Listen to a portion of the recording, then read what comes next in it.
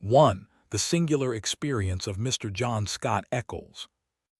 I find it recorded in my notebook that it was a bleak and windy day towards the end of March in the year 1892. Holmes had received a telegram while we sat at our lunch, and he had scribbled a reply. He made no remark, but the matter remained in his thoughts, for he stood in front of the fire afterwards with a thoughtful face, smoking his pipe, and casting an occasional glance at the message. Suddenly he turned upon me with a mischievous twinkle in his eyes. "I suppose, Watson, we must look upon you as a man of letters," said he. "How do you define the word grotesque?"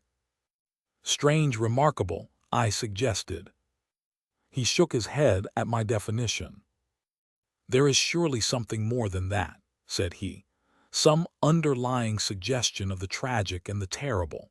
If you cast your mind back to some of those narratives with which you have afflicted a long-suffering public, you will recognize how often the grotesque has deepened into the criminal. Think of that little affair of the red-headed men. That was grotesque enough in the outset, and yet it ended in a desperate attempt at robbery. Or again, there was that most grotesque affair of the 5 orange pips, which led straight to a murderous conspiracy. The word puts me on the alert." "Have you it there?" I asked. He read the telegram aloud. "Have just had most incredible and grotesque experience. May I consult you? Scott Eccles. Post Office, Charing Cross." "Man or woman?" I asked. "Oh, man, of course. No woman would ever send a reply-paid telegram. She would have come." "Will you see him?" "My dear Watson, you know how bored I have been since we locked up Colonel Carruthers.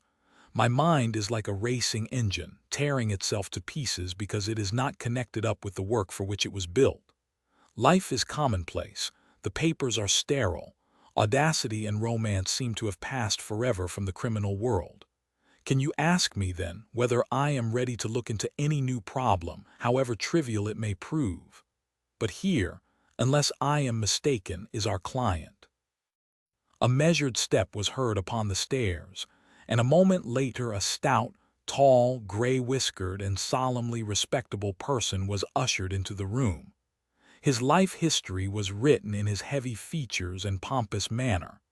From his spats to his gold-rimmed spectacles, he was a conservative, a churchman, a good citizen, orthodox and conventional to the last degree.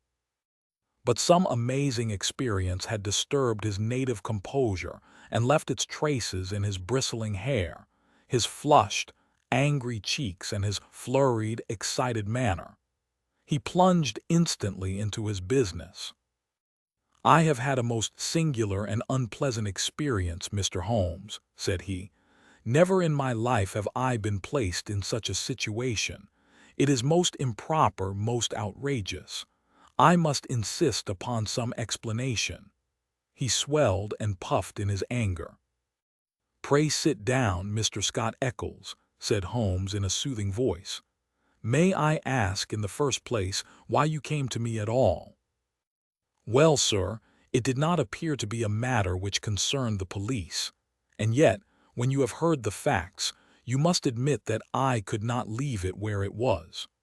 Private detectives are a class with whom I have absolutely no sympathy, but nonetheless, having heard your name—" "Quite so, but in the second place, why did you not come at once?"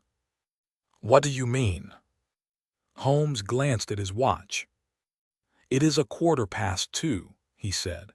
"Your telegram was dispatched about 1, but no one can glance at your toilet and attire without seeing that your disturbance dates from the moment of your waking." Our client smoothed down his unbrushed hair and felt his unshaven chin. "You are right, Mr. Holmes. I never gave a thought to my toilet. I was only too glad to get out of such a house. But I have been running round making inquiries before I came to you. I went to the house agents, you know, and they said that Mr. Garcia's rent was paid up all right and that everything was in order at Wisteria Lodge." "Come, come, sir," said Holmes, laughing. "You are like my friend Dr. Watson, who has a bad habit of telling his stories wrong end foremost.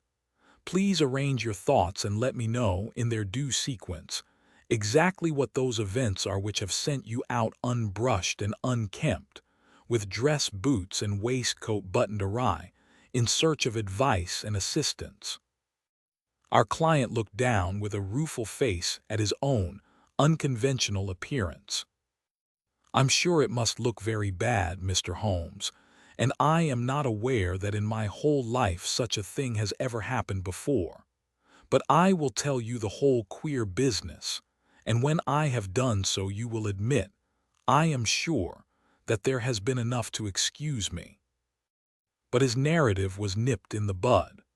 There was a bustle outside, and Mrs. Hudson opened the door to usher in two robust and official-looking individuals, one of whom was well known to us as Inspector Gregson of Scotland Yard, an energetic gallant, and within his limitations, a capable officer. He shook hands with Holmes and introduced his comrade as Inspector Baines, of the Surrey Constabulary. "We are hunting together, Mr. Holmes, and our trail lay in this direction." He turned his bulldog eyes upon our visitor. "Are you Mr. John Scott Eccles, of Popham House, Lee?"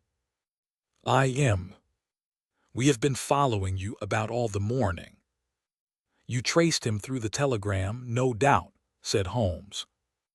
"Exactly, Mr. Holmes. We picked up the scent at Charing Cross Post Office and came on here." "But why do you follow me? What do you want?" "We wish a statement, Mr. Scott Eccles, as to the events which led up to the death last night of Mr. Aloysius Garcia, of Wisteria Lodge, near Esher." Our client had sat up with staring eyes, and every tinge of color struck from his astonished face. "Dead? Did you say he was dead?" "Yes, sir, he is dead." "But how an accident?" "Murder, if ever there was one upon earth." "Good God, this is awful. You don't mean that I am suspected?" "A letter of yours was found in the dead man's pocket, and we know by it that you had planned to pass last night at his house." "So I did." "Oh, you did you?" Out came the official notebook. "Wait a bit, Gregson," said Sherlock Holmes. "All you desire is a plain statement, is it not? And it is my duty to warn Mr. Scott Eccles that it may be used against him. Mr. Eccles was going to tell us about it when you entered the room. I think, Watson, a brandy and soda would do him no harm.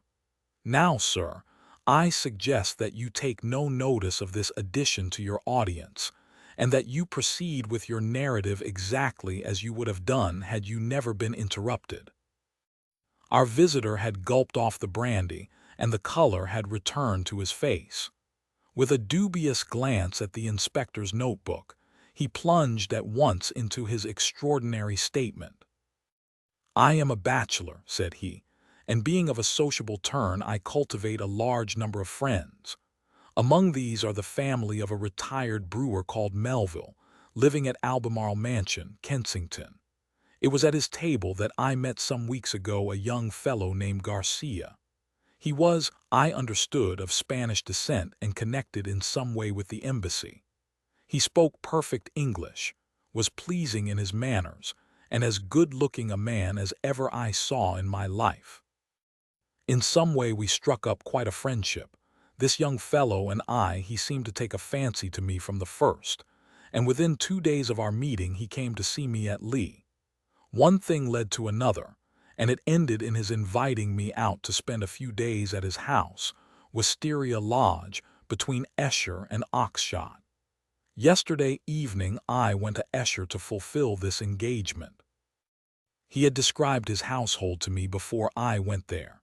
He lived with a faithful servant, a countryman of his own, who looked after all his needs. This fellow could speak English and did his housekeeping for him. Then there was a wonderful cook, he said, a half-breed whom he had picked up in his travels, who could serve an excellent dinner. I remember that he remarked what a queer household it was to find in the heart of Surrey, and that I agreed with him, though it has proved a good deal queerer than I thought. I drove to the place, about 2 miles on the south side of Esher. The house was a fair-sized one, standing back from the road, with a curving drive which was banked with high evergreen shrubs. It was an old, tumble-down building in a crazy state of disrepair. When the trap pulled up on the grass-grown drive in front of the blotched and weather-stained door, I had doubts as to my wisdom in visiting a man whom I knew so slightly. He opened the door himself, however, and greeted me with a great show of cordiality.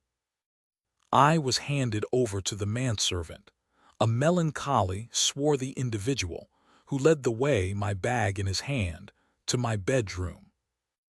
The whole place was depressing. Our dinner was tea-tea, and though my host did his best to be entertaining, his thoughts seemed to continually wander, and he talked so vaguely and wildly that I could hardly understand him. He continually drummed his fingers on the table, gnawed his nails, and gave other signs of nervous impatience. The dinner itself was neither well served nor well cooked, and the gloomy presence of the taciturn servant did not help to enliven us. I can assure you that many times in the course of the evening I wished that I could invent some excuse which would take me back to Lee. One thing comes back to my memory which may have a bearing upon the business that you two gentlemen are investigating. I thought nothing of it at the time. Near the end of dinner a note was handed in by the servant. I noticed that after my host had read it he seemed even more distrait and strange than before. He gave up all pretense at conversation and sat, smoking endless cigarettes, lost in his own thoughts, but he made no remark as to the contents. About 11, I was glad to go to bed. Some time later Garcia looked in at my door. The room was dark at the time, and asked me if I had rung. I said that I had not. He apologized for having disturbed me so late, saying that it was nearly 1 o'clock. I dropped off after this and slept soundly all night. And now I come to the amazing part of my tale. When I woke it was broad daylight. I glanced at my watch and the time was nearly 9. I had particularly asked to be called at 8, so I was very much astonished at this forgetfulness. I sprang up and rang for the servant. There was no response. I rang again and again with the same result. Then I came to the conclusion that the bell was out of order. I huddled on my clothes and hurried downstairs in an exceedingly bad temper to order some hot water. You can imagine my surprise when I found that there was no one there. I shouted in the hall. There was no answer. Then I ran from room to room. All were deserted. My host had shown me which was his bedroom the night before, so I knocked at the door. No reply. I turned the handle and walked in. The room was empty and the bed had never been slept in. He had gone with the rest. The foreign host, the foreign footman, the foreign cook, all had vanished in the night. That was the end of my visit to Wisteria Lodge. Sherlock Holmes was rubbing his hands and chuckling, as he added this bizarre incident to his collection of strange episodes. "Your experience is, so far as I know, perfectly unique," said he. "May I ask, sir, what you did then?" I was furious. My first idea was that I had been the victim of some absurd practical joke. I packed my things, banged the hall door behind me, and set off for Esher, with my bag in my hand. I called at Allen Brothers, the chief land agents in the village, and found that it was from this firm that the villa had been rented.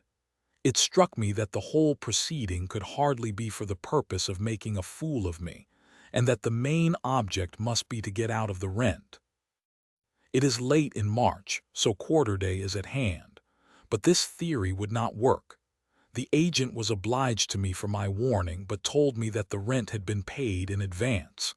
Then I made my way to town and called at the Spanish embassy. The man was unknown there. After this, I went to see Melville at whose house I had first met Garcia, but I found that he really knew rather less about him than I did. Finally, when I got your reply to my wire, I came out to you, since I gather that you are a person who gives advice in difficult cases. But now, Mr. Inspector, I understand from what you said when you entered the room that you can carry the story on, and that some tragedy has occurred.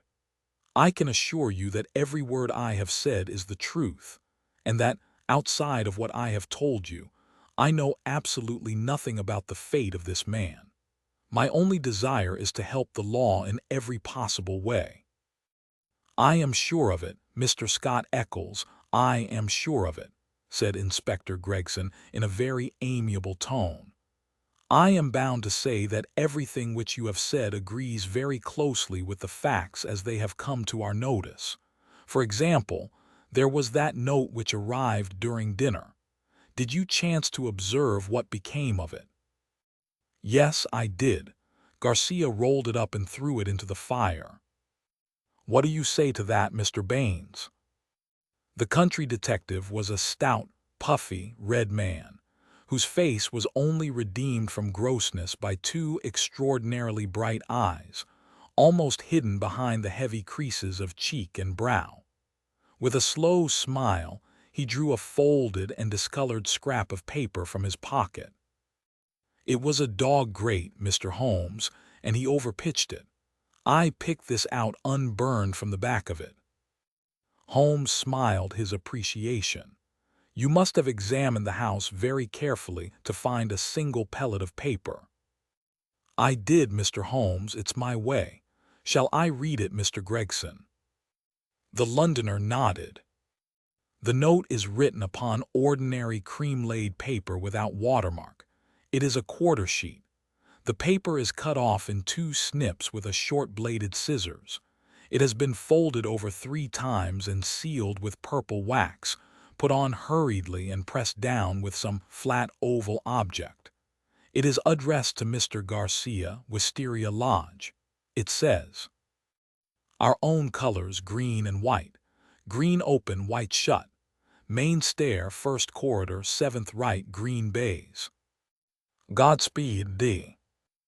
It is a woman's writing, done with a sharp-pointed pen, but the address is either done with another pen or by someone else. It is thicker and bolder, as you see. A very remarkable note, said Holmes, glancing it over. I must compliment you, Mr. Baines, upon your attention to detail in your examination of it. A few trifling points might perhaps be added. The oval seal is undoubtedly a plain sleeve link. What else is of such a shape? The scissors were bent nail scissors. Short as the 2 snips are, you can distinctly see the same slight curve in each. The country detective chuckled. I thought I had squeezed all the juice out of it, but I see there was a little over, he said. I'm bound to say that I make nothing of the note except that there was something on hand, and that a woman, as usual, was at the bottom of it. Mr. Scott Eccles had fidgeted in his seat during this conversation. I am glad you found the note, since it corroborates my story, said he. But I beg to point out that I have not yet heard what has happened to Mr. Garcia, nor what has become of his household. As to Garcia, said Gregson, that is easily answered. He was found dead this morning upon Oxshott Common, nearly a mile from his home. His head had been smashed to pulp by heavy blows of a sandbag or some such instrument which had crushed rather than wounded.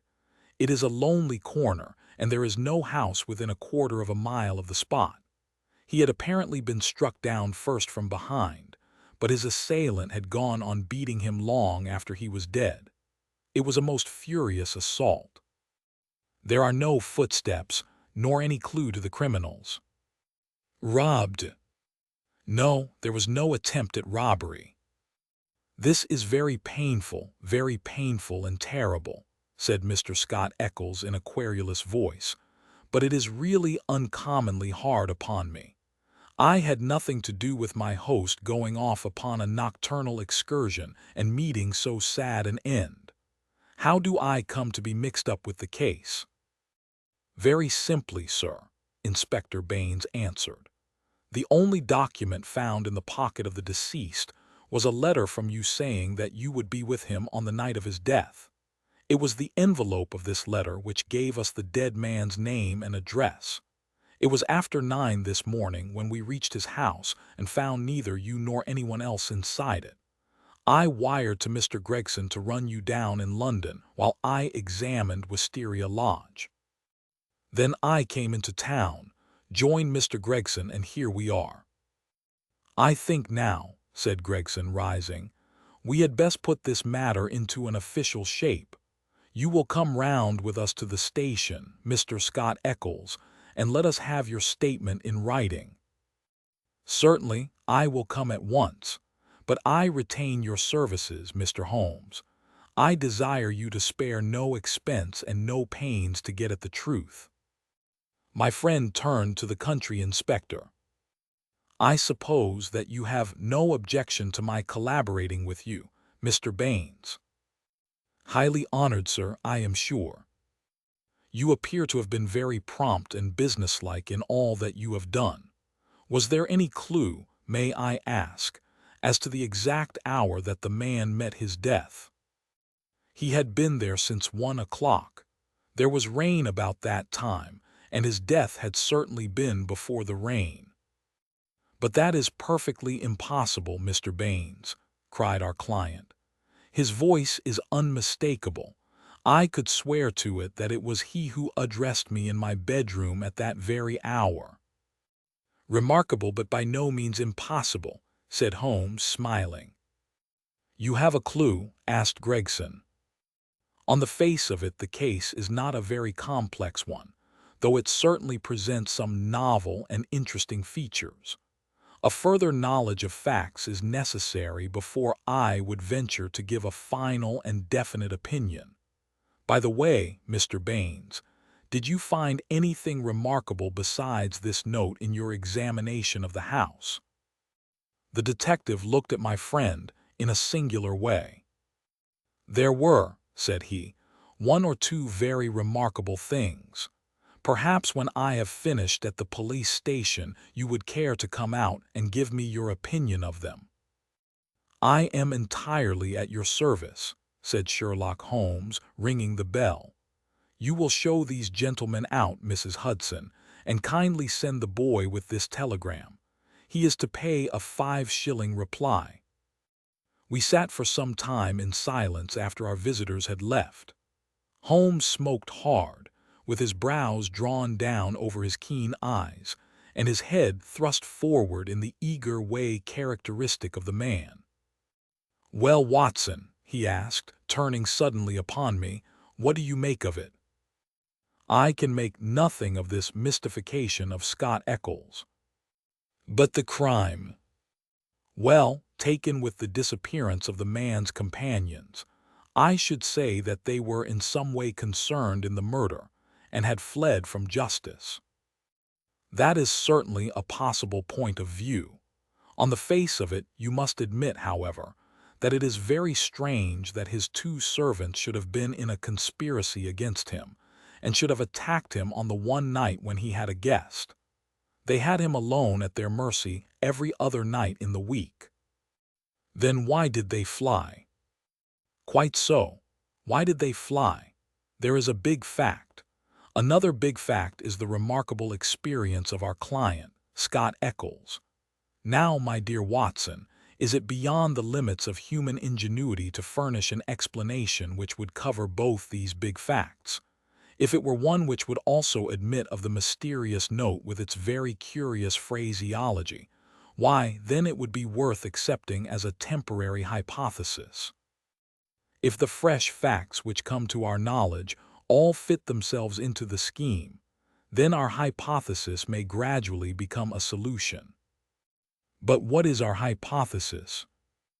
Holmes leaned back in his chair with half-closed eyes. "You must admit, my dear Watson, that the idea of a joke is impossible. There were grave events afoot, as the sequel showed, and the coaxing of Scott Eccles to Wisteria Lodge had some connection with them. But what possible connection? Let us take it link by link. There is, on the face of it, something unnatural about this strange and sudden friendship between the young Spaniard and Scott Eccles. It was the former who forced the pace. He called upon Eccles at the other end of London on the very day after he first met him, and he kept in close touch with him until he got him down to Esher. Now, what did he want with Eccles? What could Eccles supply? I see no charm in the man. He is not particularly intelligent, not a man likely to be congenial to a quick-witted Latin. Why, then, was he picked out from all the other people whom Garcia met as particularly suited to his purpose? Has he any one outstanding quality? I say that he has. He is the very type of conventional British respectability, and the very man as a witness to impress another Briton. You saw yourself how neither of the inspectors dreamed of questioning his statement, extraordinary as it was. But what was he to witness? Nothing, as things turned out, but everything had they gone another way. That is how I read the matter. I see, he might have proved an alibi. Exactly, my dear Watson. He might have proved an alibi. We will suppose, for argument's sake, that the household of Wisteria Lodge are confederates in some design. The attempt, whatever it may be, is to come off, we will say, before 1 o'clock. By some juggling of the clocks, it is quite possible that they may have got Scott Eccles to bed earlier than he thought, but in any case, it is likely that when Garcia went out of his way to tell him that it was 1, it was really not more than 12. If Garcia could do whatever he had to do and be back by the hour mentioned, he had evidently a powerful reply to any accusation. Here was this irreproachable Englishman ready to swear in any court of law that the accused was in his house all the time. It was an insurance against the worst. Yes, I see that. But how about the disappearance of the others? I have not all my facts yet, but I do not think there are any insuperable difficulties. Still, it is an error to argue in front of your data. You find yourself insensibly twisting them round to fit your theories. And the message? How did it run? Our own colors, green and white, sounds like racing. Green open, white shut, tilde, that is clearly a signal. Main stair, first corridor, 7th right, green bays. This is an assignation. We may find a jealous husband at the bottom of it all. It was clearly a dangerous quest. She would not have said Godspeed had it not been so. That should be a guide. The man was a Spaniard. I suggest that D stands for dolors, a common female name in Spain. Good, Watson, very good, but quite inadmissible.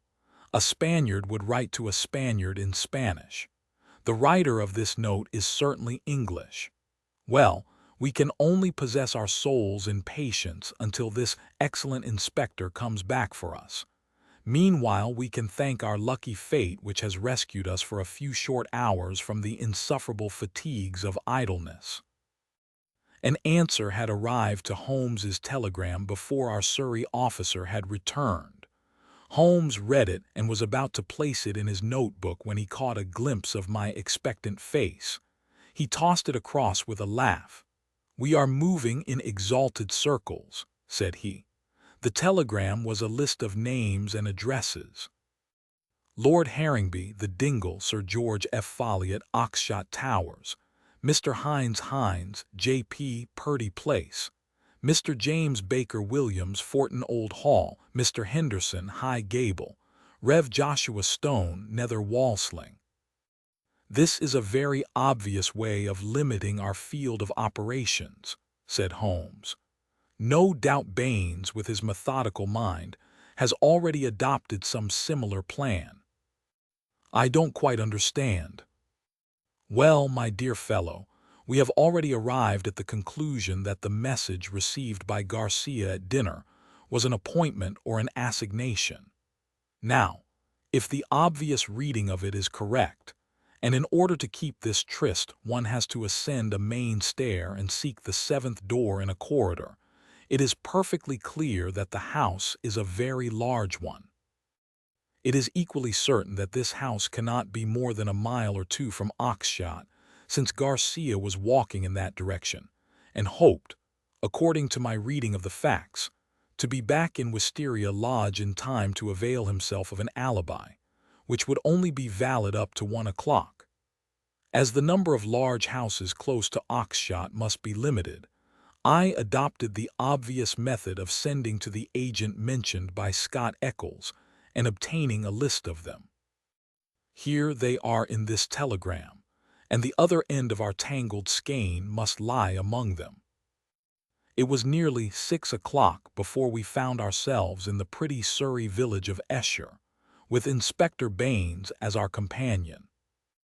Holmes and I had taken things for the night and found comfortable quarters at the Bull. Finally, we set out in the company of the detective on our visit to Wisteria Lodge. It was a cold, dark March evening, with a sharp wind and a fine rain beating upon our faces, a fit setting for the wild common over which our road passed and the tragic goal to which it led us. To the Tiger of San Pedro. A cold and melancholy walk of a couple of miles brought us to a high wooden gate, which opened into a gloomy avenue of chestnuts. The curved and shadowed drive led us to a low, dark house, pitch black against a slate-colored sky. From the front window upon the left of the door there peeped a glimmer of a feeble light. "There's a constable in possession," said Baines. "I'll knock at the window." He stepped across the grass plot and tapped with his hand on the pane. Through the fogged glass I dimly saw a man spring up from a chair beside the fire and heard a sharp cry from within the room. An instant later, a white-faced, hard-breathing policeman had opened the door, the candle wavering in his trembling hand. "What's the matter, Walters?" asked Baines sharply. The man mopped his forehead with his handkerchief and gave a long sigh of relief. "I am glad you have come, sir. It has been a long evening, and don't think my nerve is as good as it was." "Your nerve, Walters? I should not have thought you had a nerve in your body." "Well, sir, it's this lonely, silent house and the queer thing in the kitchen. Then when you tapped at the window I thought it had come again." "That what had come again?" "The devil, sir, for all I know. It was at the window." "What was at the window, and when?"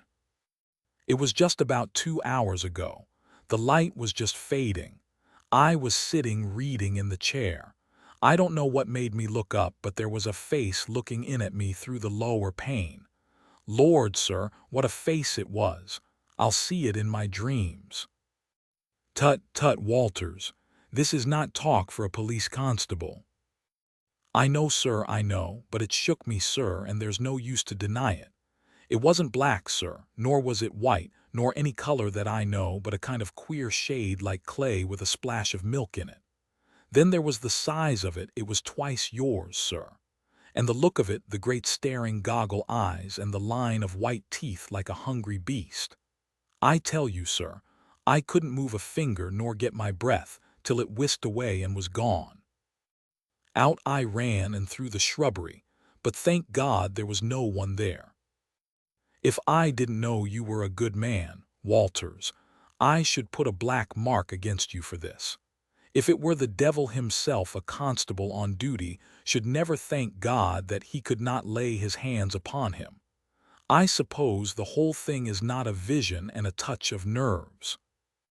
"That at least is very easily settled," said Holmes, lighting his little pocket lantern.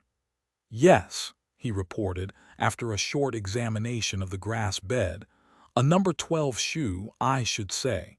If he was all on the same scale as his foot he must certainly have been a giant." "What became of him?" "He seems to have broken through the shrubbery and made for the road." "Well," said the inspector with a grave and thoughtful face, "whoever he may have been and whatever he may have wanted, he's gone for the present, and we have more immediate things to attend to. Now, Mr. Holmes, with your permission, I will show you round the house." The various bedrooms and sitting rooms had yielded nothing to a careful search. Apparently the tenants had brought little or nothing with them, and all the furniture down to the smallest details had been taken over with the house. A good deal of clothing with the stamp of Marks & Co., High Holborn, had been left behind. Telegraphic inquiries had been already made which showed that Marks knew nothing of his customer save that he was a good payer. Odds and ends, some pipes, a few novels, 2 of them in Spanish, an old-fashioned pinfire revolver, and a guitar were among the personal property. "Nothing in all this," said Baines, stalking, candle in hand, from room to room. "But now, Mr. Holmes, I invite your attention to the kitchen." It was a gloomy, high-ceilinged room at the back of the house, with a straw litter in one corner which served apparently as a bed for the cook. The table was piled with half-eaten dishes and dirty plates, the debris of last night's dinner. "Look at this," said Baines. "What do you make of it?" He held up his candle before an extraordinary object which stood at the back of the dresser. It was so wrinkled and shrunken and withered that it was difficult to say what it might have been. One could but say that it was black and leathery, and that it bore some resemblance to a dwarfish human figure. At first, as I examined it, I thought that it was a mummified Negro baby, and then it seemed a very twisted and ancient monkey. Finally, I was left in doubt as to whether it was animal or human. A double band of white shells was strung round the center of it. Very interesting indeed," said Holmes, peering at this sinister relic. "Anything more?" In silence, Baines led the way to the sink and held forward his candle. The limbs and body of some large, white bird, torn savagely to pieces with the feathers still on, were littered all over it. Holmes pointed to the wattles on the severed head. "A white cock," said he. "Most interesting. It is really a very curious case." But Mr. Baines had kept his most sinister exhibit to the last. From under the sink he drew a zinc pail which contained a quantity of blood. Then from the table he took a platter heaped with small pieces of charred bone. "Something has been killed and something has been burned. We raked all these out of the fire. We had a doctor in this morning. He says that they are not human." Holmes smiled and rubbed his hands. "I must congratulate you, Inspector, on handling so distinctive and instructive a case. Your powers, if I may say so without offense, seem superior to your opportunities." Inspector Baines's small eyes twinkled with pleasure. "You're right, Mr. Holmes. We stagnate in the provinces. A case of this sort gives a man a chance, and I hope that I shall take it. What do you make of these bones?" "A lamb, I should say, or a kid." "And the white cock?" "Curious, Mr. Baines, very curious. I should say almost unique." "Yes, sir, there must have been some very strange people with some very strange ways in this house. One of them is dead. Did his companions follow him and kill him? If they did, we should have them, for every port is watched. But my own views are different. Yes, sir, my own views are very different." "You have a theory, then?" "And I'll work it myself, Mr. Holmes. It's only due to my own credit to do so. Your name is made, but I have still to make mine. I should be glad to be able to say afterwards that I had solved it without your help." Holmes laughed good-humoredly. "Well, well, Inspector," said he, "do you follow your path and I will follow mine. My results are always very much at your service if you care to apply to me for them. I think that I have seen all that I wish in this house, and that my time may be more profitably employed elsewhere. Au revoir and good luck." I could tell by numerous subtle signs, which might have been lost upon anyone but myself, that Holmes was on a hot scent. As impassive as ever to the casual observer, There were none the less a subdued eagerness and suggestion of tension in his brightened eyes and brisker manner, which assured me that the game was afoot. After his habit he said nothing, and after mine I asked no questions. Sufficient for me to share the sport and lend my humble help to the capture, without distracting that intent brain with needless interruption. All would come round to me in due time. I waited, therefore, but to my ever-deepening disappointment I waited in vain. Day succeeded day, and my friend took no step forward. One morning he spent in town, and I learned from a casual reference that he had visited the British Museum. Save for this one excursion, he spent his days in long and often solitary walks, or in chatting with a number of village gossips whose acquaintance he had cultivated. "I'm sure, Watson, a week in the country will be invaluable to you," he remarked. "It is very pleasant to see the first green shoots upon the hedges and the catkins on the hazels once again. With a spud, a tin box, and an elementary book on botany, there are instructive days to be spent." He prowled about with this equipment himself, but it was a poor show of plants which he would bring back of an evening. Occasionally in our rambles we came across Inspector Baines. His fat, red face wreathed itself in smiles, and his small eyes glittered as he greeted my companion. He said little about the case, but from that little we gathered that he also was not dissatisfied at the course of events. I must admit, however, that I was somewhat surprised when, some 5 days after the crime, I opened my morning paper to find in large letters: "The Oxshott Mystery. A solution. Arrest of supposed assassin." Holmes sprang in his chair, as if he had been stung when I read the headlines. "By Jove," he cried, "you don't mean that Baines has got him?" "Apparently," said I as I read the following report. "Great excitement was caused in Esher and the neighboring district when it was learned late last night that an arrest had been effected in connection with the Oxshott murder. It will be remembered that Mr. Garcia of Wisteria Lodge was found dead on Oxshott Common, his body showing signs of extreme violence, and that on the same night his servant and his cook fled, which appeared to show their participation in the crime. It was suggested, but never proved, that the deceased gentleman may have had valuables in the house, and that their abstraction was the motive of the crime. Every effort was made by Inspector Baines, who has the case in hand, to ascertain the hiding place of the fugitives, and he had good reason to believe that they had not gone far but were lurking in some retreat which had been already prepared. It was certain from the first, however, that they would eventually be detected, as the cook, from the evidence of 1 or 2 tradespeople who have caught a glimpse of him through the window, was a man of most remarkable appearance, being a huge and hideous mulatto, with yellowish features of a pronounced negroid type. This man has been seen since the crime, for he was detected and pursued by Constable Walters on the same evening, when he had the audacity to revisit Wisteria Lodge.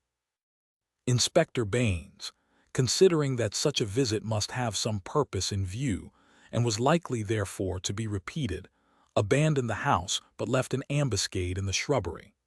The man walked into the trap and was captured last night after a struggle in which Constable Downing was badly bitten by the savage.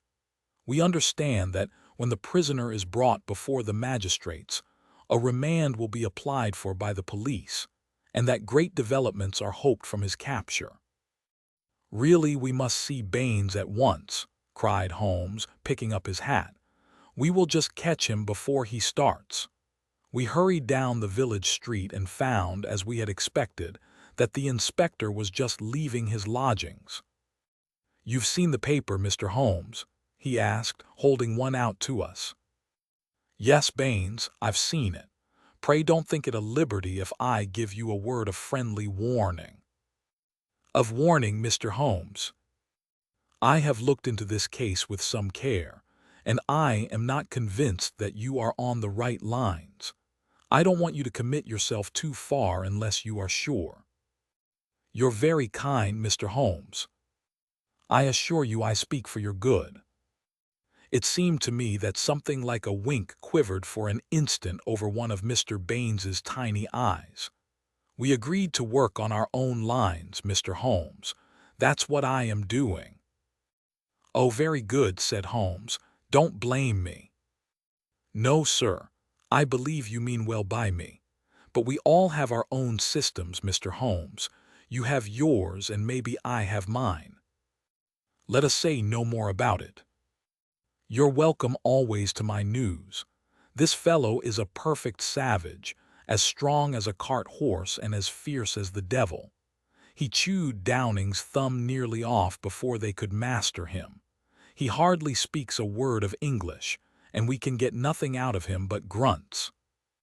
And you think you have evidence that he murdered his late master?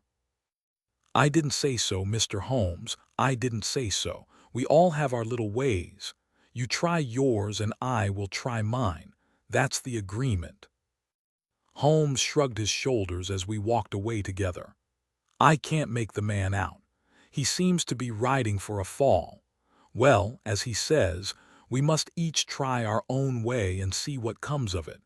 But there's something in Inspector Baines which I can't quite understand.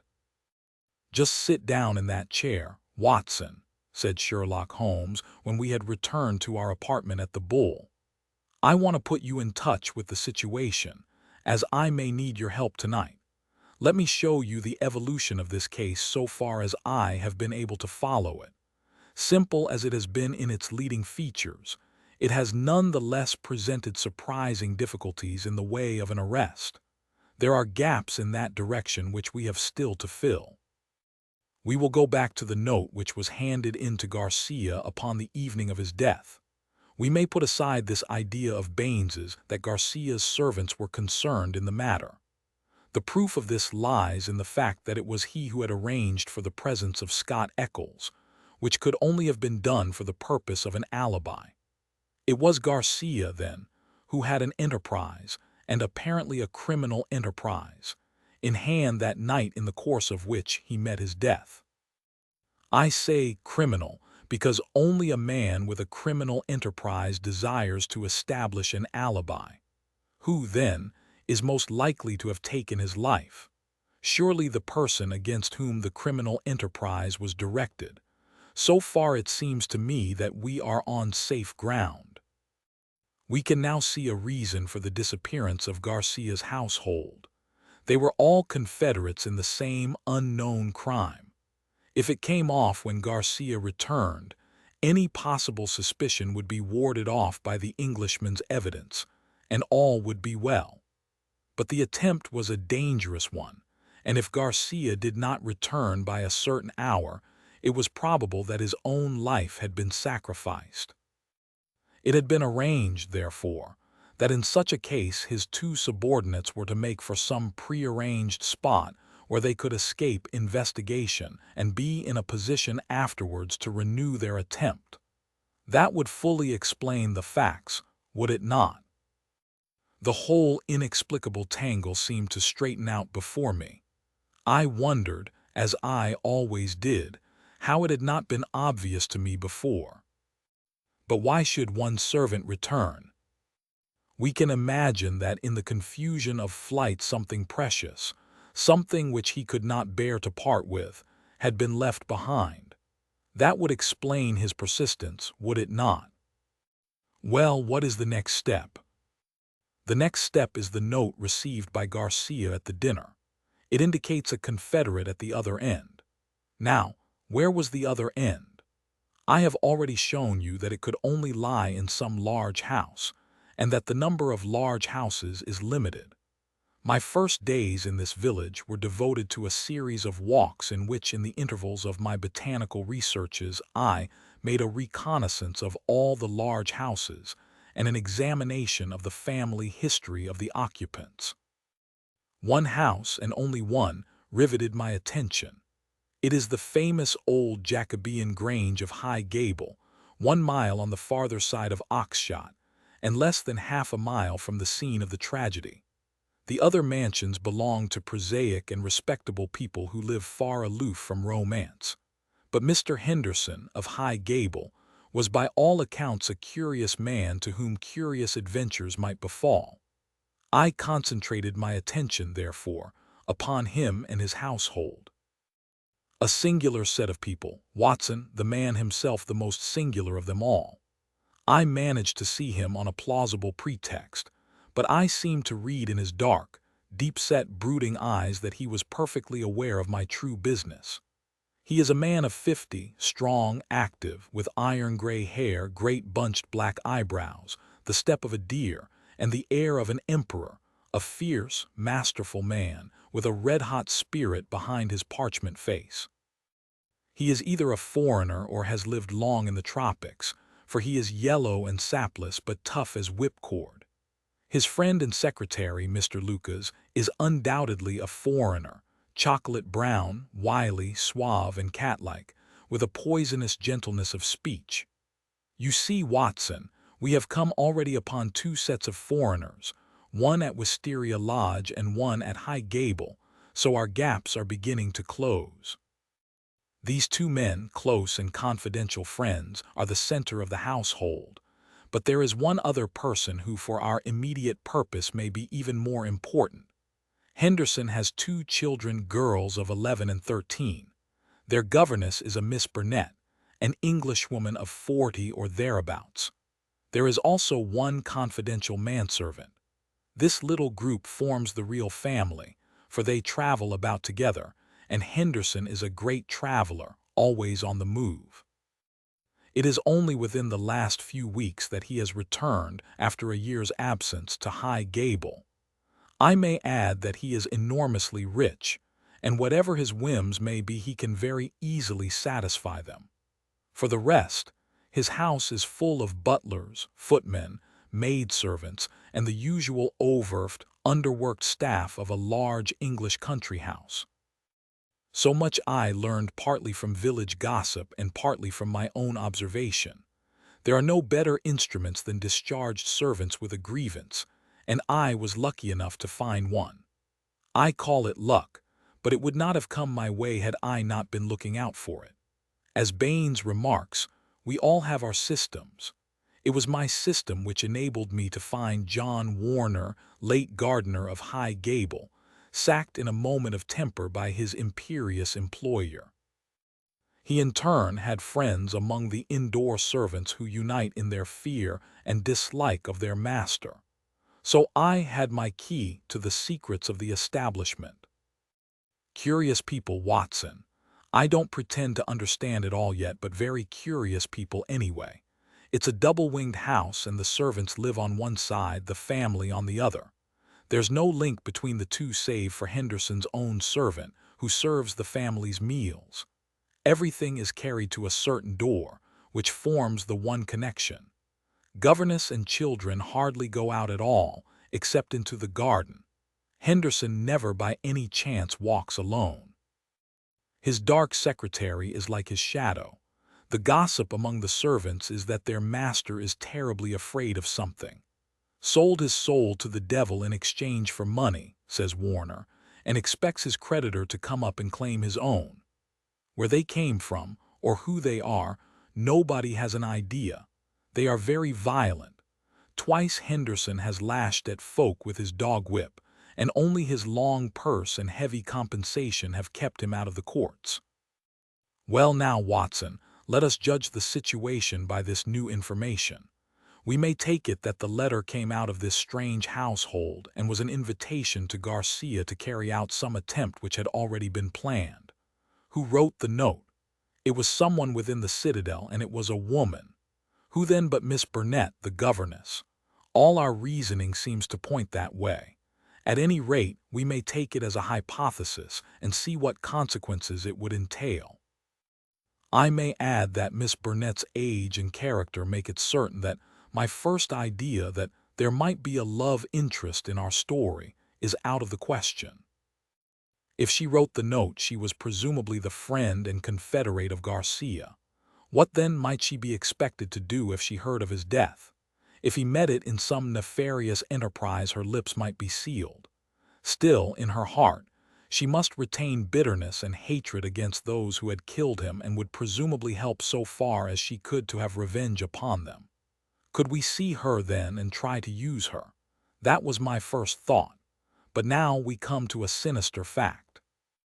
Miss Burnett has not been seen by any human eye since the night of the murder. From that evening she has utterly vanished. Is she alive? Has she perhaps met her end on the same night as the friend whom she had summoned? Or is she merely a prisoner? There is the point which we still have to decide. You will appreciate the difficulty of the situation, Watson. There is nothing upon which we can apply for a warrant. Our whole scheme might seem fantastic if laid before a magistrate. The woman's disappearance counts for nothing, since in that extraordinary household any member of it might be invisible for a week. And yet she may at the present moment be in danger of her life. All I can do is to watch the house and leave my agent, Warner, on guard at the gates. We can't let such a situation continue. If the law can do nothing, we must take the risk ourselves. What do you suggest? I know which is her room. It is accessible from the top of an outhouse. My suggestion is that you and I go tonight and see if we can strike at the very heart of the mystery. It was not, I must confess, a very alluring prospect. The old house with its atmosphere of murder, the singular and formidable inhabitants, the unknown dangers of the approach, and the fact that we were putting ourselves legally in a false position all combined to damp my ardor. But there was something in the ice-cold reasoning of Holmes which made it impossible to shrink from any adventure which he might recommend. One knew that thus, and only thus, could a solution be found. I clasped his hand in silence, and the die was cast. But it was not destined that our investigation should have so adventurous an ending. It was about 5 o'clock, and the shadows of the March evening were beginning to fall, when an excited rustic rushed into our room. "They've gone, Mr. Holmes. They went by the last train. The lady broke away, and I've got her in a cab downstairs." "Excellent, Warner," cried Holmes, springing to his feet. "Watson, the gaps are closing rapidly." In the cab was a woman, half collapsed from nervous exhaustion. She bore upon her aquiline and emaciated face the traces of some recent tragedy. Her head hung listlessly upon her breast, but as she raised it and turned her dull eyes upon us, I saw that her pupils were dark dots in the center of the broad gray iris. She was drugged with opium. "I watched at the gate, same as you advised, Mr. Holmes," said our emissary, the discharged gardener. "When the carriage came out, I followed it to the station. She was like one walking in her sleep, but when they tried to get her into the train, she came to life and struggled. They pushed her into the carriage. She fought her way out again. I took her part, got her into a cab, and here we are. I shan't forget the face at the carriage window as I led her away. I'd have a short life if he had his way, the black-eyed, scowling, yellow devil. We carried her upstairs, laid her on the sofa, and a couple of cups of the strongest coffee soon cleared her brain from the mists of the drug. Baines had been summoned by Holmes, and the situation rapidly explained to him. "Why, sir, you've got me the very evidence I want," said the inspector warmly, shaking my friend by the hand. "I was on the same scent as you from the first." "What, you were after Henderson?" "Why, Mr. Holmes, when you were crawling in the shrubbery at High Gable, I was up one of the trees in the plantation and saw you down below. It was just who would get his evidence first." "Then why did you arrest the mulatto?" Baines chuckled. "I was sure Henderson, as he calls himself, felt that he was suspected, and that he would lie low and make no move so long as he thought he was in any danger. I arrested the wrong man to make him believe that our eyes were off him. I knew he would be likely to clear off then and give us a chance of getting at Miss Burnett." Holmes laid his hand upon the inspector's shoulder. "You will rise high in your profession. You have instinct and intuition," said he. Baines flushed with pleasure. "I've had a plainclothes man waiting at the station all the week. Wherever the high gable folk go he will keep them in sight, but he must have been hard put to it when Miss Burnett broke away. However, your man picked her up and it all ends well. We can't arrest without her evidence, that is clear, so the sooner we get a statement the better." "Every minute she gets stronger," said Holmes, glancing at the governess. "But tell me, Baines, who is this man Henderson?" "Henderson," the inspector answered, "is Don Murillo, once called the Tiger of San Pedro." The Tiger of San Pedro. The whole history of the man came back to me in a flash. He had made his name as the most lewd and bloodthirsty tyrant that had ever governed any country with a pretense to civilization. Strong, fearless, and energetic, he had sufficient virtue to enable him to impose his odious vices upon a cowering people for 10 or 12 years. His name was a terror through all Central America. At the end of that time, there was a universal rising against him.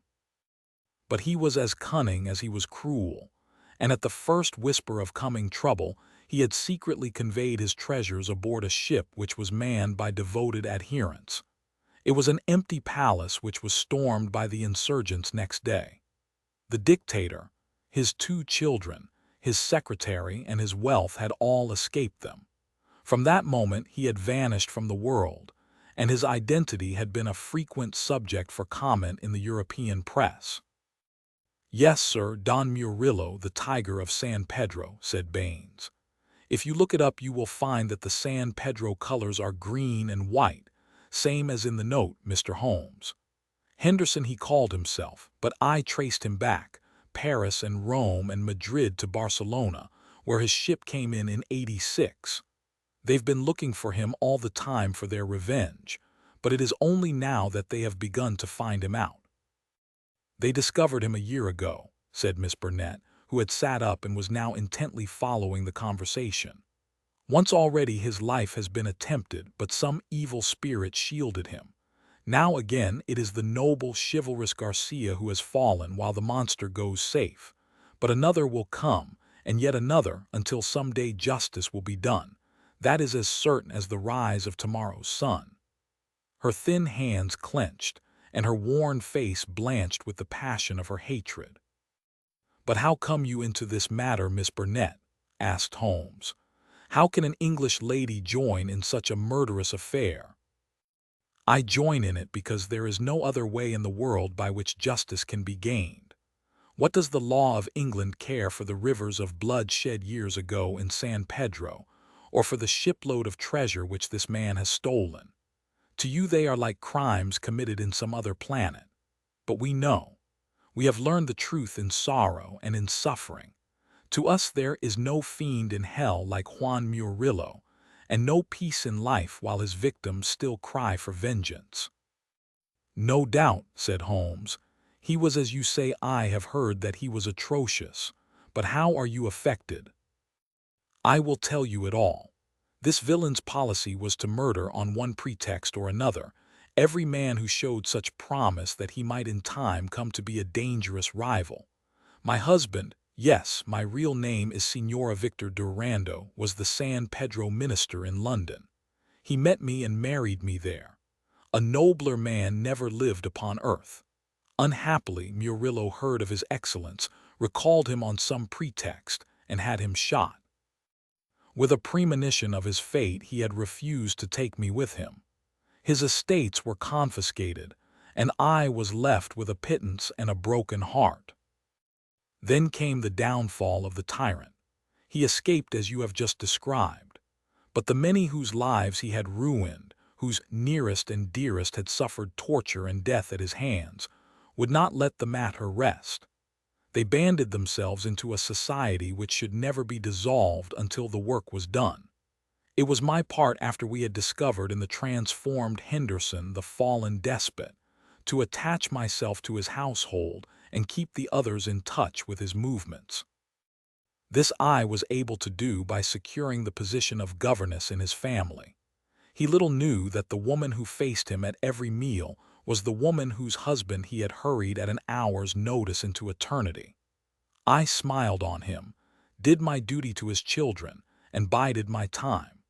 An attempt was made in Paris and failed. We zigzagged swiftly here and there over Europe to throw off the pursuers and finally returned to this house, which he had taken upon his first arrival in England. But here also the ministers of justice were waiting. Knowing that he would return there, Garcia, who is the son of the former highest dignitary in San Pedro, was waiting with two trusty companions of humble station, all three fired with the same reasons for revenge. He could do little during the day, for Murillo took every precaution and never went out save with his satellite Lucas, or Lopez as he was known in the days of his greatness. At night, however, he slept alone, and the avenger might find him. On a certain evening, which had been prearranged, I sent my friend final instructions, for the man was forever on the alert and continually changed his room. I was to see that the doors were open, and the signal of a green or white light in a window which faced the drive was to give notice if all was safe or if the attempt had better be postponed. But everything went wrong with us. In some way I had excited the suspicion of Lopez, the secretary. He crept up behind me and sprang upon me just as I had finished the note. He and his master dragged me to my room and held judgment upon me as a convicted traitress. Then and there they would have plunged their knives into me could they have seen how to escape the consequences of the deed. Finally, after much debate, they concluded that my murder was too dangerous. But they determined to get rid forever of Garcia. They had gagged me, and Murillo twisted my arm round until I gave him the address. I swear that he might have twisted it off had I understood what it would mean to Garcia. Lopez addressed the note which I had written, sealed it with his sleeve link, and sent it by the hand of the servant, Jose.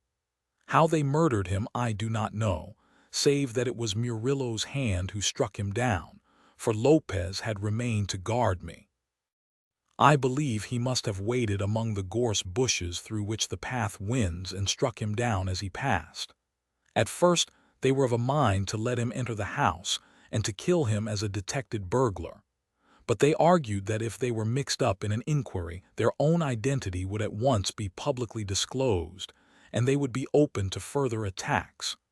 With the death of Garcia, the pursuit might cease, since such a death might frighten others from the task. All would now have been well for them had it not been for my knowledge of what they had done. I have no doubt that there were times when my life hung in the balance. I was confined to my room, terrorized by the most horrible threats, cruelly ill-used to break my spirit. See this stab on my shoulder and the bruises from end to end of my arms. And a gag was thrust into my mouth on the one occasion when I tried to call from the window. For 5 days this cruel imprisonment continued, with hardly enough food to hold body and soul together. This afternoon a good lunch was brought me, but the moment after I took it I knew that I had been drugged.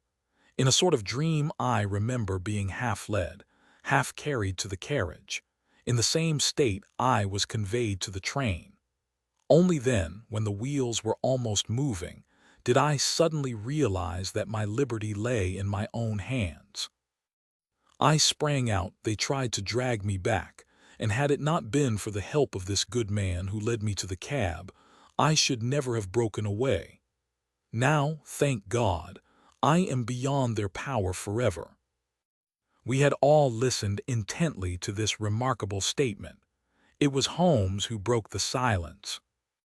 "Our difficulties are not over," he remarked, shaking his head. "Our police work ends, but our legal work begins." "Exactly," said I. "A plausible lawyer could make it out as an act of self-defense. There may be 100 crimes in the background, but it is only on this one that they can be tried." "Come, come," said Baines cheerily.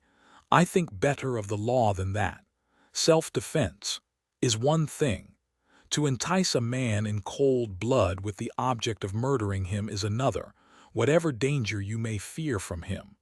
No, no, we shall all be justified when we see the tenants of High Gable at the next Guildford Assizes. It is a matter of history, however, that a little time was still to elapse before the tiger of San Pedro should meet with his deserts. Wily and bold, he and his companion threw their pursuer off their track by entering a lodging-house in Edmonton Street and leaving by the back gate into Curzon Square. From that day they were seen no more in England. Some 6 months afterwards the Marquis of Montalva and Signor Rully, his secretary, were both murdered in their rooms at the Hotel Escorial at Madrid. The crime was ascribed to nihilism, and the murderers were never arrested. Inspector Baines visited us at Baker Street with a printed description of the dark face of the secretary, and of the masterful features, the magnetic black eyes, and the tufted brows of his master. We could not doubt that justice, if belated, had come at last. "A chaotic case, my dear Watson," said Holmes over an evening pipe. "It will not be possible for you to present it in that compact form which is dear to your heart. It covers 2 continents, concerns 2 groups of mysterious persons, and is further complicated by the highly respectable presence of our friend, Scott Eccles, whose inclusion shows me that the deceased Garcia had a scheming mind and a well-developed instinct of self-preservation. It is remarkable only for the fact that amid a perfect jungle of possibilities we, with our worthy collaborator, the inspector, have kept our close hold on the essentials and so been guided along the crooked and winding path. Is there any point which is not quite clear to you? The object of the mulatto cook's return. I think that the strange creature in the kitchen may account for it. The man was a primitive savage from the backwoods of San Pedro, and this was his fetish. When his companion and he had fled to some prearranged retreat, already occupied, no doubt by a confederate, the companion had persuaded him to leave so compromising an article of furniture. But the mulatto's heart was with it, and he was driven back to it next day, when, on reconnoitering through the window, he found Policeman Walters in possession. He waited 3 days longer, and then his piety or his superstition drove him to try once more. Inspector Baines, who, with his usual astuteness, had minimized the incident before me, had really recognized its importance and had left a trap into which the creature walked. Any other point, Watson? The torn bird, the pail of blood, the charred bones, all the mystery of that weird kitchen. Holmes smiled as he turned up an entry in his notebook. I spent a morning in the British Museum reading up on that and other points. Here is a quotation from Eckermann's Voodooism and the Negroid Religions. The true voodoo worshipper attempts nothing of importance without certain sacrifices, which are intended to propitiate his unclean gods. In extreme cases, these rites take the form of human sacrifices followed by cannibalism. The more usual victims are a white cock, which is plucked in pieces alive, or a black goat, whose throat is cut and body burned. So you see our savage friend was very orthodox in his ritual. It is grotesque, Watson, Holmes added, as he slowly fastened his notebook. But, as I have had occasion to remark, there is but one step from the grotesque to the horrible. The adventure of the cardboard box. In choosing a few typical cases which illustrate the remarkable mental qualities of my friend, Sherlock Holmes, I have endeavored, as far as possible, to select those which presented the minimum of sensationalism, while offering a fair field for his talents. It is, however, unfortunately impossible entirely to separate the sensational from the criminal, and a chronicler is left in the dilemma that he must either sacrifice details which are essential to his statement and so give a false impression of the problem, or he must use matter which chance, and not choice, has provided him with. With this short preface, I shall turn to my notes of what proved to be a strange, though a peculiarly terrible, chain of events. It was a blazing hot day in August. Baker Street was like an oven, and the glare of the sunlight upon the yellow brickwork of the house across the road was painful to the eye. It was hard to believe that these were the same walls which loomed so gloomily through the fogs of winter. Our blinds were half-drawn, and Holmes lay curled upon the sofa, reading and rereading a letter which he had received by the morning post for myself. My term of service in India had trained me to stand heat better than cold, and a thermometer at 90 was no hardship. But the morning paper was uninteresting. Parliament had risen. Everybody was out of town, and I yearned for the glades of the New Forest or the shingle of Southsea. A depleted bank account had caused me to postpone my holiday, and as to my companion, neither the country nor the sea presented the slightest attraction to him. He loved to lie in the very center of 5 millions of people, with his filaments stretching out and running through them, responsive to every little rumor or suspicion of unsolved crime. Appreciation of nature found no place among his many gifts, and his only change was when he turned his mind from the evildoer of the town to track down his brother of the country. Finding that Holmes was too absorbed for conversation, I had tossed aside the barren paper, and leaning back in my chair, I fell into a brown study. Suddenly, my companion's voice broke in upon my thoughts. "You are right, Watson," said he. "It does seem a most preposterous way of settling a dispute." "Most preposterous," I exclaimed, and then suddenly realizing how he had echoed the inmost thought of my soul, I sat up in my chair and stared at him in blank amazement. "What is this, Holmes?" I cried. "This is beyond anything which I could have imagined." He laughed heartily at my perplexity. "You remember," said he, "that some little time ago when I read you the passage in one of Poe's sketches in which a close reasoner follows the unspoken thoughts of his companion, you were inclined to treat the matter as a mere tour de force of the author. On my remarking that I was constantly in the habit of doing the same thing, you expressed incredulity." "Oh, no. Perhaps not with your tongue, my dear Watson, but certainly with your eyebrows. So when I saw you throw down your paper and enter upon a train of thought, I was very happy to have the opportunity of reading it off, and eventually of breaking into it, as a proof that I had been in rapport with you. But I was still far from satisfied. In the example which you read to me," said I, "the reasoner drew his conclusions from the actions of the man whom he observed. If I remember right, he stumbled over a heap of stones, looked up at the stars, and so on. But I have been seated quietly in my chair, and what clues can I have given you? You do yourself an injustice. The features are given to man as the means by which he shall express his emotions, and yours are faithful servants. Do you mean to say that you read my train of thoughts from my features? Your features, and especially your eyes. Perhaps you cannot yourself recall how your reverie commenced." "No, I cannot." "Then I will tell you. After throwing down your paper, which was the action which drew my attention to you, you sat for half a minute with a vacant expression. Then your eyes fixed themselves upon your newly framed picture of General Gordon, and I saw by the alteration in your face that a train of thought had been started. But it did not lead very far. Your eyes flashed across to the unframed portrait of Henry Ward Beecher which stands upon the top of your books. Then you glanced up at the wall, and of course your meaning was obvious.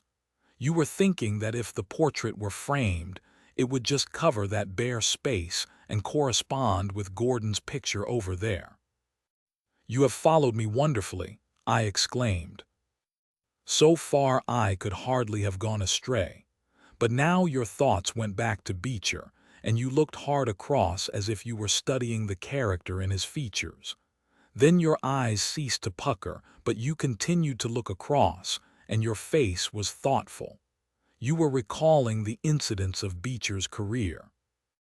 I was well aware that you could not do this without thinking of the mission which he undertook on behalf of the North at the time of the Civil War, for I remember your expressing your passionate indignation at the way in which he was received by the more turbulent of our people.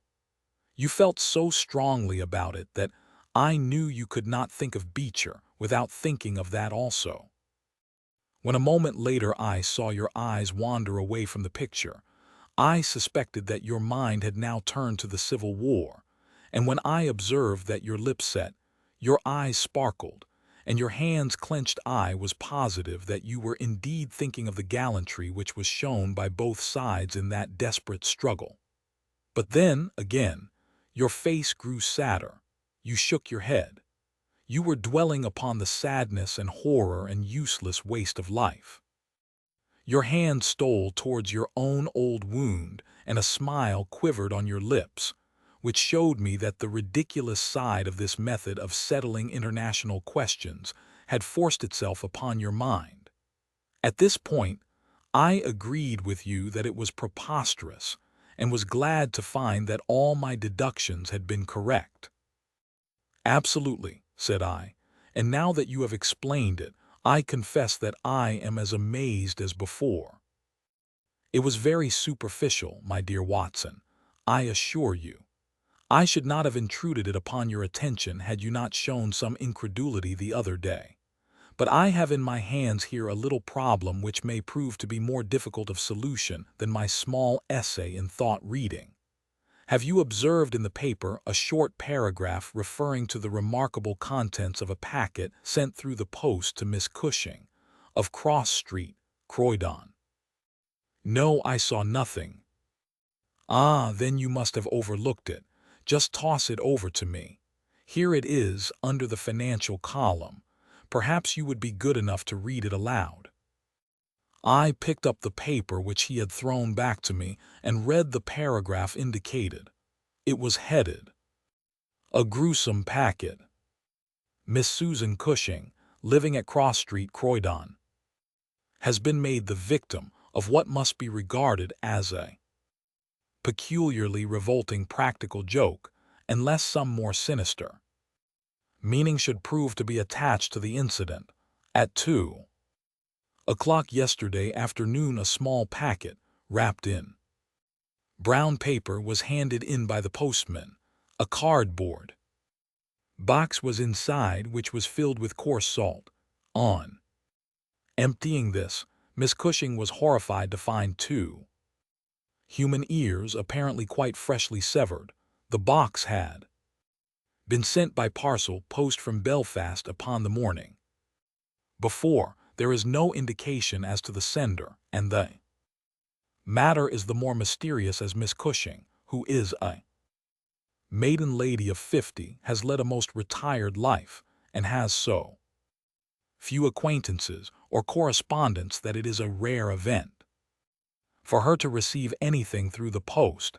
Some years ago, however, when she resided at Penge, she let apartments in her house to 3 young medical students, whom she was obliged to get rid of on account of their noisy and irregular habits. The police are of opinion that this outrage may have been perpetrated upon Miss Cushing by these youths, who owed her a grudge and who hoped to frighten her by sending her these relics of the dissecting rooms.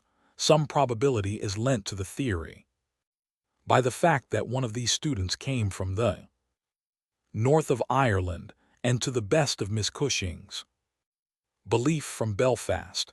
In the meantime, the matter is being actively investigated. Mr. Lestrade, one of the very smartest of our detective officers, being in charge of the case. So much for the Daily Chronicle, said Holmes as I finished reading. Now for our friend Lestrade. I had a note from him this morning in which he says, I think that this case is very much in your line. We have every hope of clearing the matter up, but we find a little difficulty in getting anything to work upon. We have, of course, wired to the Belfast post office, but a large number of parcels were handed in upon that day, and they have no means of identifying this particular one, or of remembering the sender. The box is a half-pound box of honeydew tobacco and does not help us in any way. The medical student theory still appears to me to be the most feasible. But if you should have a few hours to spare, I should be very happy to see you out here. I shall be either at the house or in the police station all day. What say you, Watson? Can you rise superior to the heat and run down to Croydon with me on the off chance of a case for your annals? I was longing for something to do. You shall have it then. Ring for our boots and tell them to order a cab. I'll be back in a moment when I have changed my dressing gown and filled my cigar case. A shower of rain fell while we were in the train, and the heat was far less oppressive in Croydon than in town. Holmes had sent on a wire, so that Lestrade, as wiry, as dapper, and as ferret-like as ever, was waiting for us at the station. A walk of 5 minutes took us to Cross Street, where Miss Cushing resided. It was a very long street of 2-story brick houses, neat and prim, with whitened stone steps and little groups of aproned women gossiping at the doors. Halfway down, Lestrade stopped and tapped at a door, which was opened by a small servant girl. Miss Cushing was sitting in the front room, into which we were ushered. She was a placid-faced woman, with large, gentle eyes and grizzled hair curving down over her temples on each side. A worked antimacassar lay upon her lap, and a basket of colored silks stood upon a stool beside her. "They are in the outhouse, those dreadful things," said she as Lestrade entered. "I wish that you would take them away altogether." "So I shall, Miss Cushing.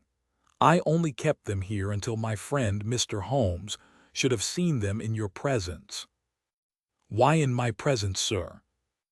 "In case he wished to ask any questions." "What is the use of asking me questions, when I tell you I know nothing whatever about it?" "Quite so, madam," said Holmes in his soothing way. "I have no doubt that you have been annoyed more than enough already over this business." "Indeed, I have, sir. I am a quiet woman and live a retired life.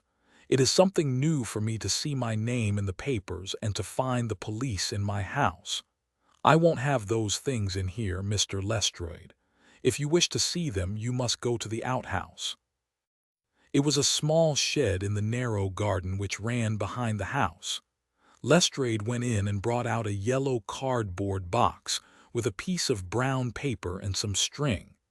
There was a bench at the end of the path, and we all sat down while Holmes examined, one by one, the articles which Lestrade had handed to him. "The string is exceedingly interesting," he remarked, holding it up to the light and sniffing at it. "What do you make of this string, Lestrade?" "It has been tarred." "Precisely. It is a piece of tarred twine.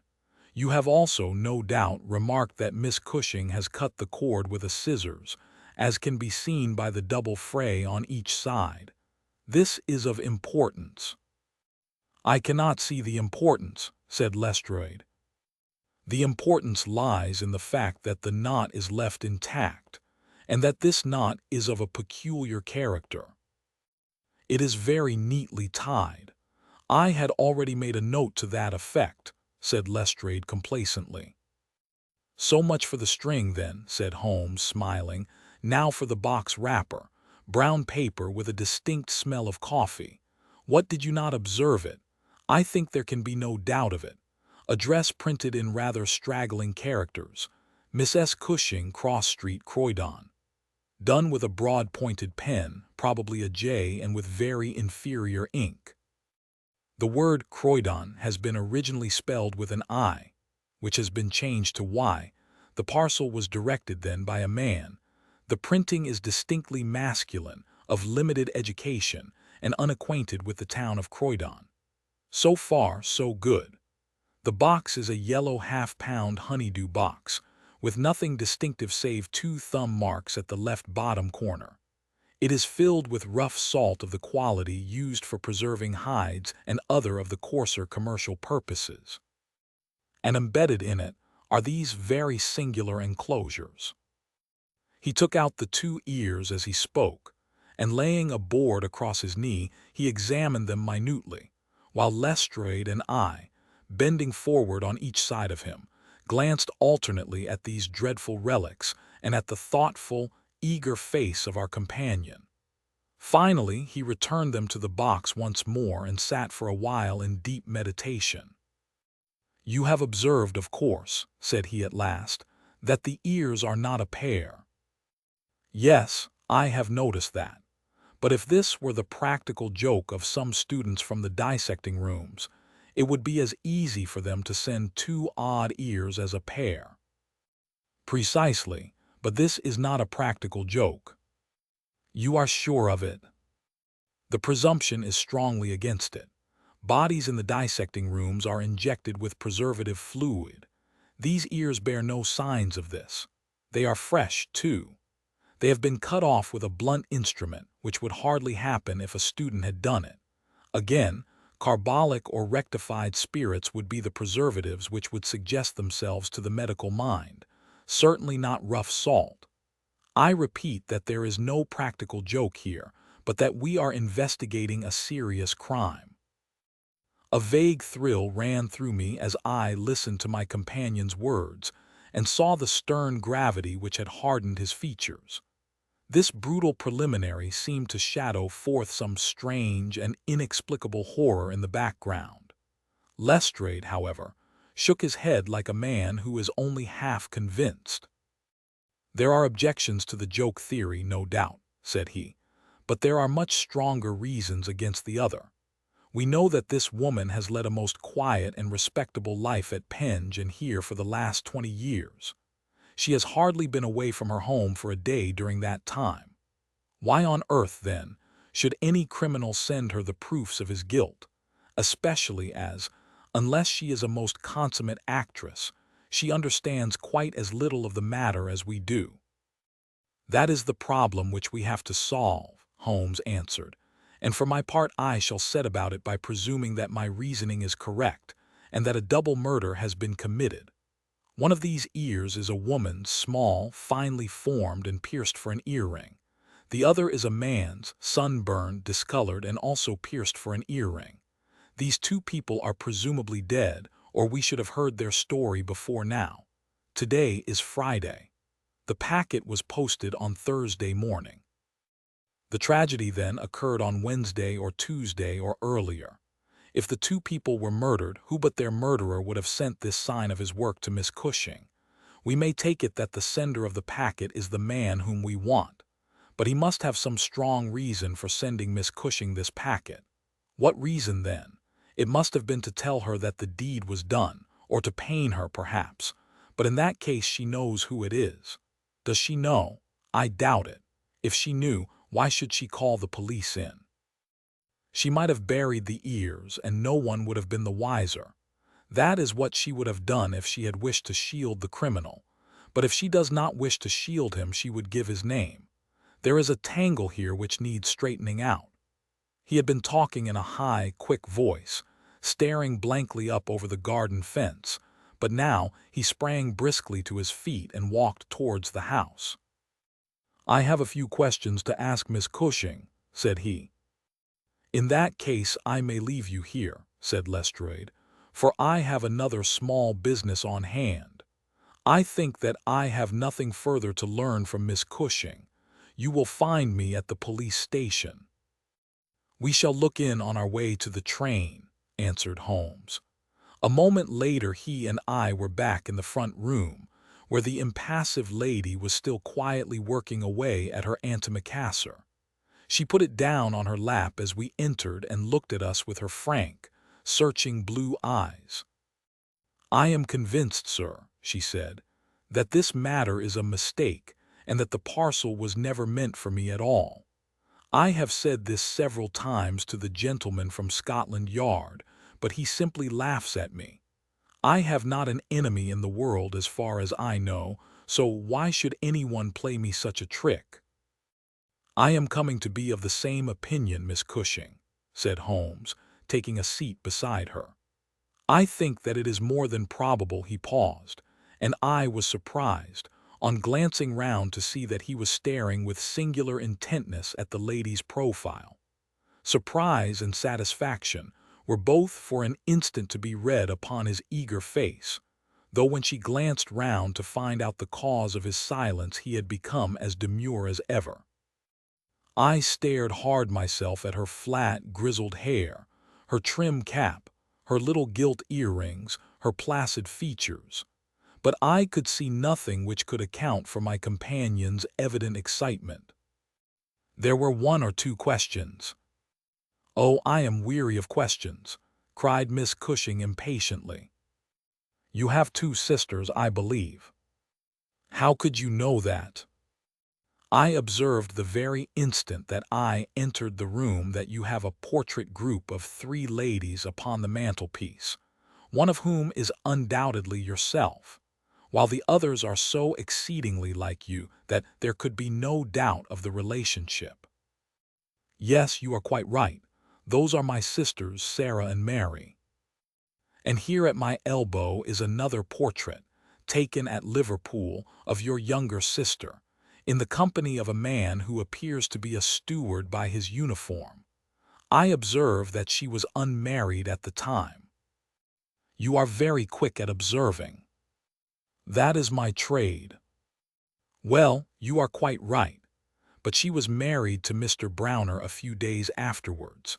He was on the South American line when that was taken, but he was so fond of her that he couldn't abide to leave her for so long, and he got into the Liverpool and London boats." "Ah, the Conqueror, perhaps." "No, the May Day, when last I heard. Jim came down here to see me once. That was before he broke the pledge, but afterwards he would always take drink when he was ashore, and a little drink would send him stark, staring mad. Ah, it was a bad day that ever he took a glass in his hand again. First he dropped me, then he quarreled with Sarah, and now that Mary has stopped writing we don't know how things are going with them." It was evident that Miss Cushing had come upon a subject on which she felt very deeply. Like most people who lead a lonely life, she was shy at first, but ended by becoming extremely communicative. She told us many details about her brother-in-law, the steward, and then, wandering off on the subject of her former lodgers, the medical students, she gave us a long account of their delinquencies, with their names and those of their hospitals. Holmes listened attentively to everything, throwing in a question from time to time. "About your second sister, Sarah," said he. "I wonder, since you are both maiden ladies, that you do not keep house together." "Ah, you don't know Sarah's temper, or you would wonder no more. I tried it when I came to Croydon, and we kept on until about 2 months ago, when we had to part. I don't want to say a word against my own sister, but she was always meddlesome and hard to please, was Sarah." "You say that she quarreled with your Liverpool relations?" "Yes, and they were the best of friends at one time. Why, she went up there to live in order to be near them. And now she has no word hard enough for Jim Browner. The last 6 months that she was here she would speak of nothing but his drinking and his ways. He had caught her meddling, I suspect, and given her a bit of his mind, and that was the start of it." "Thank you, Miss Cushing," said Holmes, rising and bowing. "Your sister Sarah lives, I think you said, at New Street, Wallington. Goodbye, and I am very sorry that you should have been troubled over a case with which, as you say, you have nothing whatever to do." There was a cab passing as we came out, and Holmes hailed it. "How far to Wallington?" he asked. "Only about a mile, sir." "Very good. Jump in, Watson. We must strike while the iron is hot. Simple as the case is, there have been one or two very instructive details in connection with it. Just pull up at a telegraph office as you pass, cabby." Holmes sent off a short wire, and for the rest of the drive lay back in the cab, with his hat tilted over his nose to keep the sun from his face. Our driver pulled up at a house which was not unlike the one which we had just quitted. My companion ordered him to wait, and had his hand upon the knocker, when the door opened and a grave young gentleman in black, with a very shiny hat, appeared on the step. "Is Miss Cushing at home?" asked Holmes. "Miss Sarah Cushing is extremely ill," said he. "She has been suffering since yesterday from brain symptoms of great severity. As her medical adviser, I cannot possibly take the responsibility of allowing anyone to see her. I should recommend you to call again in 10 days. He drew on his gloves, closed the door, and marched off down the street. "Well, if we can't, we can't," said Holmes cheerfully. "Perhaps she could not, or would not have told you much. I did not wish her to tell me anything. I only wanted to look at her. However, I think that I have got all that I want. Drive us to some decent hotel, cabby, where we may have some lunch, and afterwards we shall drop down upon friend Lestrade at the police station." We had a pleasant little meal together, during which Holmes would talk about nothing but violins, narrating with great exultation how he had purchased his own Stradivarius, which was worth at least 500 guineas, at a Jew broker's in Tottenham Court Road for 55 shillings. This led him to Paganini, and we sat for an hour over a bottle of claret while he told me anecdote after anecdote of that extraordinary man. The afternoon was far advanced, and the hot glare had softened into a mellow glow before we found ourselves at the police station. Lestrade was waiting for us at the door. "A telegram for you, Mr. Holmes," said he. "Ha, it is the answer." He tore it open, glanced his eyes over it, and crumpled it into his pocket. "That's all right," said he. "Have you found out anything?" "I have found out everything." "What?" Lestrade stared at him in amazement. "You are joking." "I was never more serious in my life. A shocking crime has been committed, and I think I have now laid bare every detail of it." "And the criminal?" Holmes scribbled a few words upon the back of one of his visiting cards, and threw it over to Lestrade. "That is the name," he said. "You cannot effect an arrest until tomorrow night at the earliest. I should prefer that you do not mention my name at all in connection with the case, as I choose to be only associated with those crimes which present some difficulty in their solution. Come on, Watson." We strode off together to the station, leaving Lestrade still staring with a delighted face at the card which Holmes had thrown him. "The case," said Sherlock Holmes as we chatted over our cigars that night in our rooms at Baker Street, "is one where, as in the investigations which you have chronicled under the names of A Study in Scarlet and of The Sign of Four, we have been compelled to reason backward from effects to causes. I have written to Lestrade asking him to supply us with the details which are now wanting, and which he will only get after he has secured his man. That he may be safely trusted to do, for although he is absolutely devoid of reason, he is as tenacious as a bulldog when he once understands what he has to do, and indeed, it is just this tenacity which has brought him to the top at Scotland Yard." "Your case is not complete, then?" I asked. "It is fairly complete in essentials. We know who the author of the revolting business is, although one of the victims still escapes us. Of course, you have formed your own conclusions. I presume that this Jim Browner, the steward of a Liverpool boat, is the man whom you suspect." "Oh, it is more than a suspicion. And yet I cannot see anything save very vague indications." On the contrary, to my mind, nothing could be more clear. Let me run over the principal steps. We approached the case, you remember, with an absolutely blank mind, which is always an advantage. We had formed no theories. We were simply there to observe and to draw inferences from our observations. What did we see first? A very placid and respectable lady who seemed quite innocent of any secret, and a portrait which showed me that she had two younger sisters. It instantly flashed across my mind that the box might have been meant for one of these. I set the idea aside as one which could be disproved or confirmed at our leisure. Then we went to the garden, as you remember, and we saw the very singular contents of the little yellow box. The string was of the quality which is used by sailmakers aboard ship, and at once a whiff of the sea was perceptible in our investigation. When I observed that the knot was one which is popular with sailors, that the parcel had been posted at a port, and that the male ear was pierced for an earring which is so much more common among sailors than landsmen, I was quite certain that all the actors in the tragedy were to be found among our seafaring classes. When I came to examine the address of the packet, I observed that it was to Miss S. Cushing. Now, the oldest sister would, of course, be Miss Cushing, and although her initial was S, it might belong to one of the others as well. In that case, we should have to commence our investigation from a fresh basis altogether. I therefore went into the house with the intention of clearing up this point.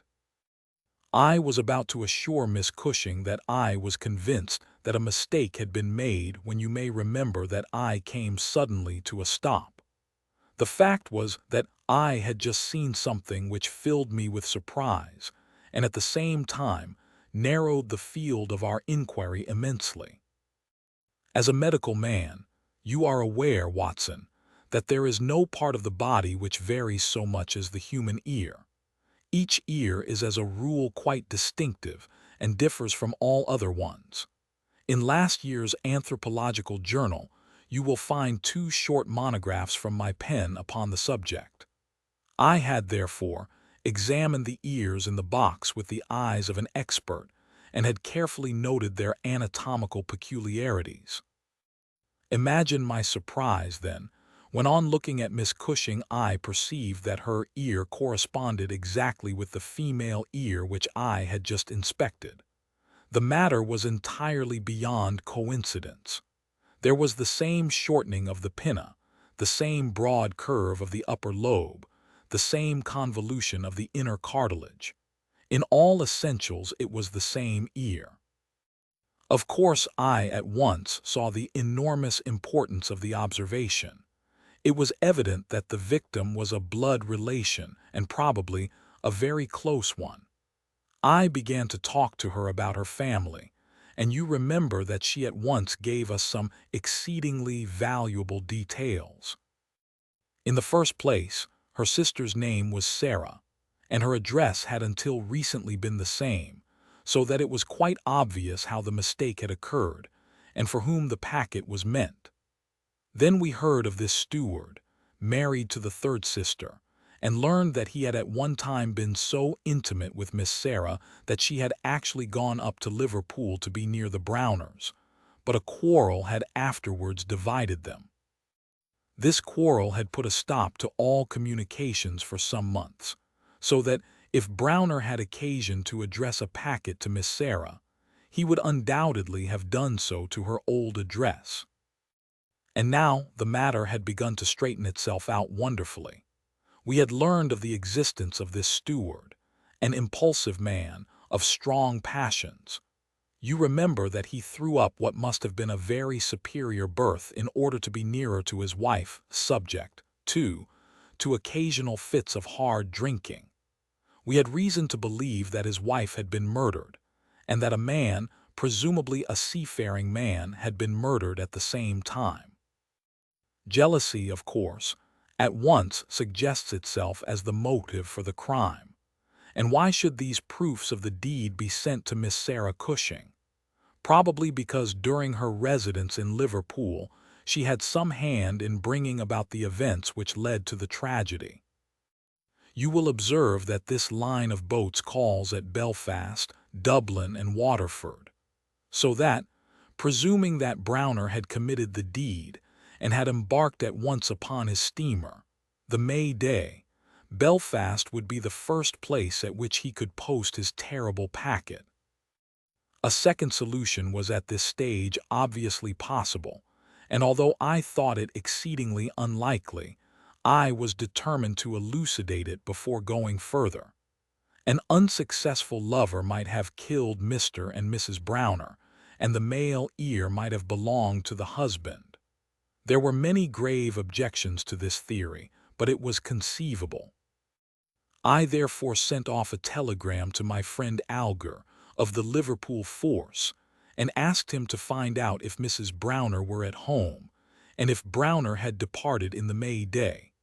Then we went on to Wallington to visit Miss Sarah. I was curious, in the first place, to see how far the family ear had been reproduced in her. Then, of course, she might give us very important information, but I was not sanguine that she would. She must have heard of the business the day before, since all Croydon was ringing with it, and she alone could have understood for whom the packet was meant. If she had been willing to help justice, she would probably have communicated with the police already. However, it was clearly our duty to see her, so we went. We found that the news of the arrival of the packet, for her illness dated from that time, had such an effect upon her as to bring on brain fever. It was clearer than ever that she understood its full significance, but equally clear that we should have to wait some time for any assistance from her. However, we were really independent of her help. Our answers were waiting for us at the police station, where I had directed Alger to send them. Nothing could be more conclusive. Mrs. Browner's house had been closed for more than 3 days, and the neighbors were of opinion that she had gone south to see her relatives. It had been ascertained at the shipping offices that Browner had left aboard of the May Day, and I calculate that she is due in the Thames tomorrow night. When he arrives, he will be met by the obtuse but resolute Lestrade, and I have no doubt that we shall have all our details filled in.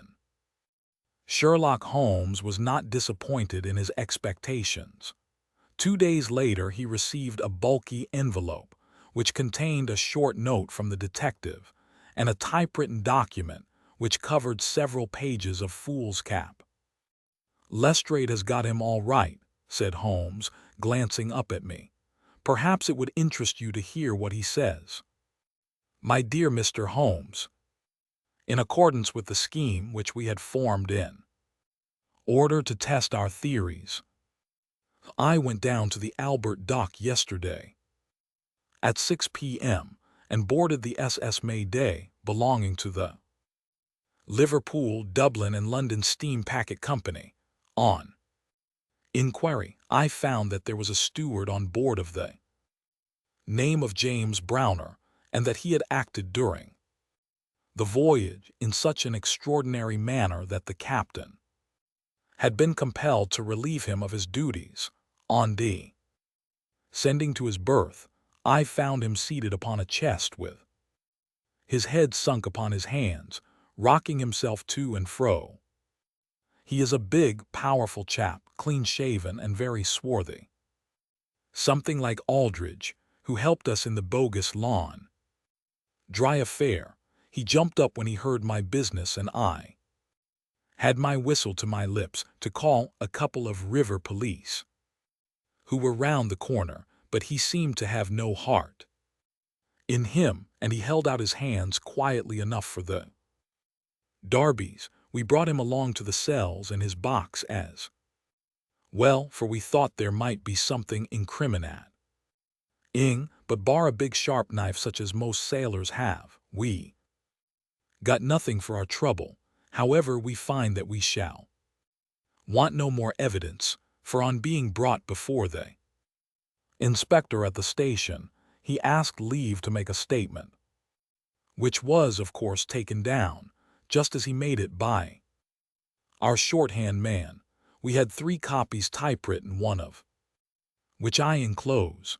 The affair proves, as I always thought it would, to be an extremely simple one, but I am obliged to you for assisting me in my investigation. With kind regards, yours very truly, G. Lestrade. The investigation really was a very simple one, remarked Holmes, but I don't think it struck him in that light when he first called us in. However, let us see what Jim Browner has to say for himself. This is his statement as made before Inspector Montgomery at the Shadwell police station, and it has the advantage of being verbatim. Have I anything to say? Yes, I have a deal to say. I have to make a clean breast of it all. You can hang me or you can leave me alone. I don't care a plug which you do. I tell you I've not shut an eye in sleep since I did it, and I don't believe I ever will again until I get past all waking. Sometimes it's his face, but most generally it's hers. I'm never without one or the other before me. He looks frowning and black-like, but she has a kind surprise upon her face. The white lamb. She might well be surprised when she read death on a face that had seldom looked anything but love upon her before. But it was Sarah's fault, and may the curse of a broken man put a blight on her and set the blood rotting in her veins. It's not that I want to clear myself. I know that I went back to drink, like the beast that I was. But she would have forgiven me. She would have stuck as close to me as a rope to a block if that woman had never darkened our door. For Sarah Cushing loved me. That's the root of the business. She loved me until all her love turned to poisonous hate, when she knew that I thought more of my wife's footmark in the mud than I did of her whole body and soul. There were 3 sisters altogether. The old one was just a good woman, the second was a devil, and the third was an angel. Sarah was 33 and Mary was 29 when I married. We were just as happy as the day was long when we set up house together, and in all Liverpool there was no better woman than my Mary. And then we asked Sarah up for a week, and the week grew into a month, and one thing led to another until she was just one of ourselves. I was blue ribbon at that time, and we were putting a little money by, and all was as bright as a new dollar. My God, whoever would have thought that it could have come to this? Whoever would have dreamed it? I used to be home for the weekends very often, and sometimes if the ship were held back for cargo I would have a whole week at a time, and in this way I saw a deal of my sister-in-law, Sarah. She was a fine tall woman, black and quick and fierce, with a proud way of carrying her head, and a glint from her eye like a spark from a flint. But when little Mary was there I had never a thought of her, and that I swear as I hope for God's mercy.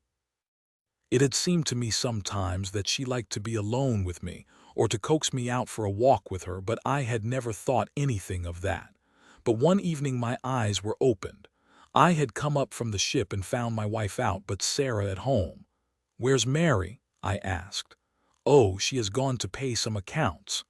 I was impatient and paced up and down the room. "Can't you be happy for 5 minutes without Mary, Jim?" says she. "It's a bad compliment to me that you can't be contented with my society for so short a time." "That's all right, my lass," said I, putting out my hand towards her in a kindly way, but she had it in both hers in an instant, and they burned as if they were in a fever. I looked into her eyes, and I read it all there.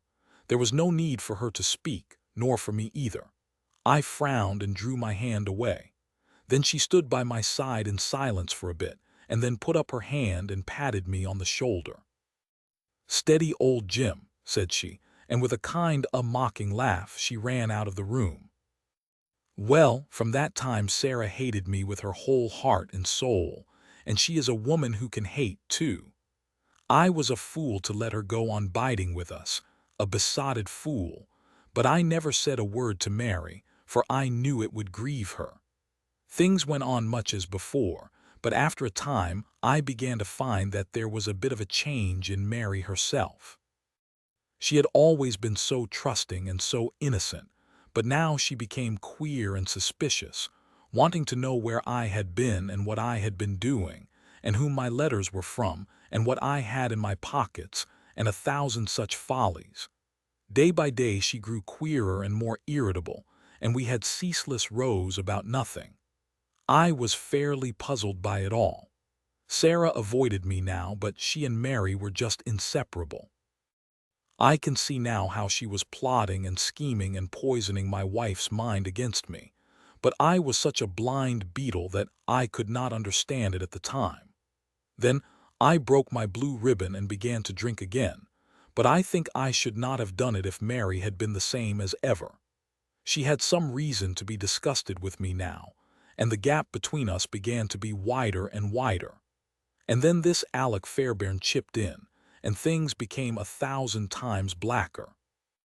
It was to see Sarah that he came to my house first, but soon it was to see us, for he was a man with winning ways, and he made friends wherever he went.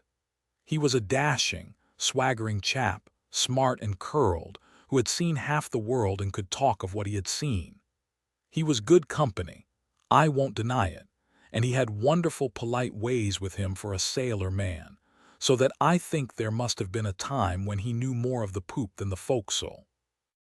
For a month he was in and out of my house, and never once did it cross my mind that harm might come of his soft, tricky ways. And then at last something made me suspect, and from that day my peace was gone forever. It was only a little thing, too. I had come into the parlor unexpected, and as I walked in at the door I saw a light of welcome on my wife's face. But as she saw who it was it faded again, and she turned away with a look of disappointment. That was enough for me. There was no one but Alec Fairbairn whose step she could have mistaken for mine.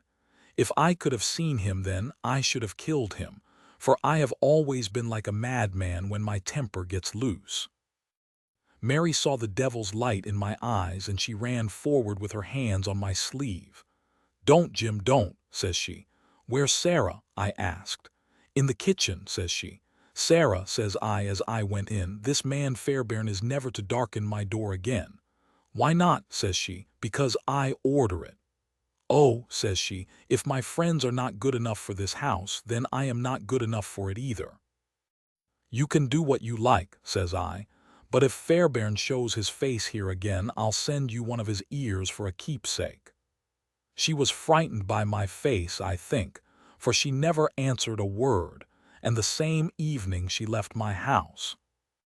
Well, I don't know now whether it was pure deviltry on the part of this woman, or whether she thought that she could turn me against my wife by encouraging her to misbehave. Anyway, she took a house just 2 streets off and let lodgings to sailors. Fairbairn used to stay there, and Mary would go round to have tea with her sister and him. How often she went I don't know, but I followed her one day, and as I broke in at the door Fairbairn got away over the back garden wall, like the cowardly skunk that he was. I swore to my wife that I would kill her if I found her in his company again, and I led her back with me, sobbing and trembling and as white as a piece of paper. There was no trace of love between us any longer. I could see that she hated me and feared me, and when the thought of it drove me to drink, then she despised me as well. Well, Sarah found that she could not make a living in Liverpool, so she went back, as I understand, to live with her sister in Croydon, and things jogged on much the same as ever at home. And then came this last week and all the misery and ruin. It was in this way. We had gone on the May Day for a round voyage of 7 days, but a hogshead got loose and started one of our plates, so that we had to put back into port for 12 hours. I left the ship and came home, thinking what a surprise it would be for my wife, and hoping that maybe she would be glad to see me so soon. The thought was in my head as I turned into my own street, and at that moment a cab passed me, and there she was, sitting by the side of Fairbairn, the two chatting and laughing, with never a thought for me as I stood watching them from the footpath. I tell you, and I give you my word for it, that from that moment I was not my own master, and it is all like a dim dream when I look back on it. I had been drinking hard of late, and the two things together fairly turned my brain. There's something throbbing in my head now, like a docker's hammer, but that morning I seemed to have all Niagara whizzing and buzzing in my ears. Well, I took to my heels and Elle ran after the cab. I had a heavy oak stick in my hand, and I tell you I saw red from the first. But as I ran I got cunning too, and hung back a little to see them without being seen. They pulled up soon at the railway station. There was a good crowd round the booking office, so I got quite close to them without being seen. They took tickets for New Brighton. So did I, but I got in 3 carriages behind them. When we reached it they walked along the parade, and I was never more than 100 yards from them. At last I saw them hire a boat and start for a row, for it was a very hot day, and they thought, no doubt, that it would be cooler on the water. It was just as if they had been given into my hands. There was a bit of a haze, and you could not see more than a few 100 yards. I hired a boat for myself, and I pulled after them. I could see the blur of their craft, but they were going nearly as fast as I, and they must have been a long mile from the shore before I caught them up. The haze was like a curtain all round us, and there were we 3 in the middle of it. My God, shall I ever forget their faces when they saw who was in the boat that was closing in upon them? She screamed out. He swore like a madman and jabbed at me with an oar, for he must have seen death in my eyes. I got past it and got one in with my stick that crushed his head like an egg. I would have spared her, perhaps, for all my madness, but she threw her arms round him, crying out to him and calling him Alec. I struck again, and she lay stretched beside him. I was like a wild beast then that had tasted blood.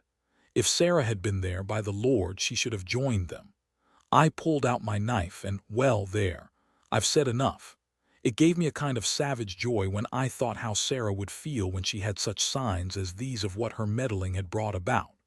Then I tied the bodies into the boat, stove a plank, and stood by until they had sunk. I knew very well that the owner would think that they had lost their bearings in the haze, and had drifted off out to sea.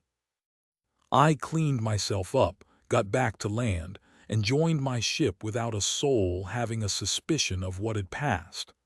That night I made up the packet for Sarah Cushing, and next day I sent it from Belfast. There you have the whole truth of it.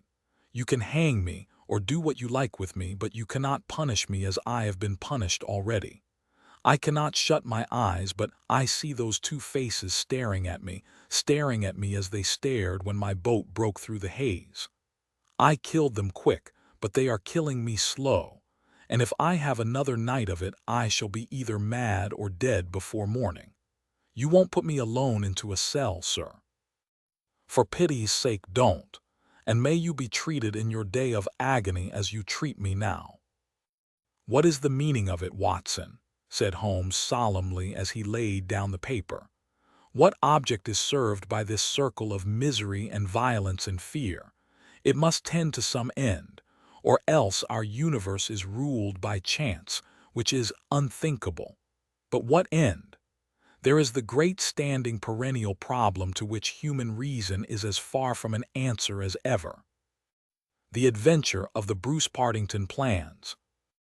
In the 3rd week of November, in the year 1895, a dense yellow fog settled down upon London.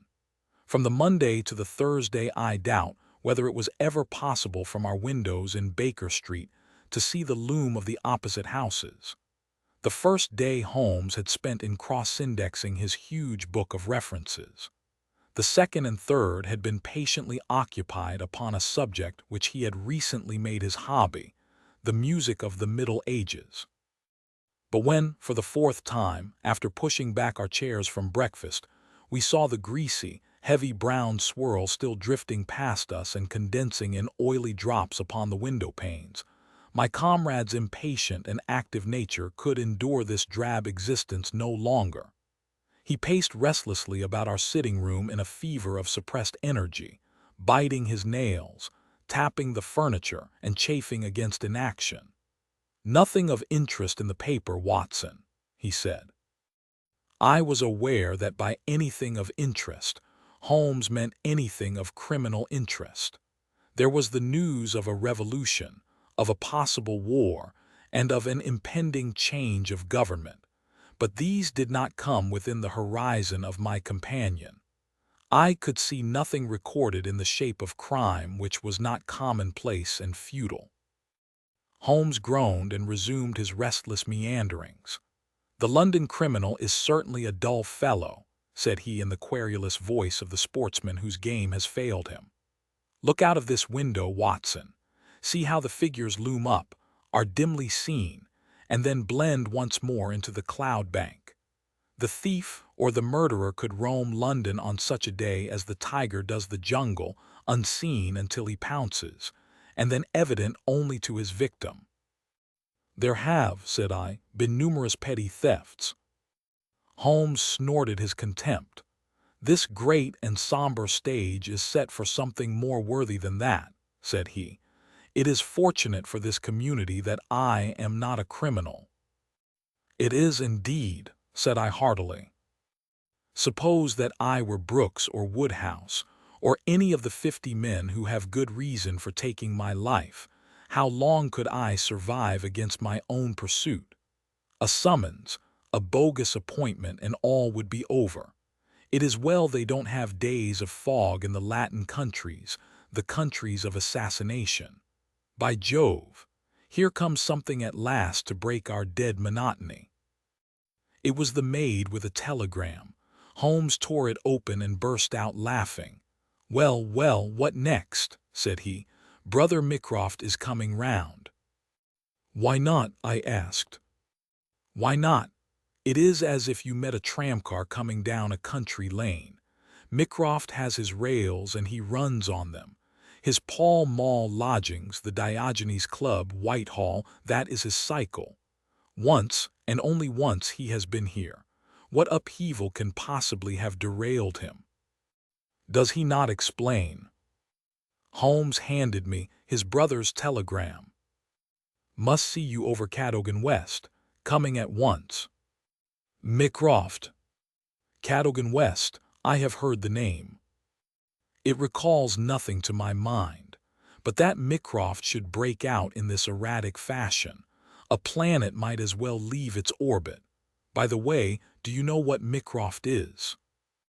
I had some vague recollection of an explanation at the time of the adventure of the Greek interpreter.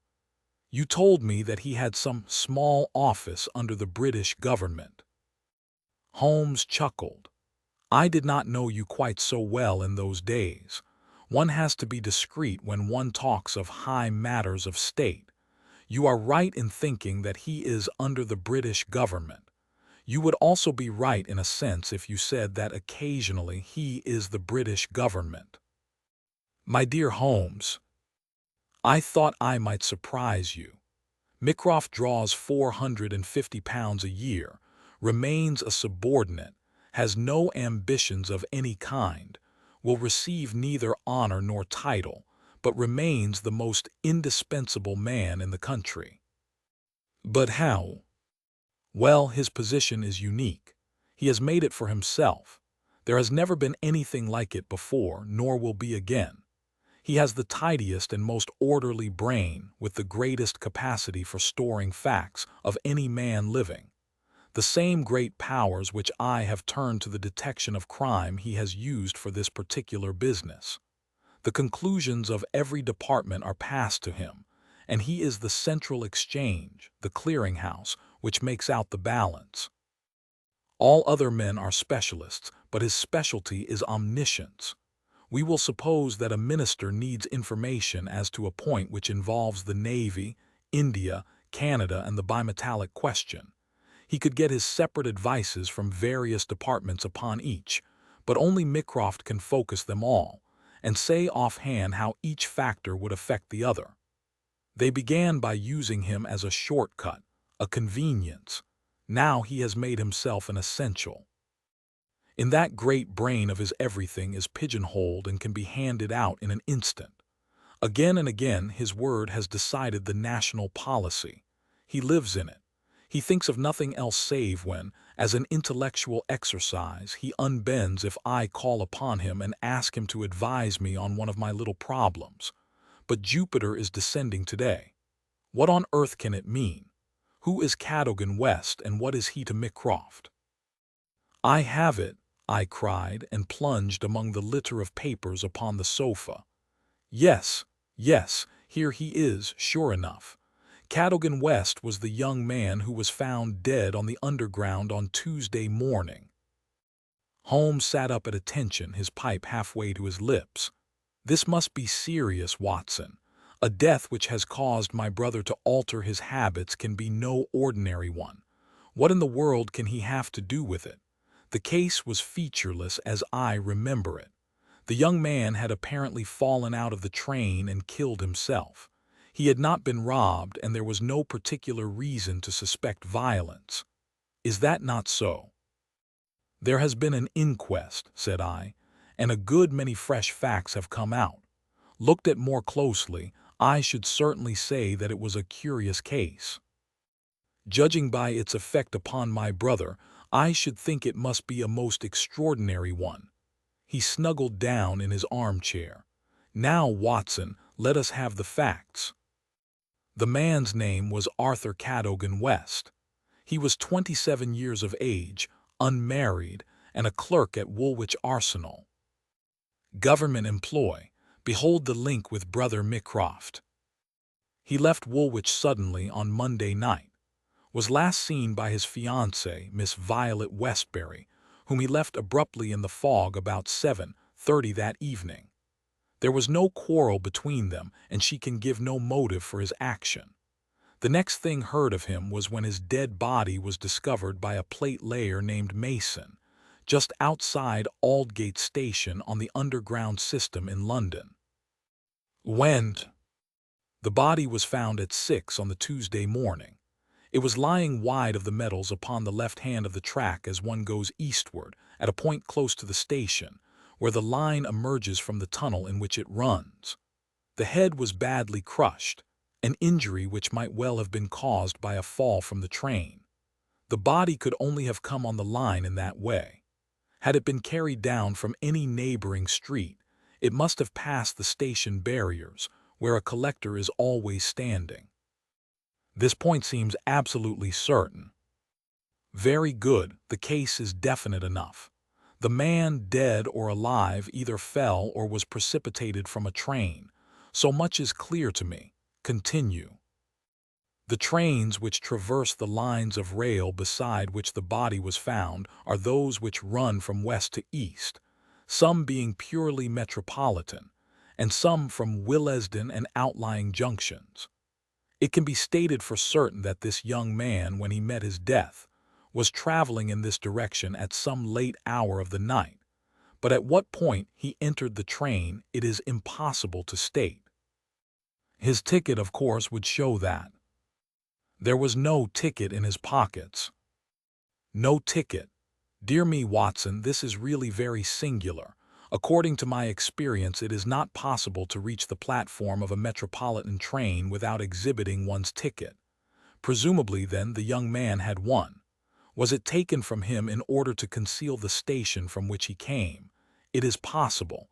Or did he drop it in the carriage? That also is possible. But the point is of curious interest. I understand that there was no sign of robbery.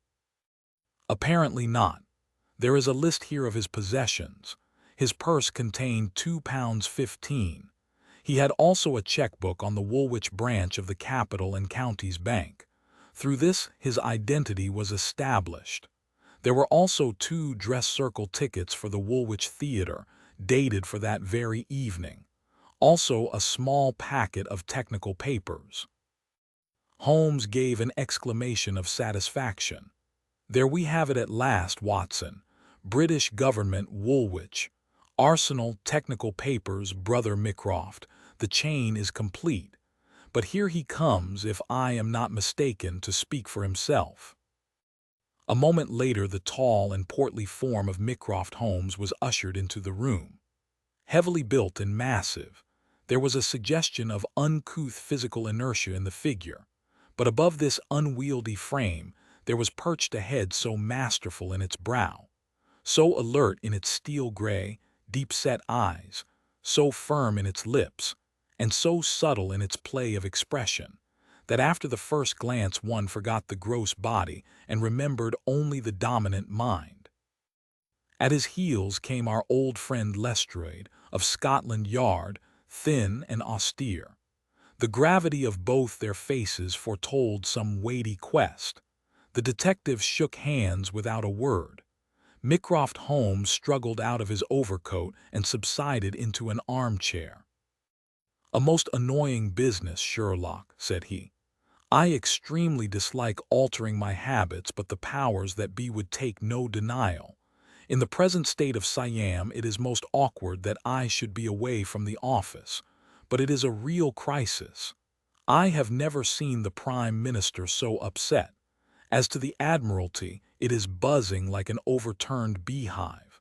Have you read up the case?" "We have just done so. What were the technical papers?" "Ah, there's the point. Fortunately, it has not come out. The press would be furious if it did. The papers which this wretched youth had in his pocket were the plans of the Bruce Partington submarine." Mycroft Holmes spoke with a solemnity which showed his sense of the importance of the subject. His brother and I sat expectant. "Surely you have heard of it. I thought everyone had heard of it." "Only as a name.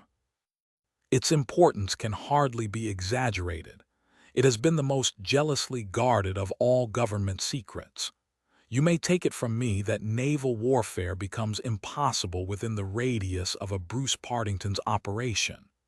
2 years ago, a very large sum was smuggled through the estimates and was expended in acquiring a monopoly of the invention. Every effort has been made to keep the secret. The plans, which are exceedingly intricate, comprising some 30 separate patents, each essential to the working of the whole, are kept in an elaborate safe in a confidential office adjoining the arsenal, with burglar-proof doors and windows. Under no conceivable circumstances were the plans to be taken from the office. If the chief constructor of the Navy desired to consult them, even he was forced to go to the Woolwich office for the purpose. And yet here we find them in the pocket of a dead junior clerk in the heart of London. From an official point of view, it's simply awful. But you have recovered them." "No, Sherlock, no, that's the pinch. We have not. 10 papers were taken from Woolwich. There were 7 in the pocket of Cadogan West. The 3 most essential are gone, stolen, vanished. You must drop everything, Sherlock. Never mind your usual petty puzzles of the police court. It's a vital international problem that you have to solve. Why did Cadogan West take the papers? Where are the missing ones? How did he die? How came his body where it was found? How can the evil be set right? Find an answer to all these questions, and you will have done good service for your country. Why do you not solve it yourself, Mycroft? You can see as far as I." "Possibly, Sherlock, but it is a question of getting details. Give me your details, and from an armchair I will return you an excellent expert opinion. But to run here and run there, to cross-question railway guards and lie on my face with a lens to my eye, it is not my tier. No, you are the one man who can clear the matter up, if you have a fancy to see your name in the next honors list." My friend smiled and shook his head. "I play the game for the game's own sake," said he, "but the problem certainly presents some points of interest, and I shall be very pleased to look into it. Some more facts, please." I have jotted down the more essential ones upon this sheet of paper, together with a few addresses which you will find of service. The actual official guardian of the papers is the famous government expert, Sir James Walter, whose decorations and subtitles fill 2 lines of a book of reference. He has grown gray in the service, is a gentleman, a favored guest in the most exalted houses, and above all, a man whose patriotism is beyond suspicion. He is one of two who have a key of the safe. I may add that the papers were undoubtedly in the office during working hours on Monday, and that Sir James left for London about 3 o'clock taking his key with him. He was at the house of Admiral Sinclair at Berkeley Square during the whole of the evening when this incident occurred. Has the fact been verified? Yes. His brother, Colonel Valentine Walter, has testified to his departure from Woolwich, and Admiral Sinclair to his arrival in London, so Sir James is no longer a direct factor in the problem. Who was the other man with a key? The senior clerk and draftsman, Mr. Sidney Johnson. He is a man of 40, married with 5 children. He is a silent, morose man, but he has, on the whole, an excellent record in the public service. He is unpopular with his colleagues, but a hard worker.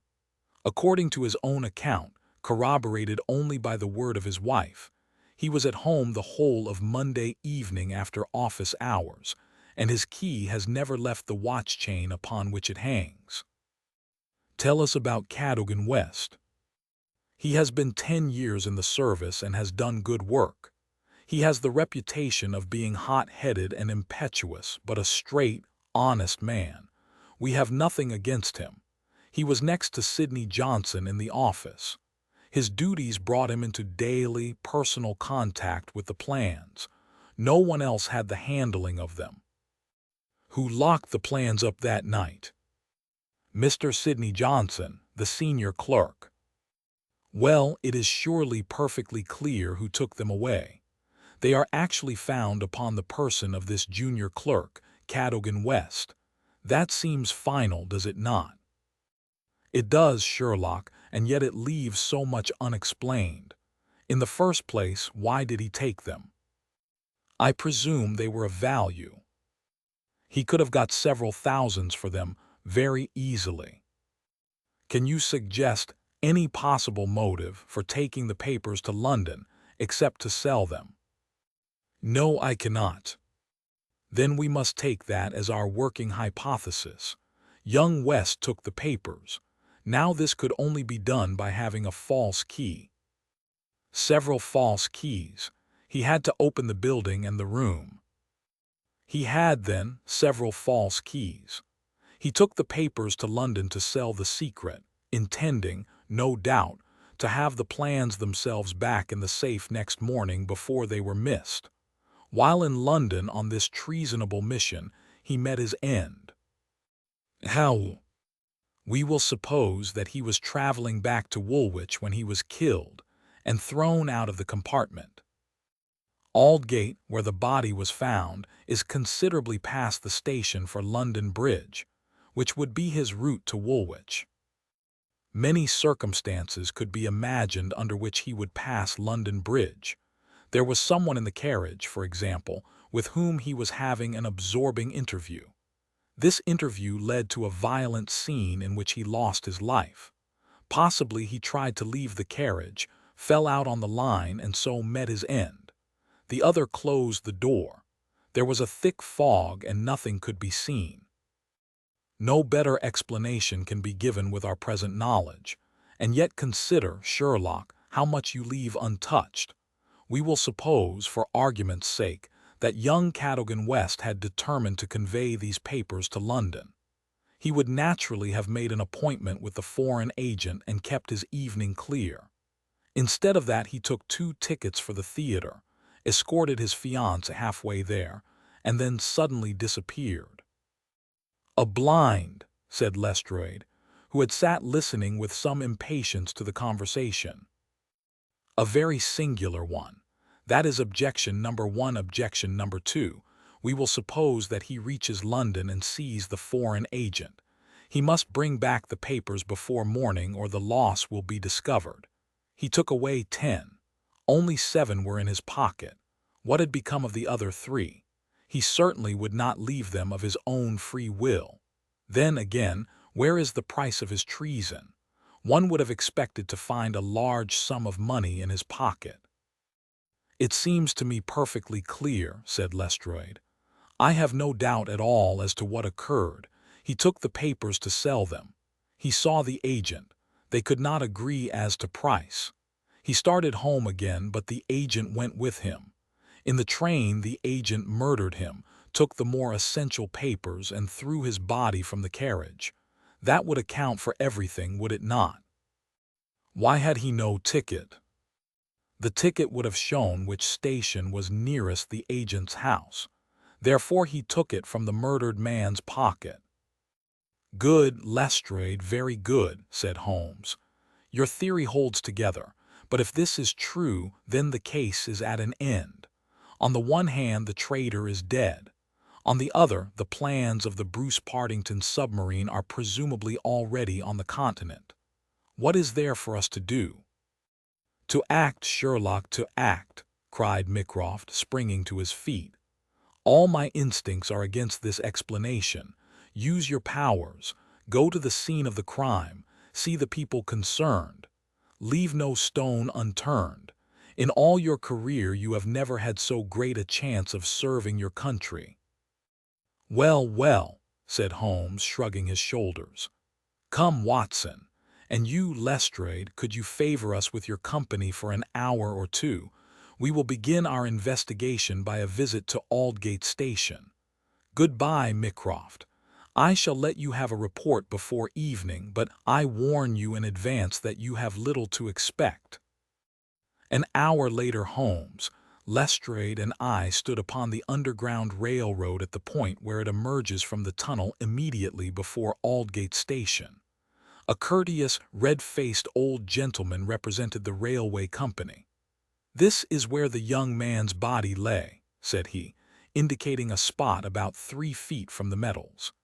"It could not have fallen from above, for these, as you see, are all blank walls.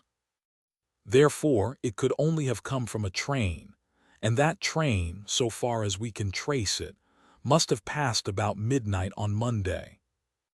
"Have the carriages been examined for any sign of violence?" "There are no such signs, and no ticket has been found." "No record of a door being found open?" "None." "We have had some fresh evidence this morning," said Lestrade. "A passenger who passed Aldgate in an ordinary metropolitan train about 11:40 on Monday night declares that he heard a heavy thud, as of a body striking the line, just before the train reached the station. There was dense fog, however, and nothing could be seen. He made no report of it at the time. Why, whatever is the matter with Mr. Holmes?" My friend was standing with an expression of strained intensity upon his face, staring at the railway metals where they curved out of the tunnel. Aldgate is a junction, and there was a network of points. On these his eager, questioning eyes were fixed, and I saw on his keen, alert face that tightening of the lips, that quiver of the nostrils, and concentration of the heavy tufted brows which I knew so well. "Points," he muttered. "The points." "What of it? What do you mean?" "I suppose there are no great number of points on a system such as this." "No, there are very few." "And a curve, too. Points and a curve, by Jove, if it were only so." "What is it, Mr. Holmes? Have you a clue?" "An idea, an indication, no more. But the case certainly grows in interest. Unique, perfectly unique, and yet why not? I do not see any indications of bleeding on the line." "There were hardly any. But I understand that there was a considerable wound." "The bone was crushed, but there was no great external injury." "And yet one would have expected some bleeding.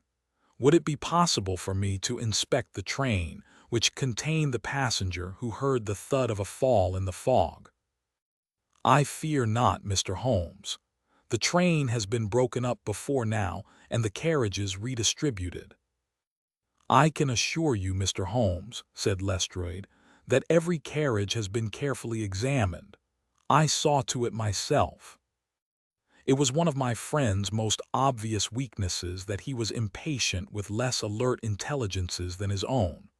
"Very likely," said he, turning away. "As it happens, it was not the carriages which I desired to examine. Watson, we have done all we can here. We need not trouble you any further, Mr. Lestrade. I think our investigations must now carry us to Woolwich."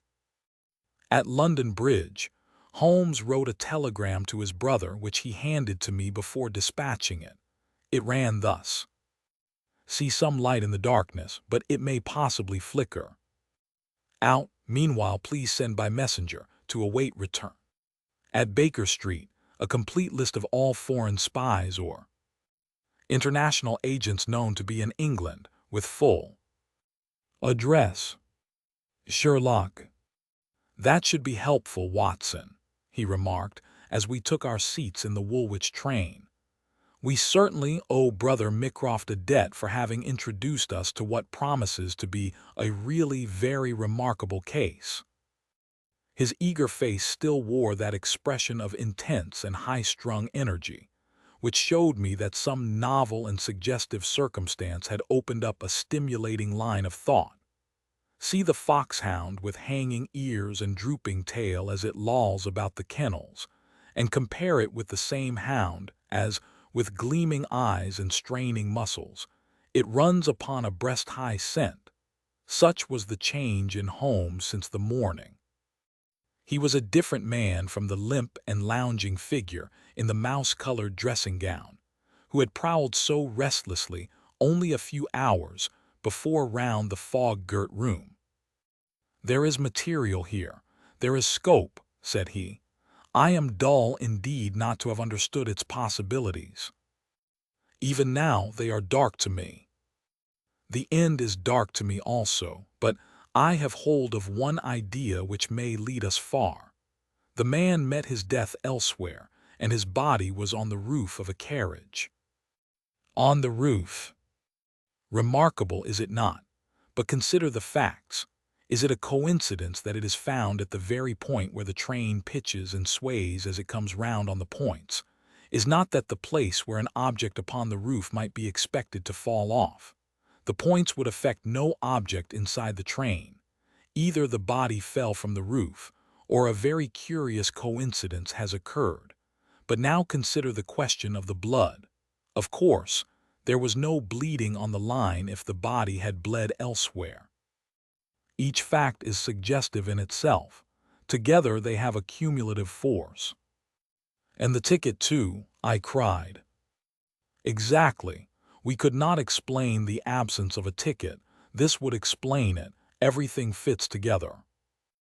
But suppose it were so, we are still as far as ever from unraveling the mystery of his death.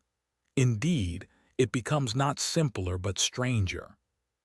"Perhaps," said Holmes thoughtfully, "perhaps."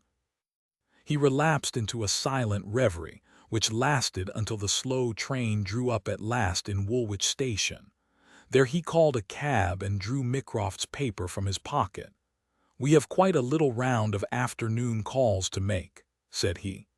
"I think that Sir James Walter claims our first attention." The house of the famous official was a fine villa with green lawns stretching down to the Thames. As we reached it, the fog was lifting, and a thin, watery sunshine was breaking through. A butler answered our ring. "Sir James, sir," said he with solemn face. "Sir James died this morning." "Good heavens!" cried Holmes in amazement. "How did he die?" "Perhaps you would care to step in, sir, and see his brother, Colonel Valentine." "Yes, we had best do so." We were ushered into a dim-lit drawing-room, where an instant later we were joined by a very tall, handsome, light-bearded man of 50, the younger brother of the dead scientist. His wild eyes, stained cheeks, and unkempt hair all spoke of the sudden blow which had fallen upon the household. He was hardly articulate as he spoke of it. "It was this horrible scandal," said he. "My brother, Sir James, was a man of very sensitive honor, and he could not survive such an affair. It broke his heart. He was always so proud of the efficiency of his department, and this was a crushing blow. We had hoped that he might have given us some indications which would have helped us to clear the matter up. I assure you that it was all a mystery to him as it is to you and to all of us. He had already put all his knowledge at the disposal of the police. Naturally, he had no doubt that Cadogan West was guilty, but all the rest was inconceivable. You cannot throw any new light upon the affair. I know nothing myself save what I have read or heard. I have no desire to be discourteous, but you can understand, Mr. Holmes, that we are much disturbed at present, and I must ask you to hasten this interview to an end. This is indeed an unexpected development, said my friend when we had regained the cab. I wonder if the death was natural, or whether the poor old fellow killed himself. If the latter, may it be taken as some sign of self-reproach for duty neglected. We must leave that question to the future. Now we shall turn to the Cadogan Wests. A small but well-kept house in the outskirts of the town sheltered the bereaved mother. The old lady was too dazed with grief to be of any use to us, but at her side was a white-faced young lady, who introduced herself as Miss Violet Westbury, the fiancée of the dead man, and the last to see him upon that fatal night. I cannot explain it, Mr. Holmes, she said. I have not shut an eye since the tragedy, thinking night and day, what the true meaning of it can be. Arthur was the most single-minded, chivalrous, patriotic man upon earth. He would have cut his right hand off before he would sell a state secret confided to his keeping. It is absurd, impossible, preposterous to anyone who knew him. But the facts, Miss Westbury. Yes, I admit I cannot explain them. Was he in any want of money? No, his needs were very simple and his salary ample. He had saved a few hundreds, and we were to marry at the new year. No signs of any mental excitement. Come, Miss Westbury, be absolutely frank with us. The quick eye of my companion had noted some change in her manner. She colored and hesitated. Yes, she said at last, I had a feeling that there was something on his mind. For long, only for the last week or so, he was thoughtful and worried. Once I pressed him about it. He admitted that there was something and that it was concerned with his official life. It is too serious for me to speak about, even to you, said he. I could get nothing more. Holmes looked grave. Go on, Miss Westbury. Even if it seems to tell against him, go on. We cannot say what it may lead to. Indeed, I have nothing more to tell. Once or twice it seemed to me that he was on the point of telling me something. He spoke one evening of the importance of the secret, and I have some recollection that he said that no doubt foreign spies would pay a great deal to have it. My friend's face grew graver still. Anything else? He said that we were slack about such matters, that it would be easy for a traitor to get the plans. Was it only recently that he made such remarks? Yes, quite recently. Now tell us of that last evening. We were to go to the theater. The fog was so thick that a cab was useless. We walked, and our way took us close to the office. Suddenly he darted away into the fog. Without a word. He gave an exclamation, that was all. I waited, but he never returned. Then I walked home. Next morning, after the office opened, they came to inquire. About 12 o'clock we heard the terrible news. Oh, Mr. Holmes, if you could only save his honor. It was so much to him. Holmes shook his head sadly. Come, Watson, said he, our ways lie elsewhere. Our next station must be the office from which the papers were taken. It was black enough before against this young man, but our inquiries make it blacker, he remarked as the cab lumbered off. His coming marriage gives a motive for the crime. He naturally wanted money. The idea was in his head since he spoke about it. He nearly made the girl an accomplice in the treason by telling her his plans. It is all very bad. But surely, Holmes' character goes for something. Then, again, why should he leave the girl in the street and dart away to commit a felony?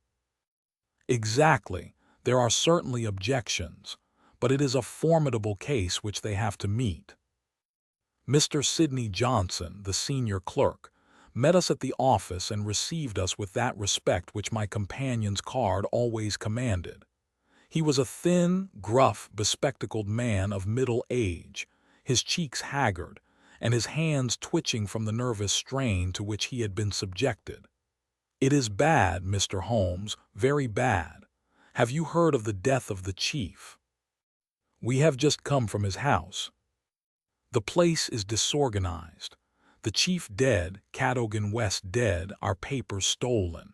And yet when we closed our door on Monday evening, we were as efficient an office as any in the government service.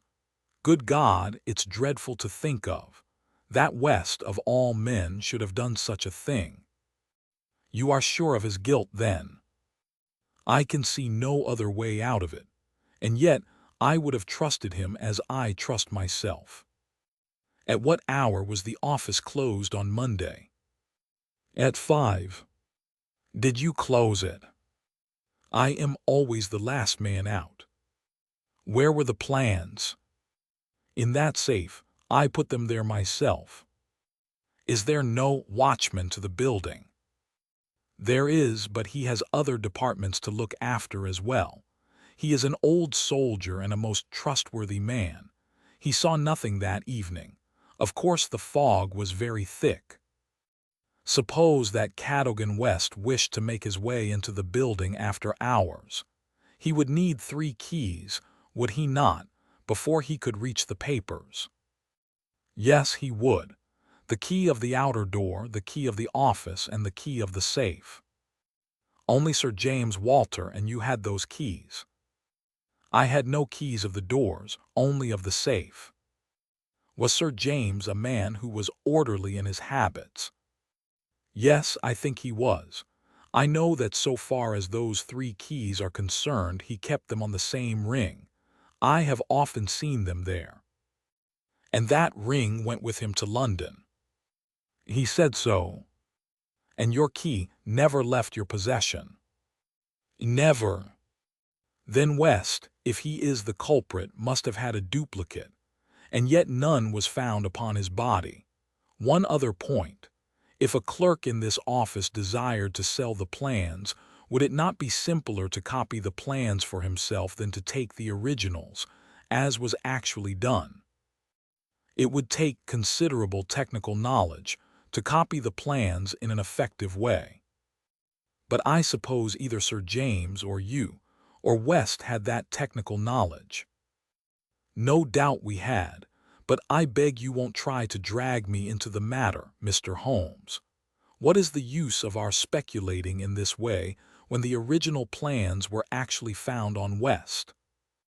"Well, it is certainly singular that he should run the risk of taking originals if he could safely have taken copies, which would have equally served his turn."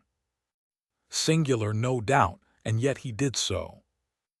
"Every inquiry in this case reveals something inexplicable.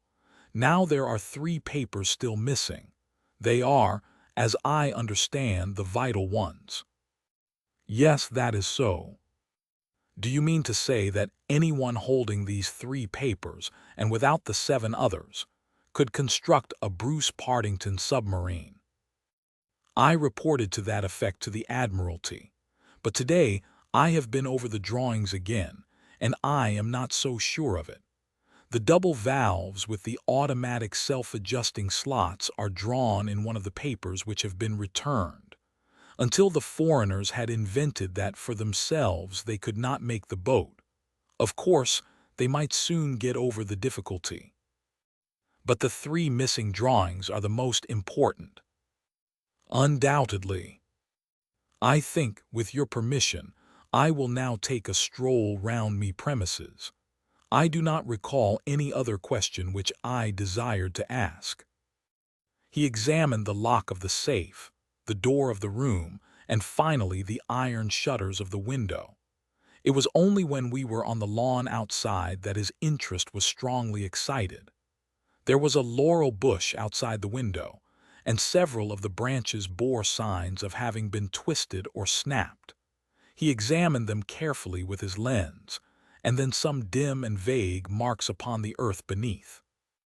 Finally, he asked the chief clerk to close the iron shutters, and he pointed out to me that they hardly met in the center, and that it would be possible for anyone outside to see what was going on within the room. The indications are ruined by the 3 days' delay. They may mean something or nothing. Well, Watson, I do not think that Woolwich can help us further. It is a small crop which we have gathered. Let us see if we can do better in London. Yet we added one more sheaf to our harvest before we left Woolwich Station. The clerk in the ticket office was able to say with confidence that he saw Cadogan West, whom he knew well by sight, upon the Monday night, and that he went to London by the 8:15 to London Bridge. He was alone and took a single third-class ticket. The clerk was struck at the time by his excited and nervous manner. So shaky was he that he could hardly pick up his change, and the clerk had helped him with it. A reference to the timetable showed that the 8:15 was the first train which it was possible for West to take after he had left the lady about 7:30. "Let us reconstruct, Watson," said Holmes after half an hour of silence. "I am not aware that in all our joint researches we have ever had a case which was more difficult to get at. Every fresh advance which we make only reveals a fresh ridge beyond, and yet we have surely made some appreciable progress. The effect of our inquiries at Woolwich has in the main been against young Cadogan West, but the indications at the window would lend themselves to a more favorable hypothesis. Let us suppose, for example, that he had been approached by some foreign agent. It might have been done under such pledges as would have prevented him from speaking of it, and yet would have affected his thoughts in the direction indicated by his remarks to his fiancée. Very good. We will now suppose that as he went to the theater with the young lady he suddenly, in the fog, caught a glimpse of this same agent going in the direction of the office. He was an impetuous man, quick in his decisions. Everything gave way to his duty. He followed the man, reached the window, saw the abstraction of the documents, and pursued the thief. In this way we get over the objection that no one would take originals when he could make copies. This outsider had to take originals. So far it holds together. What is the next step? Then we come into difficulties. One would imagine that under such circumstances the first act of young Cadogan West would be to seize the villain and raise the alarm. Why did he not do so? Could it have been an official superior who took the papers? That would explain West's conduct. Or could the chief have given West the slip in the fog, and West started at once to London to head him off from his own rooms, presuming that he knew where the rooms were? The call must have been very pressing, since he left his girl standing in the fog and made no effort to communicate with her. Our scent runs cold here, and there is a vast gap between either hypothesis and the laying of West's body, with 7 papers in his pocket, on the roof of a metropolitan train. My instinct now is to work from the other end. If Mycroft has given us the list of addresses, we may be able to pick our man and follow 2 tracks instead of 1. Surely enough, a note awaited us at Baker Street. A government messenger had brought it post-haste. Holmes glanced at it and threw it over to me. There are numerous small fry, but few who would handle so big an affair. The only men worth considering are Adolphe, Mayor of 13 Great George Street, Westminster, Louis La, Rothier of Campden Mansions, Notting Hill, and Hugo Oberstein, 13 Caulfield Gardens, Kensington. The latter was known to be in town on Monday, and is now reported as having left Glad to hear you have seen some light. The cabinet awaits your final report with the utmost anxiety. Urgent representations have arrived from the very highest quarter. The whole force of the state is at your back if you should need it. Mycroft. I'm afraid, said Holmes, smiling, that all the Queen's horses and all the Queen's men cannot avail in this matter. He had spread out his big map of London and leaned eagerly over it. Well, well, said he presently with an exclamation of satisfaction, things are turning a little in our direction at last. Why, Watson, I do honestly believe that we are going to pull it off after all. He slapped me on the shoulder with a sudden burst of hilarity. I am going out now. It is only a reconnaissance. I will do nothing serious without my trusted comrade and biographer at my elbow. Do you stay here, and the odds are that you will see me again in an hour or two. If time hangs heavy, get foolscap and a pen, and begin your narrative of how we saved the state. I felt some reflection of his elation in my own mind, for I knew well that he would not depart so far from his usual austerity of demeanor unless there was good cause for exultation. All the long November evening I waited, filled with impatience for his return. At last, shortly after 9 o'clock, there arrived a messenger with a note. Am dining at Goldini's restaurant, Gloucester Road. Kensington, please come at once and join me there. Bring with you a jimmy, a dark lantern, a chisel, and a revolver. S.A. It was a nice equipment for a respectable citizen to carry through the dim, fog-draped streets. I stowed them all discreetly away in my overcoat and drove straight to the address given. There sat my friend at a little round table near the door of the garish Italian restaurant. Have you had something to eat? Then join me in a coffee and see you are a zegeo. Try one of the proprietor's cigars. They are less poisonous than one would expect. Have you the tools? They are here in my overcoat. Excellent. Let me give you a short sketch of what I have done, with some indication of what we are about to do. Now it must be evident to you, Watson, that this young man's body was placed on the roof of the train. That was clear from the instant that I determined the fact that it was from the roof, and not from a carriage, that he had fallen. Could it not have been dropped from a bridge? I should say it was impossible. If you examine the roofs you will find that they are slightly rounded, and there is no railing round them. Therefore, we can say for certain that young Cadogan West was placed on it. How could he be placed there? That was the question which we had to answer. There is only one possible way. You are aware that the underground runs clear of tunnels at some points in the West End. I had a vague memory that as I have traveled by it, I have occasionally seen windows just above my head. Now, suppose that a train halted under such a window, would there be any difficulty in laying a body upon the roof? It seems most improbable. We must fall back upon the old axiom that when all other contingencies fail, whatever remains, however improbable, must be the truth. Here all other contingencies have failed. When I found that the leading international agent who had just left London lived in a row of houses which abutted upon the underground, I was so pleased that you were a little astonished at my sudden frivolity. Oh, that was it, was it? Yes, that was it. Mr. Hugo Oberstein of 13 Caulfield Gardens had become my objective. I began my operations at Gloucester Road Station, where a very helpful official walked with me along the track and allowed me to satisfy myself not only that the back stair windows of Caulfield Gardens open on the line, but the even more essential fact that, owing to the intersection of one of the larger railways, the underground trains are frequently held motionless for some minutes at that very spot. Splendid, Holmes, you have got it. So far, Watson. We advance, but the goal is afar. Well, having seen the back of Caulfield Gardens, I visited the front and satisfied myself that the bird was indeed flown. It is a considerable house, unfurnished, so far as I could judge in the upper rooms.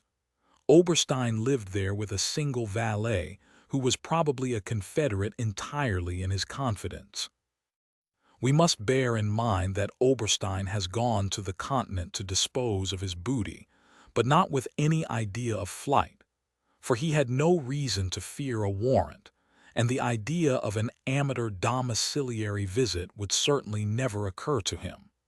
Yet that is precisely what we are about to make. Could we not get a warrant and legalize it?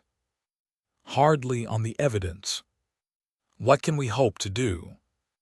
We cannot tell what correspondence may be there. I don't like it, Holmes. My dear fellow, you shall keep watch in the street. I'll do the criminal part. It's not a time to stick at trifles. Think of Mycroft's note of the Admiralty, the Cabinet, the exalted person who waits for news. We are bound to go. My answer was to rise from the table. You are right, Holmes. We are bound to go. He sprang up and shook me by the hand. I knew you would not shrink at the last, said he, and for a moment I saw something in his eyes which was nearer to tenderness than I had ever seen. The next instant he was his masterful, practical self once more. It is nearly half a mile, but there is no hurry. Let us walk, said he. Don't drop the instruments, I beg. Your arrest as a suspicious character would be a most unfortunate complication. Caulfield Gardens was one of those lines of flat-faced, pillared and porticoed houses which are so prominent a product of the Middle Victorian epoch in the West End of London. Next door there appeared to be a children's party, for the merry buzz of young voices and the clatter of a piano resounded through the night. The fog still hung about and screened us with its friendly shade.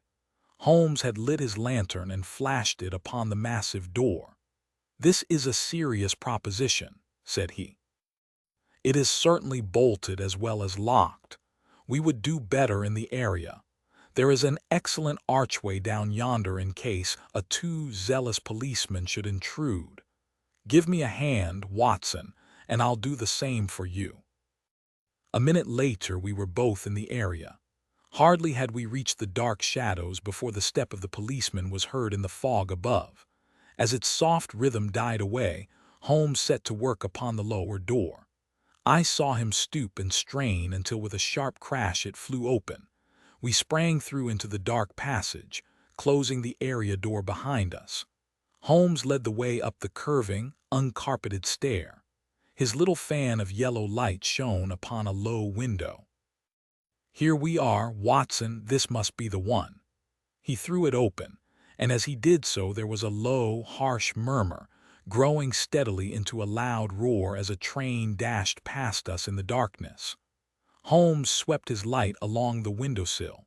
It was thickly coated with soot from the passing engines, but the black surface was blurred and rubbed in places. "You can see where they rested the body. Halloa, Watson, what is this? There can be no doubt that it is a blood mark." He was pointing to faint discolorations along the woodwork of the window. "Here it is on the stone of the stair also. The demonstration is complete. Let us stay here until a train stops." We had not long to wait. The very next train roared from the tunnel as before, but slowed in the open, and then, with a creaking of brakes, pulled up immediately beneath us. It was not 4 feet from the window ledge to the roof of the carriages. Holmes softly closed the window. "So far we are justified," said he. "What do you think of it, Watson?" "A masterpiece. You have never risen to a greater height." "I cannot agree with you there. From the moment that I conceived the idea of the body being upon the roof, which surely was not a very abstruse one, all the rest was inevitable. If it were not for the grave interests involved, the affair up to this point would be insignificant. Our difficulties are still before us, but perhaps we may find something here which may help us." We had ascended the kitchen stair and entered the suite of rooms upon the first floor. One was a dining room, severely furnished and containing nothing of interest. A second was a bedroom, which also drew blank. The remaining room appeared more promising, and my companion settled down to a systematic examination. It was littered with books and papers, and was evidently used as a study. Swiftly and methodically Holmes turned over the contents of drawer after drawer and cupboard after cupboard, but no gleam of success came to brighten his austere face. At the end of an hour he was no further than when he started. "The cunning dog has covered his tracks," said he. "He has left nothing to incriminate him. His dangerous correspondence has been destroyed or removed. This is our last chance." It was a small tin cash box which stood upon the writing desk. Holmes pried it open with his chisel. Several rolls of paper were within, covered with figures and calculations, without any note to show to what they referred. The recurring words "water pressure" and "pressure to the square inch" suggested some possible relation to a submarine. Holmes tossed them all impatiently aside. There only remained an envelope with some small newspaper slips inside it. He shook them out on the table, and at once I saw by his eager face that his hopes had been raised. "What's this, Watson? What's this?" Record of a series of messages in the advertisements of a paper. Daily Telegraph agony column by the print and paper. Right-hand top corner of a page. No dates but messages arrange themselves. This must be the first. "Hope to hear sooner. Terms agreed to. Write fully to." Address given on card. Pierrot. Next comes. Too complex for description. Must have full report. Stuff awaits you when goods delivered. Pierrot. Then comes. Matter presses. Must withdraw offer unless contract. Completed. Make appointment by letter. Will confirm by. Advertisement. Pierrot. Finally. Monday night after 9. 2 taps only ourselves. Do not be so suspicious. Payment in hard cash when goods delivered. Pierrot. A fairly complete record, Watson, if we could only get at the man at the other end. He sat lost in thought, tapping his fingers on the table. Finally he sprang to his feet. "Well, perhaps it won't be so difficult after all. There is nothing more to be done here, Watson. I think we might drive round to the offices of the Daily Telegraph, and so bring a good day's work to a conclusion." Mycroft, Holmes, and Lestrade had come round by appointment after breakfast next day, and Sherlock Holmes had recounted to them our proceedings of the day before. The professional shook his head over our confessed burglary.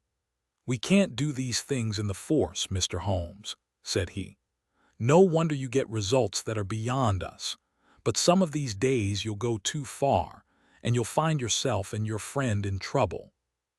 For England, home, and beauty, Watson. Martyrs on the altar of our country. But what do you think of it, Mycroft?" "Excellent, Sherlock, admirable, but what use will you make of it?"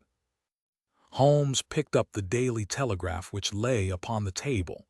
"Have you seen Pierrot's advertisement today?" "What, another one?" "Yes, here it is. Tonight, same hour, same place. 2 taps most. Vitally important. Your own safety at stake. Pierrot." "By George," cried Lestrade, "if he answers that we've got him." "That was my idea when I put it in. I think if you could both make it convenient to come with us about 8 o'clock to Caulfield Gardens, we might possibly get a little nearer to a solution." One of the most remarkable characteristics of Sherlock Holmes was his power of throwing his brain out of action and switching all his thoughts on to lighter things, whenever he had convinced himself that he could no longer work to advantage. I remember that during the whole of that memorable day, he lost himself in a monograph which he had undertaken upon the polyphonic motets of Lisieux. For my own part I had none of this power of detachment, and the day, in consequence, appeared to be interminable. The great national importance of the issue, the suspense in high quarters, the direct nature of the experiment which we were trying, all combined to work upon my nerve.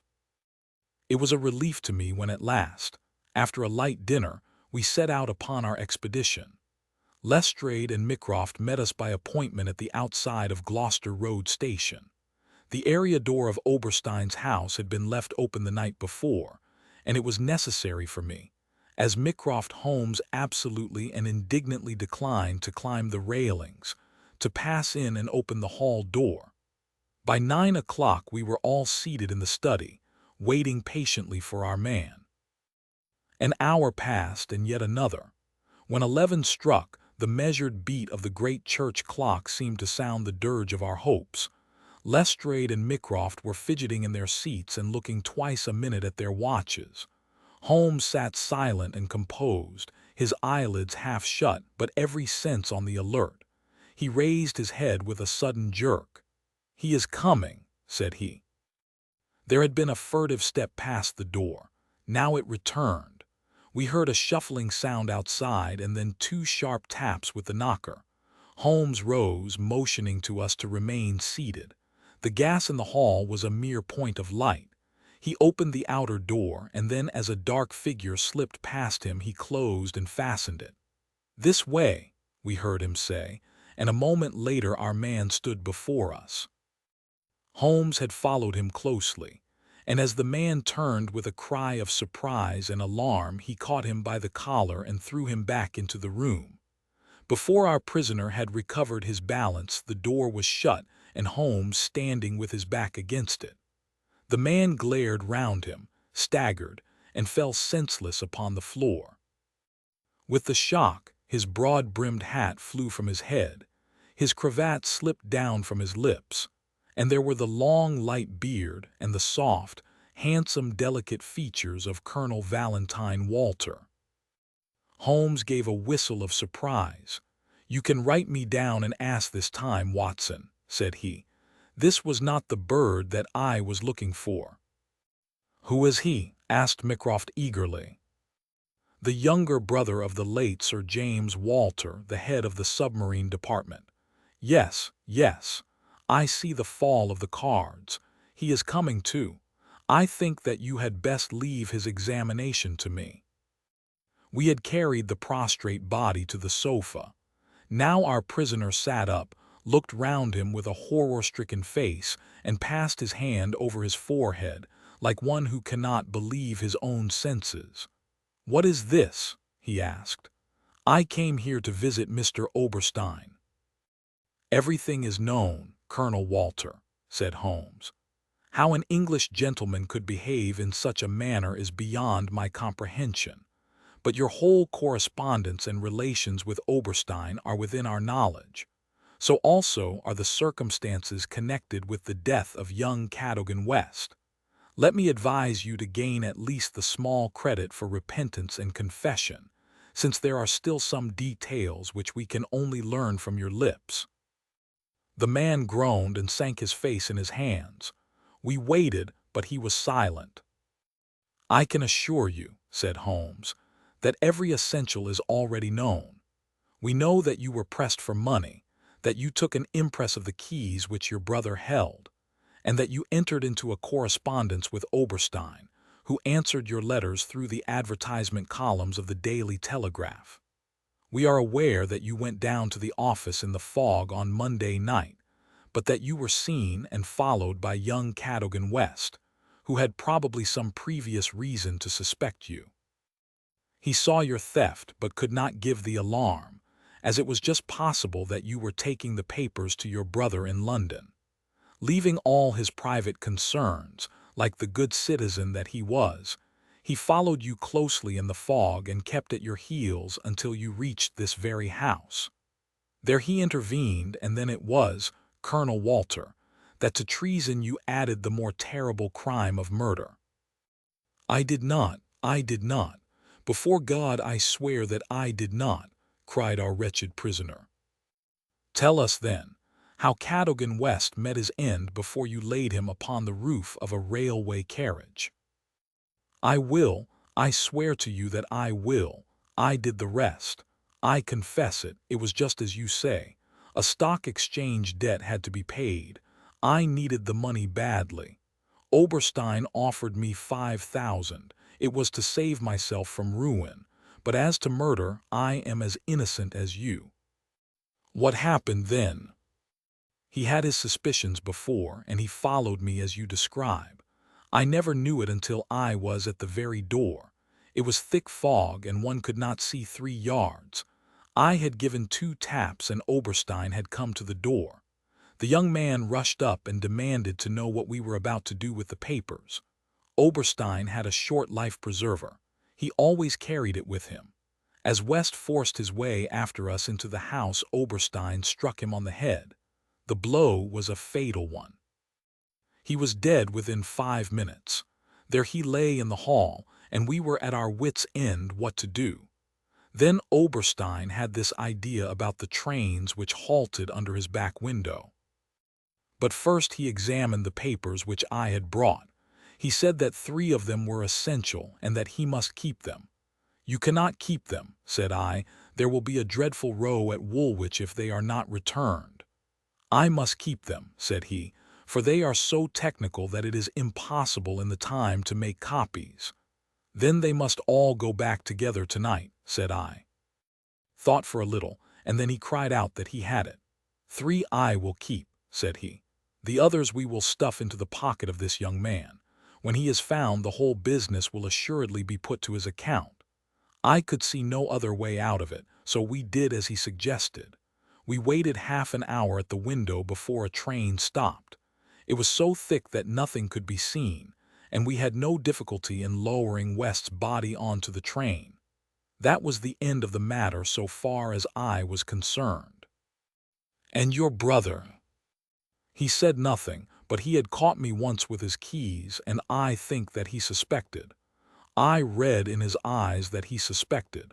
As you know, he never held up his head again. There was silence in the room. It was broken by Mycroft Holmes. Can you not make reparation? It would ease your conscience and possibly your punishment. What reparation can I make? Where is Oberstein with the papers? I do not know.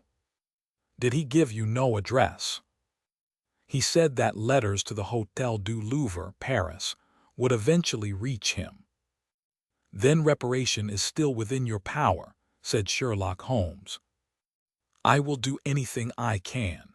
I owe this fellow no particular goodwill. He has been my ruin and my downfall. Here are paper and pen. Sit at this desk and write to my dictation. Direct the envelope to the address given. That is right. Now the letter. Dear Sir, with regard to our transaction, you will no doubt have observed by now that one essential detail is missing. I have a tracing which will make it complete. This has involved me in extra trouble, however, and I must ask you for a further advance of £500. I will not trust it to the post, nor will I take anything but gold or notes. I would come to you abroad, but it would excite remark if I left the country at present. Therefore I shall expect to meet you in the smoking room of the Charing Cross Hotel at noon on Saturday. Remember that only English notes or gold will be taken. That will do very well. I shall be very much surprised if it does not fetch our man. And it did. It is a matter of history, that secret history of a nation which is often so much more intimate and interesting than its public chronicles. That Oberstein, eager to complete the coup of his lifetime, came to the lure and was safely engulfed for 15 years in a British prison. In his trunk were found the invaluable Bruce Partington plans, which he had put up for auction in all the naval centers of Europe. Colonel Walter died in prison towards the end of the second year of his sentence. As to Holmes, he returned refreshed to his monograph upon the polyphonic motets of Lisieux, which has since been printed for private circulation, and is said by experts to be the last word upon the subject. Some weeks afterwards I learned incidentally that my friend spent a day at Windsor, whence he returned with a remarkably fine emerald tie pin. When I asked him if he had bought it, he answered that it was a present from a certain gracious lady in whose interests he had once been fortunate enough to carry out a small commission. He said no more, but I fancy that I could guess at that lady's august name, and I have little doubt that the emerald pin will forever recall to my friend's memory the adventure of the Bruce Partington plans. The adventure of the Devil's Foot. In recording from time to time some of the curious experiences and interesting recollections which I associate with my long and intimate friendship with Mr. Sherlock Holmes, I have continually been faced by difficulties caused by his own aversion to publicity.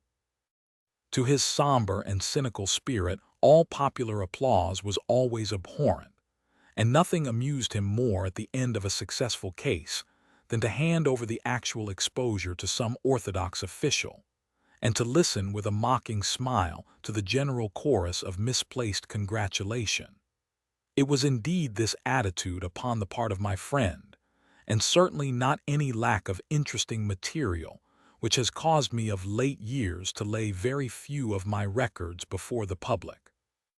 My participation in some of his adventures was always a privilege, which entailed discretion and reticence upon me.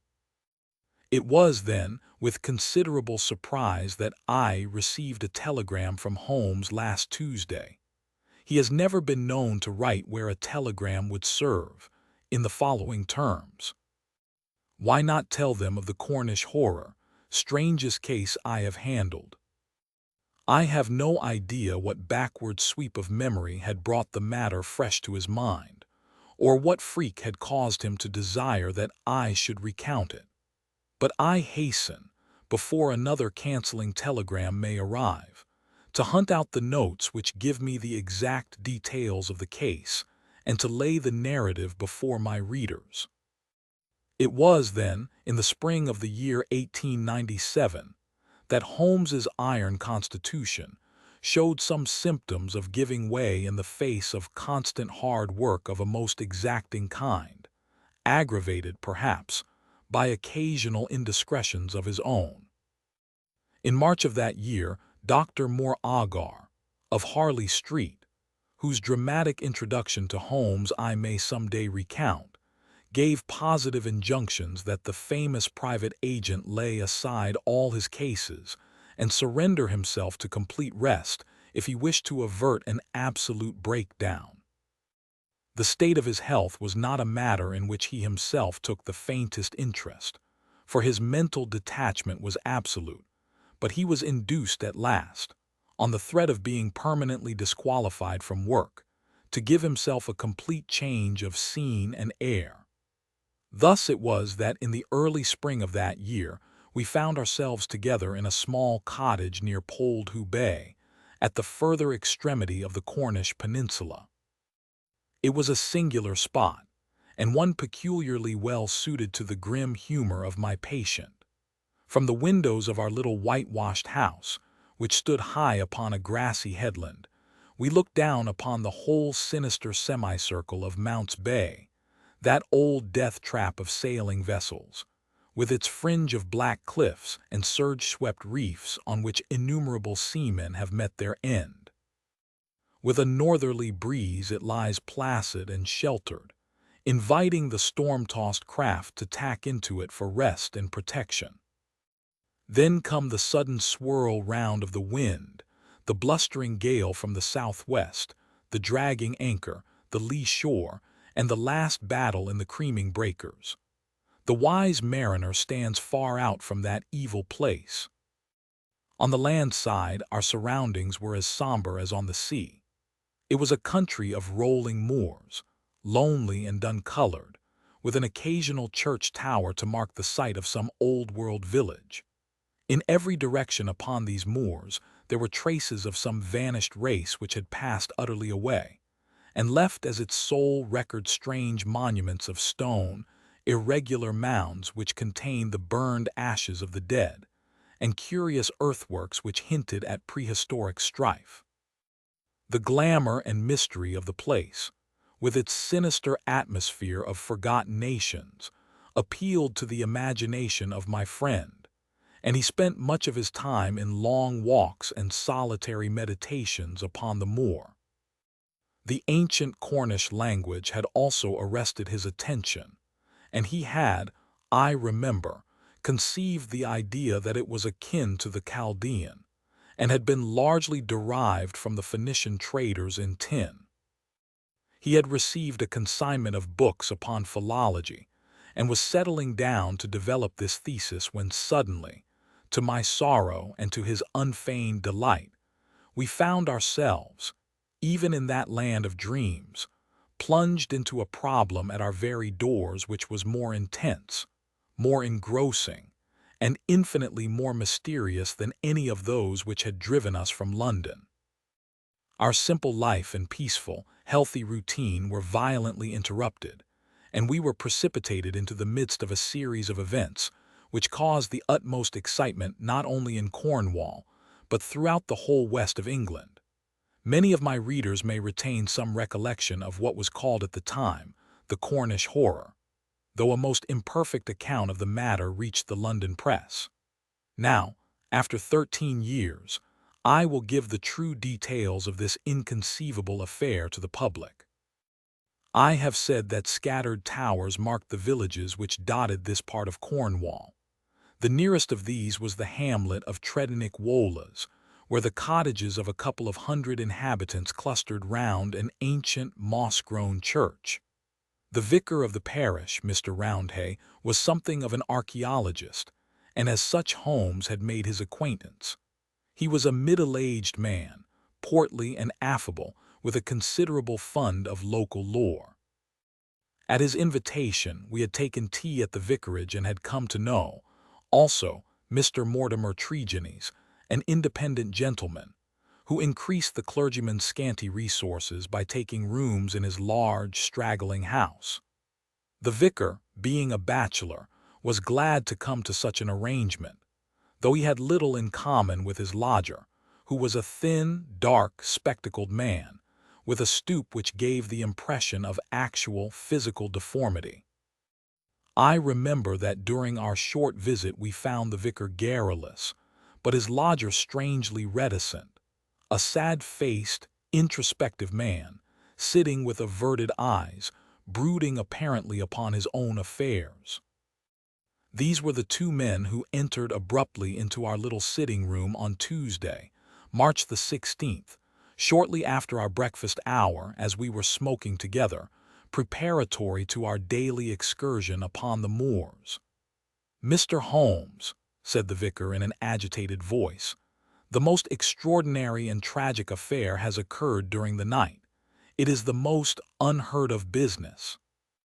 We can only regard it as a special providence that you should chance to be here at the time, for in all England you are the one man we need." I glared at the intrusive vicar with no very friendly eyes, but Holmes took his pipe from his lips and sat up in his chair like an old hound who hears the view halloa. He waved his hand to the sofa, and our palpitating visitor with his agitated companion sat side by side upon it. Mr. Mortimer Tregennies was more self-contained than the clergyman, but the twitching of his thin hands and the brightness of his dark eyes showed that they shared a common emotion. "Shall I speak or you?" he asked of the vicar. "Well, as you seem to have made the discovery, whatever it may be, and the vicar to have had it second-hand, perhaps you had better do the speaking," said Holmes. I glanced at the hastily clad clergyman, with the formally dressed lodger seated beside him, and was amused at the surprise which Holmes's simple deduction had brought to their faces. "Perhaps I had best say a few words first," said the vicar, and then you can judge if you will listen to the details from Mr. Tregenese, or whether we should not hasten at once to the scene of this mysterious affair. I may explain, then, that our friend here spent last evening in the company of his two brothers, Owen and George, and of his sister Brenda, at their house of Tredennick Wartha, which is near the old stone cross upon the moor.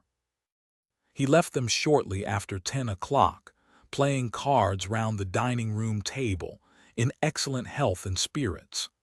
This morning, being an early riser, he walked in that direction before breakfast and was overtaken by the carriage of Dr. Richards, who explained that he had just been sent for on a most urgent call to Tredennick Wartha. Mr. Mortimer Tregenese naturally went with him.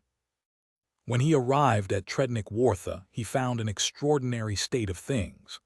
His two brothers and his sister were seated round the table exactly as he had left them, the cards still spread in front of them, and the candles burned down to their sockets.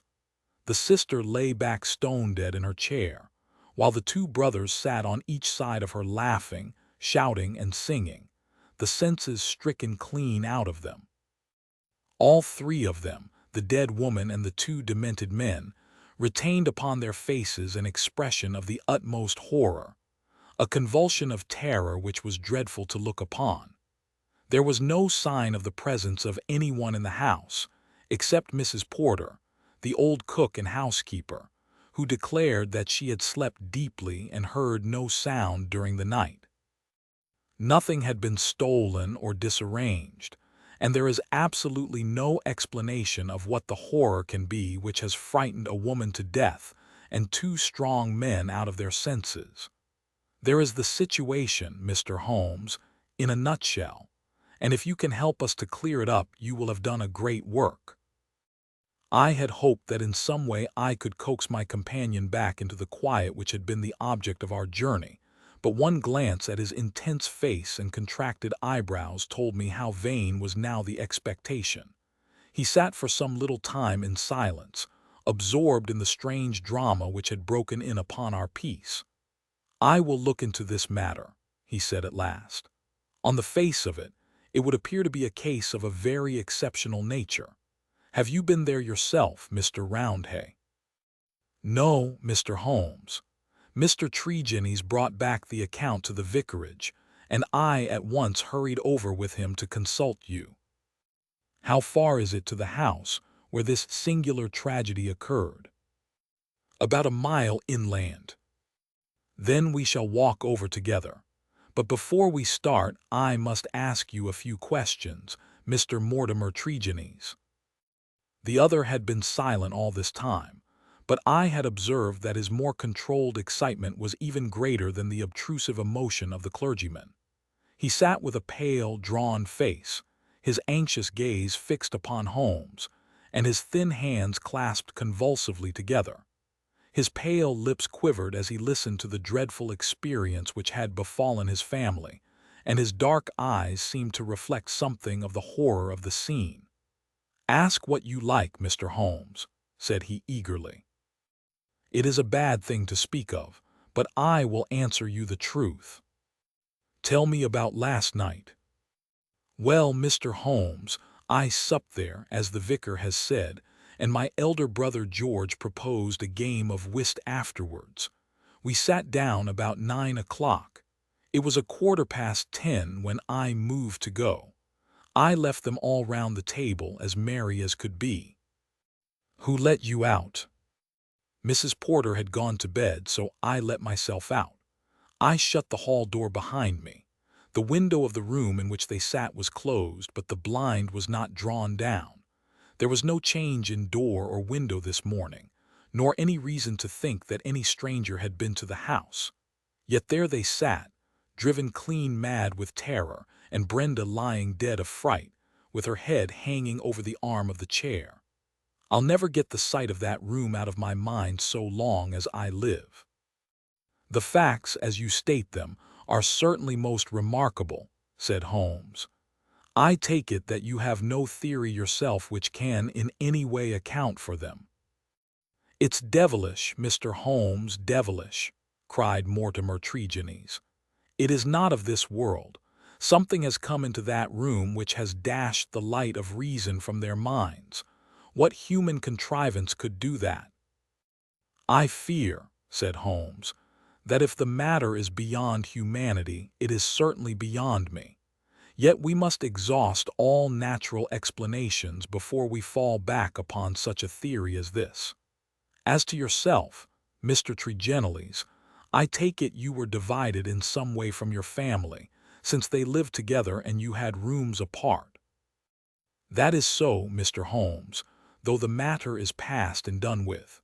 We were a family of tin miners at Redruth, but we sold out our venture to a company, and so retired with enough to keep us. I won't deny that there was some feeling about the division of the money, and it stood between us for a time, but it was all forgiven and forgotten, and we were the best of friends together. Looking back at the evening which you spent together, does anything stand out in your memory as throwing any possible light upon the tragedy? Think carefully, Mr. Tregenelles, for any clue which can help me. There is nothing at all, sir. Your people were in their usual spirits. Never better. Were they nervous people? Did they ever show any apprehension of coming danger? Nothing of the kind. You have nothing to add, then, which could assist me. Mortimer Tregenelles considered earnestly for a moment. There is one thing occurs to me, said he at last. As we sat at the table, my back was to the window, and my brother George, he being my partner at cards, was facing it. I saw him once look hard over my shoulder, so I turned round and looked also. The blind was up and the window shut, but I could just make out the bushes on the lawn, and it seemed to me for a moment that I saw something moving among them. I couldn't even say if it was man or animal, but I just thought there was something there. When I asked him what he was looking at, he told me that he had the same feeling. That is all that I can say. Did you not investigate? No, the matter past is unimportant. You left them, then, without any premonition of evil? None at all. I am not clear how you came to hear the news so early this morning. I am an early riser and generally take a walk before breakfast. This morning I had hardly started when the doctor in his carriage overtook me. He told me that old Mrs. Porter had sent a boy down with an urgent message. I sprang in beside him and we drove on. When we got there, we looked into that dreadful room. The candles and the fire must have burned out hours before, and they had been sitting there in the dark until dawn had broken. The doctor said Brenda must have been dead at least 6 hours. There were no signs of violence. She just lay across the arm of the chair with that look on her face. George and Owen were singing snatches of songs and gibbering like two great apes. Oh, it was awful to see. I couldn't stand it, and the doctor was as white as a sheet. Indeed, he fell into a chair in a sort of faint, and we nearly had him on our hands as well. Remarkable, most remarkable, said Holmes, rising and taking his hat. I think, perhaps, we had better go down to Tredennick Wartha without further delay. I confess that I have seldom known a case which at first sight presented a more singular problem. Our proceedings of that first morning did little to advance the investigation. It was marked, however, at the outset by an incident which left the most sinister impression upon my mind. The approach to the spot at which the tragedy occurred is down a narrow, winding country lane.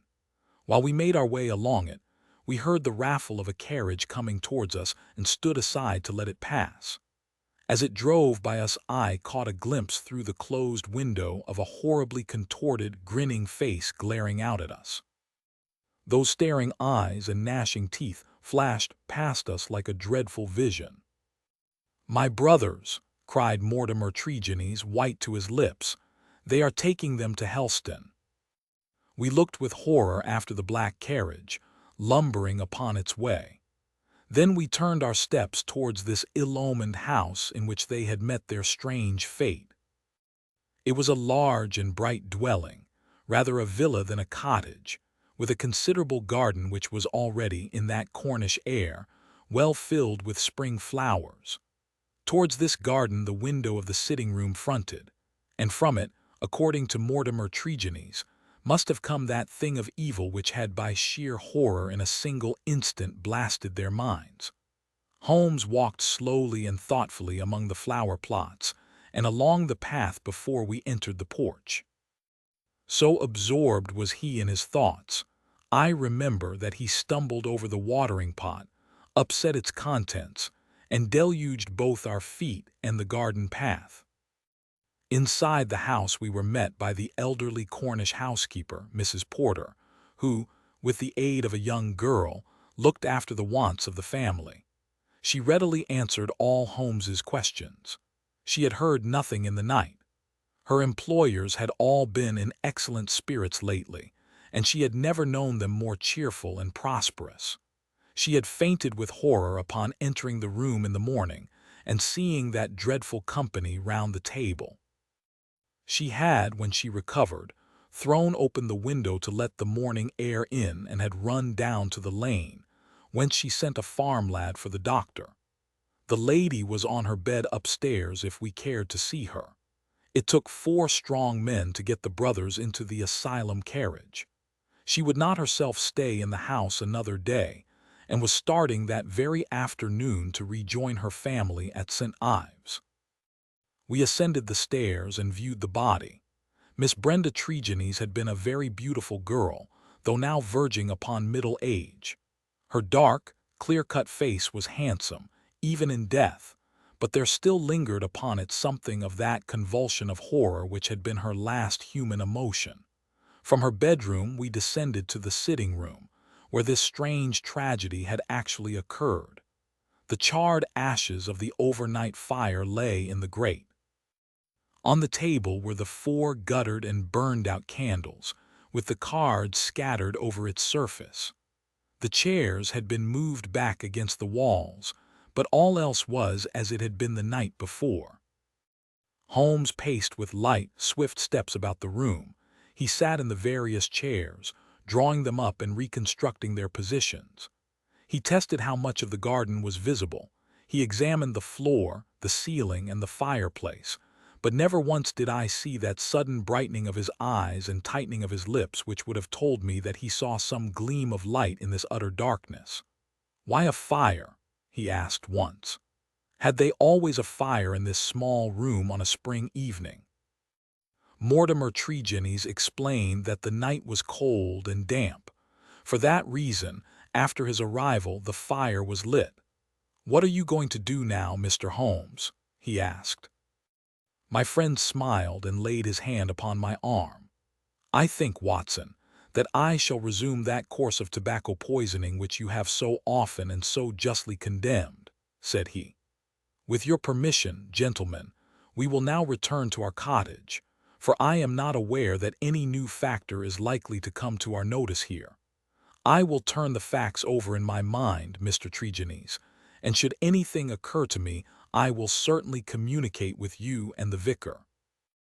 In the meantime, I wish you both good morning."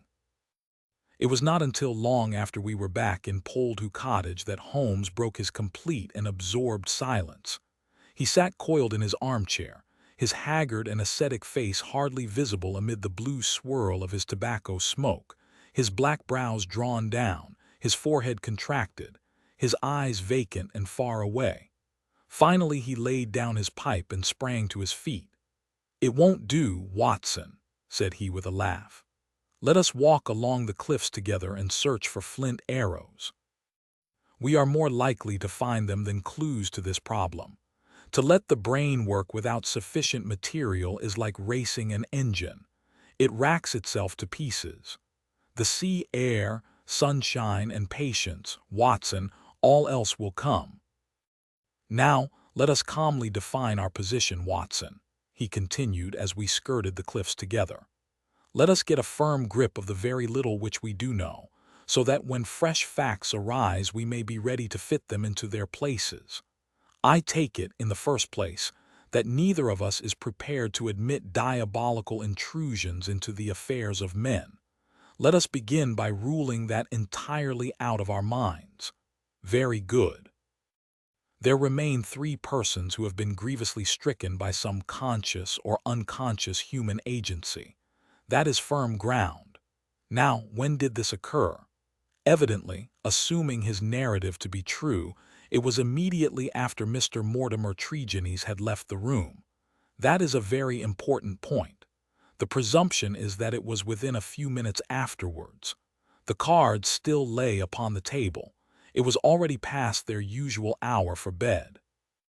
Yet they had not changed their position or pushed back their chairs. I repeat, then, that the occurrence was immediately after his departure, and not later than 11 o'clock last night. Our next obvious step is to check, so far as we can, the movements of Mortimer Tregennies after he left the room.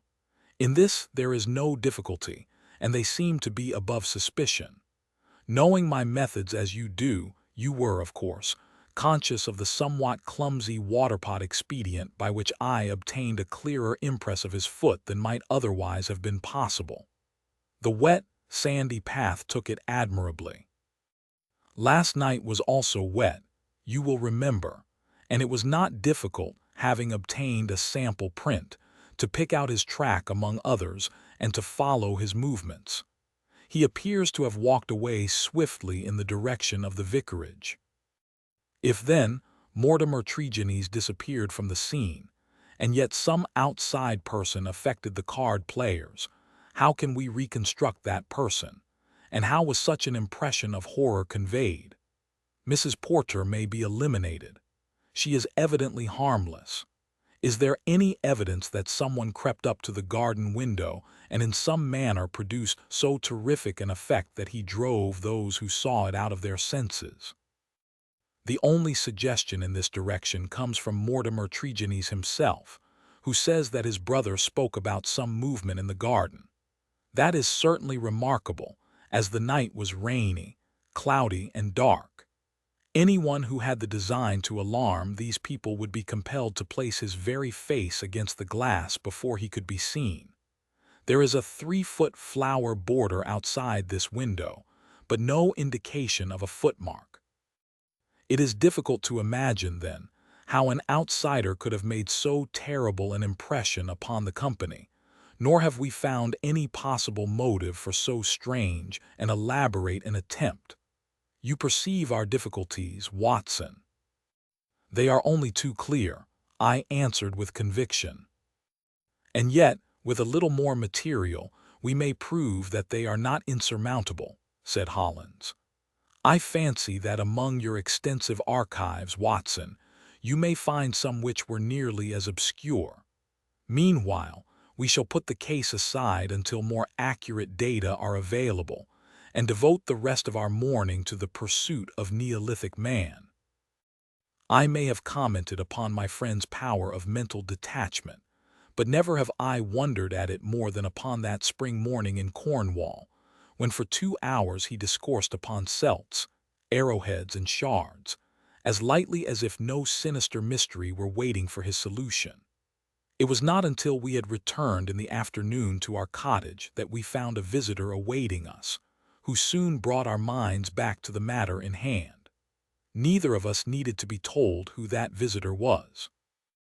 The huge body, the craggy and deeply seamed face with the fierce eyes and hawk-like nose, the grizzled hair which nearly brushed our cottage ceiling, the beard, golden at the fringes and white near the lips, save for the nicotine stain from his perpetual cigar. All these were as well known in London as in Africa, and could only be associated with the tremendous personality of Dr. Leon Sterndale, the great lion hunter and explorer.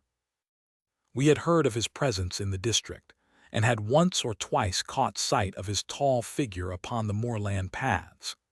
He made no advances to us, however, nor would we have dreamed of doing so to him, as it was well known that it was his love of seclusion which caused him to spend the greater part of the intervals between his journeys in a small bungalow buried in the lonely wood of Beauchamp Orients. Here, amid his books and his maps, he lived an absolutely lonely life. attending to his own simple wants and paying little apparent heed to the affairs of his neighbors. It was a surprise to me, therefore, to hear him asking Holmes in an eager voice whether he had made any advance in his reconstruction of this mysterious episode. "The county police are utterly at fault," said he, "but perhaps your wider experience has suggested some conceivable explanation. My only claim to being taken into your confidence is that during my many residences here I have come to know this family of Tregenes very well. Indeed, upon my Cornish mother's side I could call them cousins, and their strange fate has naturally been a great shock to me. I may tell you that I had got as far as Plymouth upon my way to Africa, but the news reached me this morning, and I came straight back again to help in the inquiry." Holmes raised his eyebrows. "Did you lose your boat through it?" "I will take the next." "Dear me, that is friendship indeed." "I tell you they were relatives."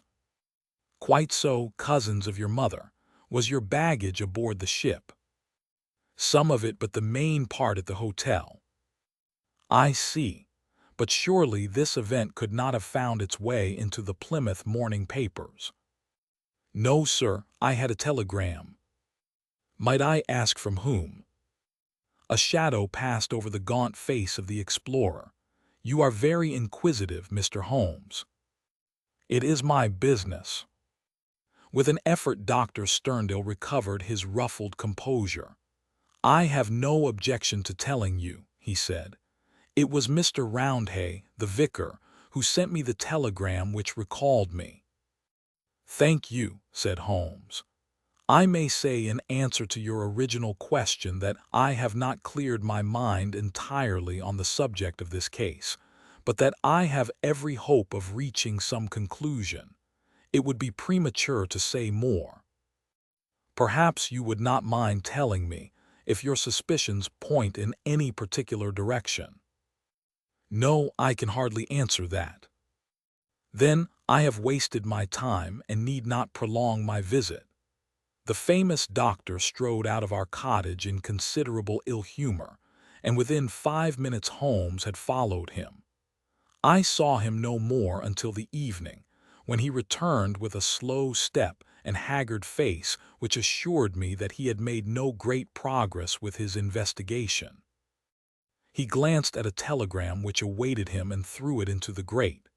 "From the Plymouth Hotel, Watson," he said. "I learned the name of it from the vicar, and I wired to make certain that Dr. Leon Stemdale's account was true.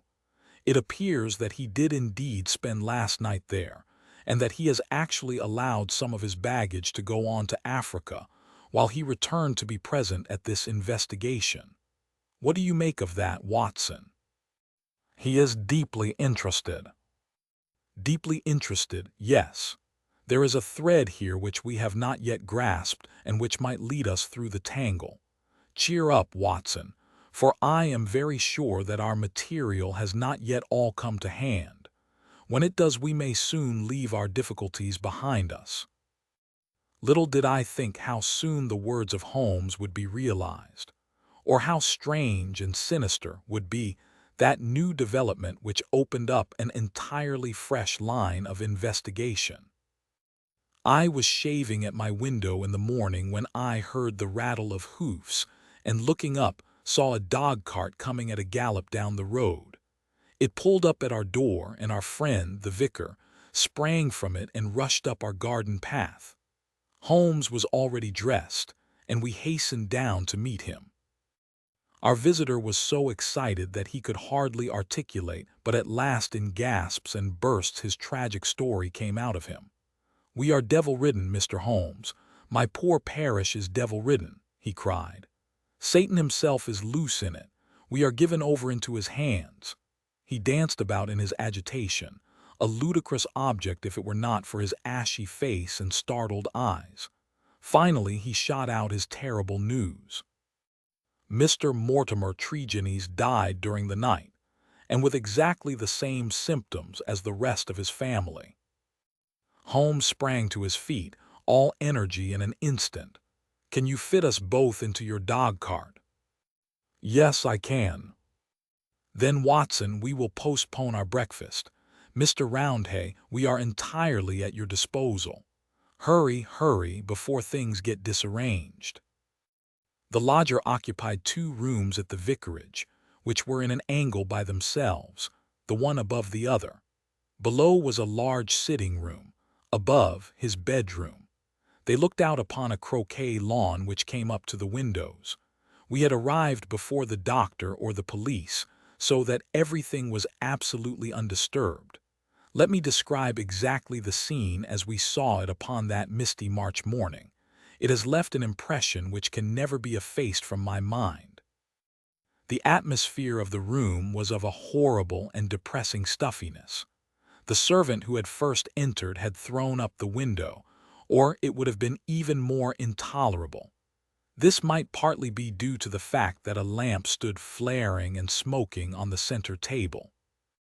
Beside it sat the dead man, leaning back in his chair, his thin beard projecting, his spectacles pushed up onto his forehead, and his lean dark face turned towards the window and twisted into the same distortion of terror which had marked the features of his dead sister. His limbs were convulsed, and his fingers contorted as though he had died in a very paroxysm of fear. He was fully clothed, though there were signs that his dressing had been done in a hurry. We had already learned that his bed had been slept in, and that the tragic end had come to him in the early morning. One realized the red-hot energy which underlay Holmes's phlegmatic exterior when one saw the sudden change which came over him from the moment that he entered the fatal apartment. In an instant he was tense and alert, his eyes shining, his face set, his limbs quivering with eager activity. He was out on the lawn, in through the window, round the room, and up into the bedroom, for all the world like a dashing foxhound drawing a cover. In the bedroom, he made a rapid cast around and ended by throwing open the window, which appeared to give him some fresh cause for excitement, for he leaned out of it with loud ejaculations of interest and delight. Then he rushed down the stair, out through the open window, threw himself upon his face on the lawn, sprang up and into the room once more, all with the energy of the hunter who is at the very heels of his quarry. The lamp, which was an ordinary standard, he examined with minute care, making certain measurements upon its bowl. He carefully scrutinized with his lens the tail shield which covered the top of the chimney, and scraped off some ashes which adhered to its upper surface, putting some of them into an envelope, which he placed in his pocketbook. Finally, just as the doctor and the official police put in an appearance, he beckoned to the vicar and we all 3 went out upon the lawn. "I am glad to say that my investigation has not been entirely barren," he remarked. "I cannot remain to discuss the matter with the police, but I should be exceedingly obliged, Mr. Roundhay, if you would give the inspector my compliments and direct his attention to the bedroom window and to the sitting-room lamp. Each is suggestive, and together they are almost conclusive. If the police would desire further information, I shall be happy to see any of them at the cottage. And now, Watson, I think that, perhaps, we shall be better employed elsewhere. It may be that the police resented the intrusion of an amateur, or that they imagined themselves to be upon some hopeful line of investigation, but it is certain that we heard nothing from them for the next 2 days. During this time, Holmes spent some of his time smoking and dreaming in the cottage, but a greater portion in country walks which he undertook alone, returning after many hours without remark as to where he had been. One experiment served to show me the line of his investigation.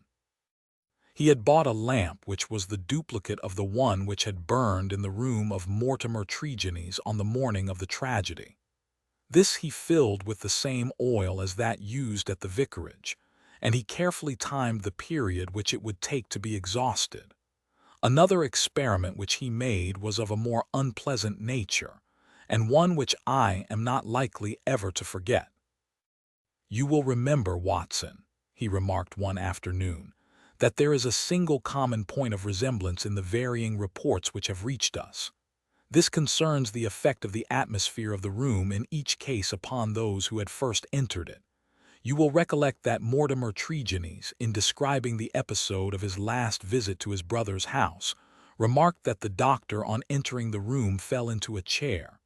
You had forgotten. Well, I can answer for it that it was so. Now you will remember also that Mrs. Porter, the housekeeper, told us that she herself fainted upon entering the room and had afterwards opened the window. In the second case, that of Mortimer Tregennies himself, you cannot have forgotten the horrible stuffiness of the room when we arrived, though the servant had thrown open the window. That servant, I found upon inquiry, was so ill that she had gone to her bed. You will admit, Watson, that these facts are very suggestive. In each case there is evidence of a poisonous atmosphere. In each case, also, there is combustion going on in the room, in the one case a fire, in the other a lamp. The fire was needed, but the lamp was lit, as a comparison of the oil consumed will show, long after it was broad daylight. Why? Surely because there is some connection between three things: the burning, the stuffy atmosphere, and finally, the madness or death of those unfortunate people. That is clear, is it not? It would appear so. At least we may accept it as a working hypothesis. We will suppose, then, that something was burned in each case which produced an atmosphere causing strange toxic effects. Very good. In the first instance, that of the Tregennies family, this substance was placed in the fire. Now the window was shut, but the fire would naturally carry fumes to some extent up the chimney. Hence one would expect the effects of the poison to be less than in the second case, where there was less escape for the vapor. The result seems to indicate that it was so, since in the first case only the woman, who had presumably the more sensitive organism, was killed, the others exhibiting that temporary or permanent lunacy which is evidently the first effect of the drug. In the second case the result was complete. The facts, therefore, seem to bear out the theory of a poison which worked by combustion. With this train of reasoning in my head, I naturally looked about in Mortimer Tregennies' room to find some remains of this substance. The obvious place to look was the talc shield or smoke guard of the lamp. There, sure enough, I perceived a number of flaky ashes, and round the edges a fringe of brownish powder, which had not yet been consumed. Half of this I took, as you saw, and I placed it in an envelope. Why half, Holmes? It is not for me, my dear Watson, to stand in the way of the official police force. I leave them all the evidence which I found. The poison still remained upon the talc had they the wit to find it. Now, Watson, we will light our lamp. We will, however, take the precaution to open our window to avoid the premature decease of two deserving members of society, and you will seat yourself near that open window in an armchair unless, like a sensible man, you determine to have nothing to do with the affair. Oh, you will see it out, will you? I thought I knew my Watson. This chair I will place opposite yours so that we may be the same distance from the poison and face to face. The door we will leave ajar. Each is now in a position to watch the other and to bring the experiment to an end should the symptoms seem alarming. Is that all clear? Well, then, I take our powder, or what remains of it, from the envelope, and I lay it above the burning lamp. So, now, Watson, let us sit down and await developments. They were not long in coming. I had hardly settled in my chair before I was conscious of a thick, musky odor, subtle and nauseous. At the very first whiff of it my brain and my imagination were beyond all control. A thick, black cloud swirled before my eyes, and my mind told me that in this cloud, unseen as yet, but about to spring out upon my appalled senses, lurked all that was vaguely horrible, all that was monstrous and inconceivably wicked in the universe. Vague shapes swirled and swam amid the dark cloud-bank, each a menace and a warning of something coming, the advent of some unspeakable dweller upon the threshold, whose very shadow would blast my soul. A freezing horror took possession of me. I felt that my hair was rising, that my eyes were protruding, that my mouth opened, and my tongue like leather.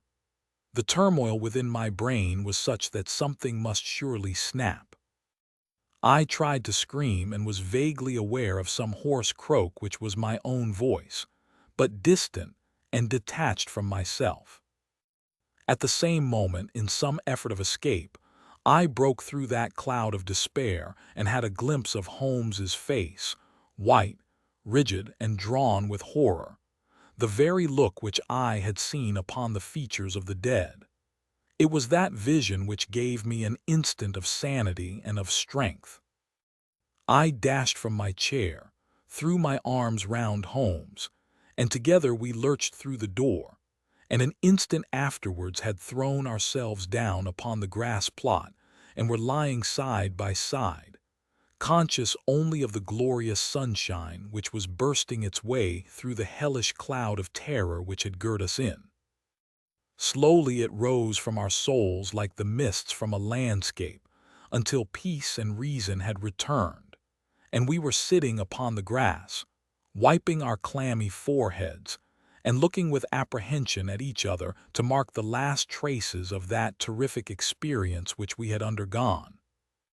"Upon my word, Watson," said Holmes at last with an unsteady voice, "I owe you both my thanks and an apology. It was an unjustifiable experiment even for oneself, and doubly so for a friend. I am really very sorry." "You know," I answered with some emotion, for I had never seen so much of Holmes's heart before, "that it is my greatest joy and privilege to help you." He relapsed at once into the half-humorous, half-cynical vein, which was his habitual attitude to those about him. "It would be superfluous to drive us mad, my dear Watson," said he. "A candid observer would certainly declare that we were so already before we embarked upon so wild an experiment. I confess that I never imagined that the effect could be so sudden and so severe." He dashed into the cottage, and, reappearing with the burning lamp held at full arm's length, he threw it among a bank of brambles. "We must give the room a little time to clear. I take it, Watson, that you have no longer a shadow of a doubt as to how these tragedies were produced." "None whatever. But the cause remains as obscure as before. Come into the arbor here and let us discuss it together. That villainous stuff seems still to linger round my throat. I think we must admit that all the evidence points to this man, Mortimer Tregennies, having been the criminal in the first tragedy, though he was the victim in the second one. We must remember, in the first place, that there is some story of a family quarrel, followed by a reconciliation. How bitter that quarrel may have been, or how hollow the reconciliation, we cannot tell. When I think of Mortimer Tregennies, with the foxy face and the small, shrewd, beady eyes behind the spectacles, he is not a man whom I should judge to be of a particularly forgiving disposition. Well, in the next place, you will remember that this idea of someone moving in the garden, which took our attention for a moment from the real cause of the tragedy, emanated from him. He had a motive in misleading us. Finally, if he did not throw this substance into the fire at the moment of leaving the room, who did do so? The affair happened immediately after his departure. Had anyone else come in, the family would certainly have risen from the table. Besides, in peaceful Cornwall, visitors do not arrive after 10 o'clock at night. We may take it, then, that all the evidence points to Mortimer Tregennies as the culprit. Then his own death was suicide. Well, Watson, it is on the face of it a not impossible supposition. The man who had the guilt upon his soul of having brought such a fate upon his own family might well be driven by remorse to inflict it upon himself. There are, however, some cogent reasons against it. Fortunately, there is one man in England who knows all about it, and I have made arrangements by which we shall hear the facts this afternoon from his own lips. Ah, he is a little before his time. Perhaps you would kindly step this way, Dr. Leon Sterndale. We have been conducting a chemical experiment indoors which has left our little room hardly fit for the reception of so distinguished a visitor." I had heard the click of the garden gate, and now the majestic figure of the great African explorer appeared upon the path. He turned in some surprise towards the rustic arbor in which we sat. "You sent for me, Mr. Holmes. I had your note about an hour ago, and I have come, though I really do not know why I should obey your summons." "Perhaps we can clear the point up before we separate," said Holmes. "Meanwhile, I am much obliged to you for your courteous acquiescence. You will excuse this informal reception in the open air, but my friend Watson and I have nearly furnished an additional chapter to what the papers call the Cornish horror, and we prefer a clear atmosphere for the present. Perhaps, since the matters which we have to discuss will affect you personally in a very intimate fashion, it is as well that we should talk where there can be no eavesdropping."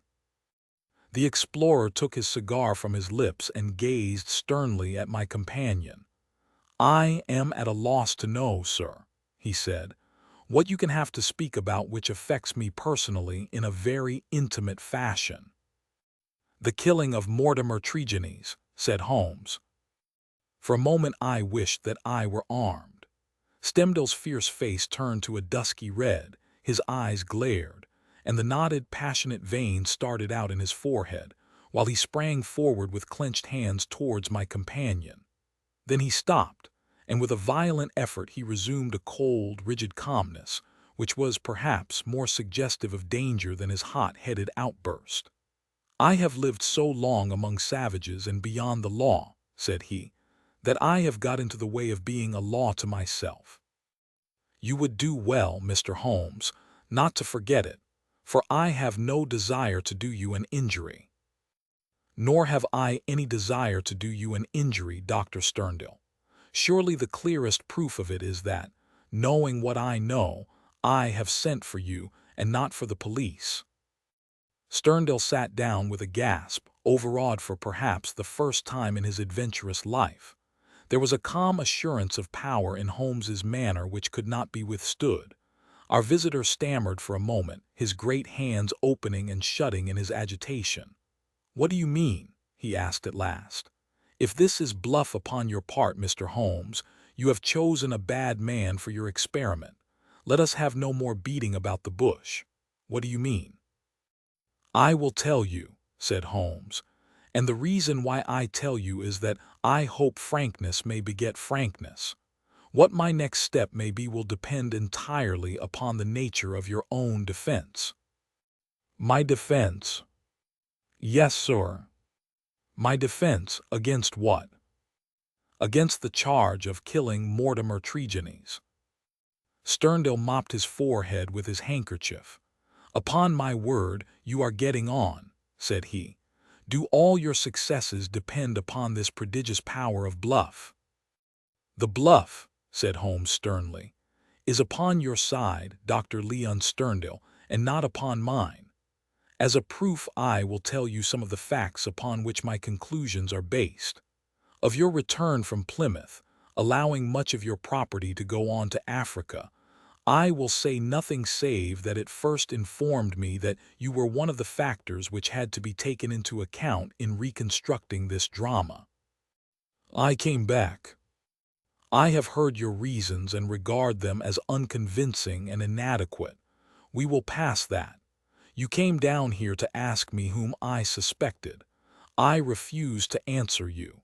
You then went to the vicarage, waited outside it for some time, and finally returned to your cottage. How do you know that?" "I followed you." "I saw no one." "That is what you may expect to see when I follow you.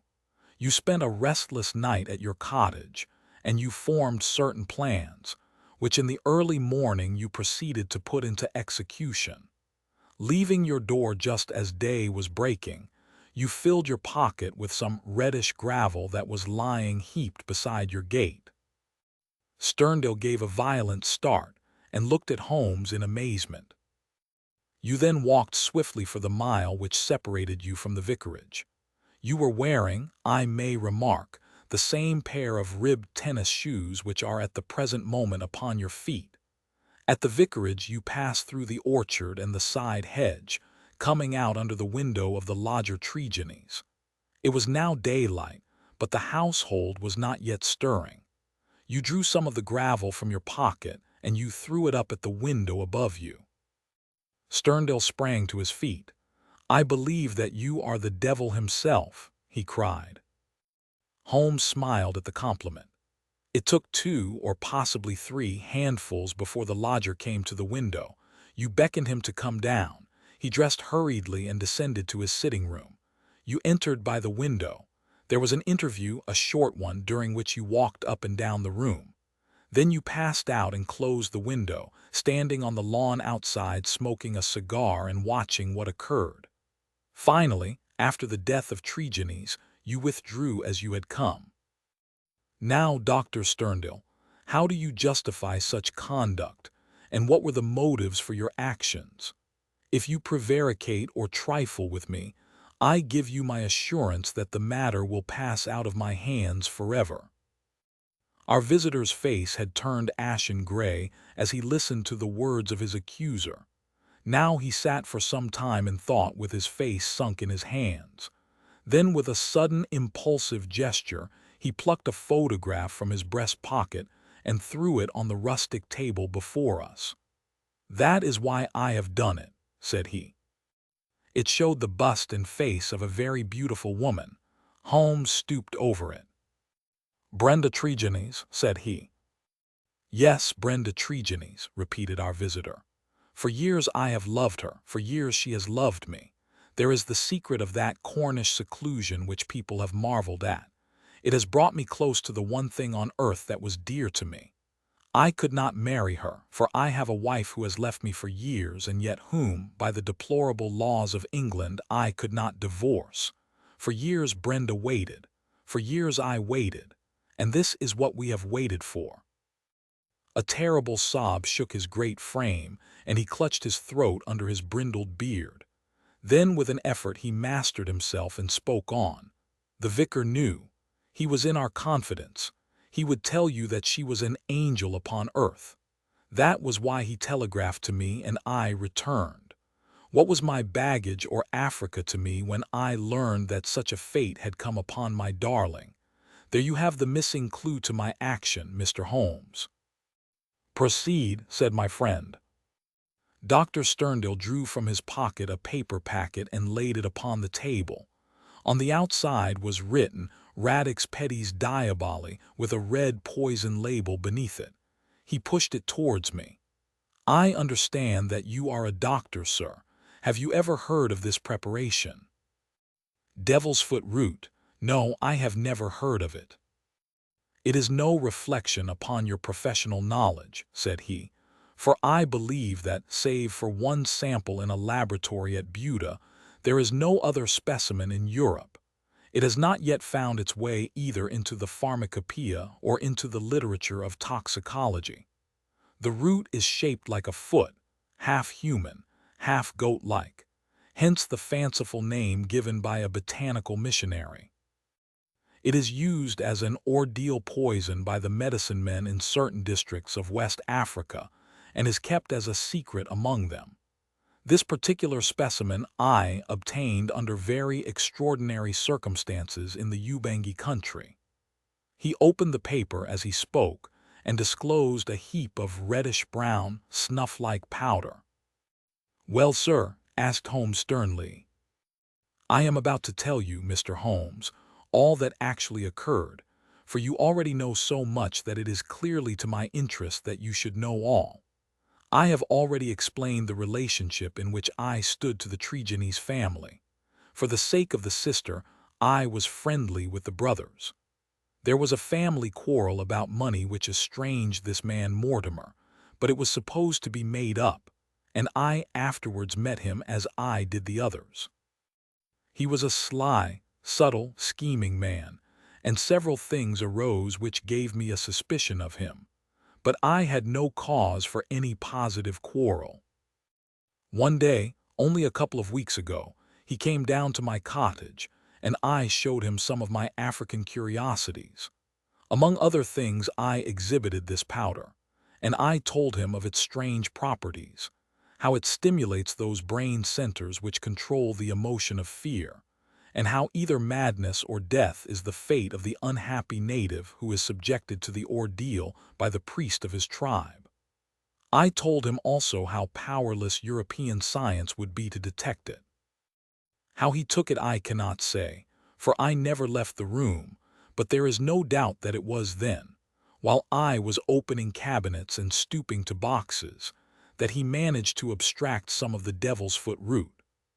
I well remember how he plied me with questions as to the amount and the time that was needed for its effect, but I little dreamed that he could have a personal reason for asking.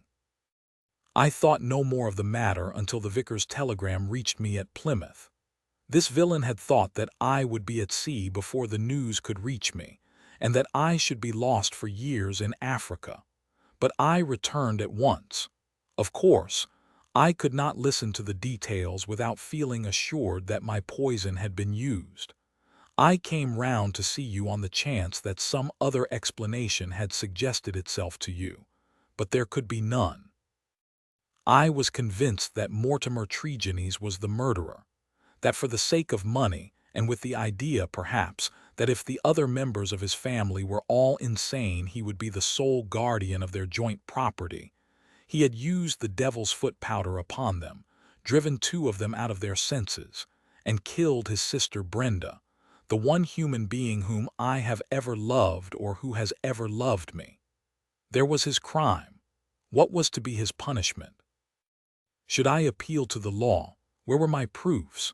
I knew that the facts were true, but could I help to make a jury of countrymen believe so fantastic a story? I might or I might not, but I could not afford to fail. My soul cried out for revenge. I have said to you once before, Mr. Holmes, that I have spent much of my life outside the law, and that I have come at last to be a law to myself. So it was now. I determined that the fate which he had given to others should be shared by himself. Either that or I would do justice upon him with my own hand. In all England there can be no man who sets less value upon his own life than I do at the present moment. Now I have told you all. You have yourself supplied the rest. I did, as you say, after a restless night, set off early from my cottage. I foresaw the difficulty of arousing him, so I gathered some gravel from the pile which you have mentioned, and I used it to throw up to his window. He came down and admitted me through the window of the sitting-room. I laid his offense before him. I told him that I had come both as judge and executioner. The wretch sank into a chair, paralyzed at the sight of my revolver. I lit the lamp, put the powder above it, and stood outside the window, ready to carry out my threat to shoot him should he try to leave the room. In 5 minutes he died. My God, how he died! But my heart was flint, for he endured nothing which my innocent darling had not felt before him. There is my story, Mr. Holmes. Perhaps if you loved a woman you would have done as much yourself. At any rate, I am in your hands. You can take what steps you like. As I have already said, there is no man living who can fear death less than I do. Holmes sat for some little time in silence. What were your plans? He asked at last. I had intended to bury myself in Central Africa. My work there is but half finished. Go and do the other half, said Holmes. I at least am not prepared to prevent you. Dr. Sterndale raised his giant figure, bowed gravely, and walked from the arbor. Holmes lit his pipe and handed me his pouch. Some fumes which are not poisonous would be a welcome change, said he. I think you must agree, Watson, that it is not a case in which we are called upon to interfere. Our investigation has been independent, and our action shall be so also. You would not denounce the man? Certainly not, I answered. I have never loved, Watson, but if I did, and if the woman I loved had met such an end, I might act even as our lawless lion hunter has done. Who knows? Well, Watson, I will not offend your intelligence by explaining what is obvious. The gravel upon the windowsill was, of course, the starting point of my research. It was unlike anything in the vicarage garden. Only when my attention had been drawn to Dr. Sterndale and his cottage did I find its counterpart. The lamp shining in broad daylight and the remains of powder upon the shield were successive links in a fairly obvious chain. And now, my dear Watson, I think we may dismiss the matter from our mind and go back with a clear conscience to the study of those Chaldean roots, which are surely to be traced in the Cornish branch of the great Celtic speech. The Adventure of the Red Circle.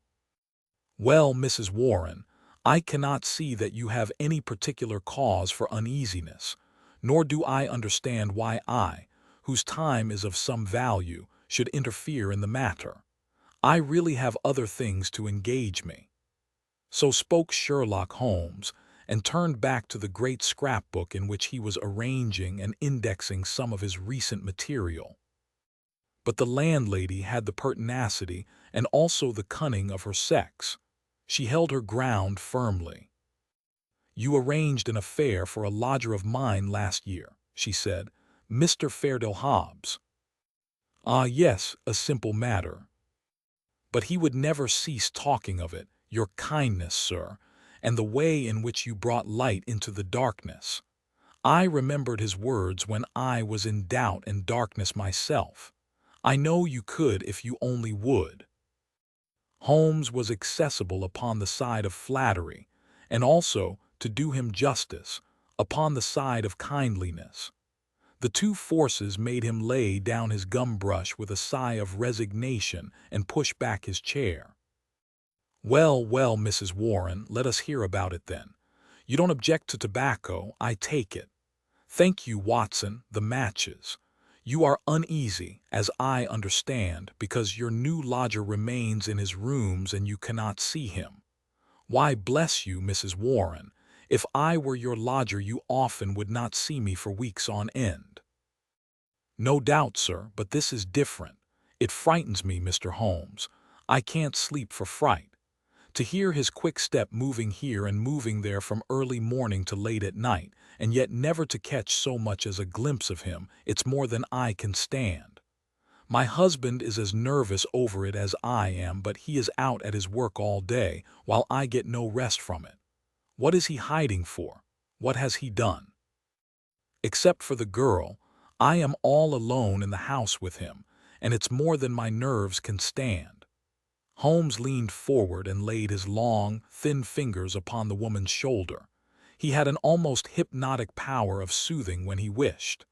The scared look faded from her eyes, and her agitated features smoothed into their usual commonplace. She sat down in the chair which he had indicated. "If I take it up I must understand every detail," said he. "Take time to consider. The smallest point may be the most essential. You say that the man came 10 days ago and paid you for a fortnight's board and lodging." "He asked my terms, sir. I said 50 shillings a week. There is a small sitting room and bedroom, and all complete, at the top of the house." "Well," he said, "I'll pay you £5 a week if I can have it on my own terms. I'm a poor woman, sir, and Mr. Warren earns little, and the money meant much to me. He took out a £10 note, and he held it out to me then and there. 'You can have the same every fortnight for a long time to come if you keep the terms,' he said. 'If not, I'll have no more to do with you.'" "What were the terms?" "Well, sir, they were that he was to have a key of the house. That was all right. Lodgers often have them. Also that he was to be left entirely to himself and never, upon any excuse, to be disturbed." "Nothing wonderful in that, surely." "Not in reason, sir. But this is out of all reason. He has been there for 10 days, and neither Mr. Warren nor I, nor the girl has once set eyes upon him. We can hear that quick step of his pacing up and down, night, morning, and noon, but except on that first night he has never once gone out of the house." "Oh, he went out the first night, did he?" "Yes, sir, and returned very late, after we were all in bed. He told me after he had taken the rooms that he would do so, and asked me not to bar the door. I heard him come up the stair after midnight." "But his meals?" "It was his particular direction that we should always, when he rang, leave his meal upon a chair, outside his door. Then he rings again when he has finished, and we take it down from the same chair. If he wants anything else he prints it on a slip of paper and leaves it." "Prints it?" "Yes, sir, prints it in pencil, just the word, nothing more. Here's one I brought to show you, soap. Here's another, match. This is one he left the first morning, Daily Gazette. I leave that paper with his breakfast every morning." "Dear me, Watson," said Holmes, staring with great curiosity at the slips of foolscap which the landlady had handed to him, "this is certainly a little unusual. Seclusion I can understand, but why print? Printing is a clumsy process. Why not write? What would it suggest, Watson?" "That he desired to conceal his handwriting." "But why? What can it matter to him that his landlady should have a word of his writing? Still, it may be as you say. Then, again, why such laconic messages?" "I cannot imagine. It opens a pleasing field for intelligent speculation. The words are written with a broad-pointed, violet-tinted pencil of a not unusual pattern. You will observe that the paper is torn away at the side here after the printing was done, so that the S of soap is partly gone. Suggestive, Watson, is it not?" "Of caution." "Exactly. There was evidently some mark, some thumbprint, something which might give a clue to the person's identity. Now, Mrs. Warren, you say that the man was of middle size, dark and bearded. What age would he be?" "Youngish, sir, not over 30. "Well, can you give me no further indications?" "He spoke good English, sir, and yet I thought he was a foreigner by his accent." "And he was well dressed?" "Very smartly dressed, sir, quite the gentleman. Dark clothes, nothing you would note." "He gave no name?" "No, sir." "And has had no letters or callers?" "None." "But surely you, or the girl, enter his room of a morning?" "No, sir. He looks after himself entirely." "Dear me, that is certainly remarkable. What about his luggage?" "He had one big brown bag with him, nothing else." "Well, we don't seem to have much material to help us. Do you say nothing has come out of that room, absolutely nothing?" The landlady drew an envelope from her bag. From it she shook out 2 burnt matches and a cigarette end upon the table. "They were on his tray this morning. I brought them because I had heard that you can read great things out of small ones." Holmes shrugged his shoulders. "There is nothing here," said he. "The matches have, of course, been used to light cigarettes. That is obvious from the shortness of the butt end. Half the match is consumed in lighting a pipe or cigar. But dear me, this cigarette stub is certainly remarkable. The gentleman was bearded and mustached, you say?" "Yes, sir." "I don't understand that. I should say that only a clean-shaven man could have smoked this. Why, Watson, even your modest mustache would have been singed." "A holder," I suggested. "No, no. The end is matted. I suppose there could not be 2 people in your rooms, Mrs. Warren." "No, sir. He eats so little that I often wonder it can keep life in one." "Well, I think we must wait for a little more material. After all, you have nothing to complain of. You have received your rent, and he is not a troublesome lodger, though he is certainly an unusual one. He pays you well, and if he chooses to lie concealed, it is no direct business of yours. We have no excuse for an intrusion upon his privacy, until we have some reason to think that there is a guilty reason for it. I've taken up the matter, and I won't lose sight of it. Report to me if anything fresh occurs, and rely upon my assistance if it should be needed. There are certainly some points of interest in this case, Watson, he remarked when the landlady had left us. It may, of course, be trivial individual eccentricity, or it may be very much deeper than appears on the surface. The first thing that strikes one is the obvious possibility that the person now in the rooms may be entirely different from the one who engaged them. Why should you think so? Well, apart from this cigarette end, was it not suggestive that the only time the lodger went out was immediately after his taking the rooms? He came back, or someone came back, when all witnesses were out of the way. We have no proof that the person who came back was the person who went out. Then again, the man who took the rooms spoke English well. This other, however, prints match, when it should have been matches. I can imagine that the word was taken out of a dictionary, which would give the noun but not the plural. The laconic style may be to conceal the absence of knowledge of English. Yes, Watson, there are good reasons to suspect that there has been a substitution of lodgers. But for what possible end? Ah, there lies our problem.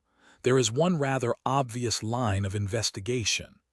He took down the great book in which, day by day, he filed the agony columns of the various London journals. "Dear me," said he, turning over the pages, "what a chorus of groans, cries, and bleatings! What a rag-bag of singular happenings! But surely the most valuable hunting ground that ever was given to a student of the unusual. This person is alone and cannot be approached by letter without a breach of that absolute secrecy which is desired. How is any news or any message to reach him from without? Obviously by advertisement through a newspaper. There seems no other way, and fortunately we need concern ourselves with the one paper only. Here are the Daily Gazette extracts of the last fortnight. Lady with a black boa at Prince's Skating Club, that we may pass. Surely Jimmy will not break his mother's heart. That appears to be irrelevant. If the lady who fainted in the Brixton bus, she does not interest me. Every day my heart longs, bleat, Watson, unmitigated bleat. Ah, this is a little more possible. Listen to this, be patient. We'll find some sure means of communication. Meanwhile, this column, gee, that is 2 days after Mrs. Warren's lodger arrived. It sounds plausible, does it not? The mysterious one could understand English, even if he could not print it. Let us see if we can pick up the trace again. Yes, here we are 3 days later. Making successful arrangements, patience and prudence. The clouds will pass. Gee, nothing for a week after that. Then comes something much more definite. The path is clearing. If I find chance signal message, remember code agreed 1A 2B and so on. You will hear soon. Gee, that was in yesterday's paper and there is nothing in today's. It's all very appropriate to Mrs. Warren's lodger. If we wait a little, Watson, I don't doubt that the affair will grow more intelligible. So it proved. For in the morning I found my friend standing on the hearthrug with his back to the fire and a smile of complete satisfaction upon his face. "How's this, Watson?" he cried, picking up the paper from the table. "High red house with white stone facings, 3rd floor, 2nd window left, after dusk. Gee, that is definite enough. I think after breakfast we must make a little reconnaissance of Mrs. Warren's neighborhood. Ah, Mrs. Warren, what news do you bring us this morning?" Our client had suddenly burst into the room with an explosive energy, which told of some new and momentous development. "It's a police matter, Mr. Holmes," she cried. "I'll have no more of it. He shall pack out of there with his baggage. I would have gone straight up and told him so, only I thought it was but fair to you to take your opinion first. But I'm at the end of my patience, and when it comes to knocking my old man about, knocking Mr. Warren about, using him roughly anyway." "But who used him roughly?" Ah, that's what we want to know. It was this morning, sir. Mr. Warren is a timekeeper at Morton and Waylights in Tottenham Court Road. He has to be out of the house before 7. Well, this morning he had not gone 10 paces down the road when two men came up behind him, threw a coat over his head, and bundled him into a cab that was beside the curb. They drove him an hour and then opened the door and shot him out. He lay in the roadway so shaken in his wits that he never saw what became of the cab. When he picked himself up, he found he was on Hampstead Heath. So he took a bus home, and there he lies now on the sofa, while I came straight round to tell you what had happened. Most interesting, said Holmes. Did he observe the appearance of these men? Did he hear them talk? No, he is clean dazed. He just knows that he was lifted up as if by magic and dropped as if by magic. 2 at least were in it, and maybe 3. And you connect this attack with your lodger. Well, we've lived there 15 years and no such happenings ever came before. I've had enough of him. Money's not everything. I'll have him out of my house before the day is done. Wait a bit, Mrs. Warren. Do nothing rash. I begin to think that this affair may be very much more important than appeared at first sight. It is clear now that some danger is threatening your lodger. It is equally clear that his enemies, lying in wait for him near your door, mistook your husband for him in the foggy morning light. On discovering their mistake, they released him.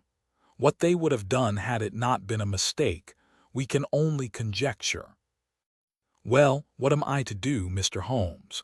I have a great fancy to see this lodger of yours, Mrs. Warren. I don't see how that is to be managed, unless you break in the door. I always hear him unlock it as I go down the stair after I leave the tray. He has to take the tray in. Surely we could conceal ourselves and see him do it. The landlady thought for a moment. Well, sir, there's the box room opposite. I could arrange a looking-glass maybe, and if you were behind the door, excellent, said Holmes. When does he lunch? About 1, sir. Then Dr. Watson and I will come round in time. For the present, Mrs. Warren, goodbye.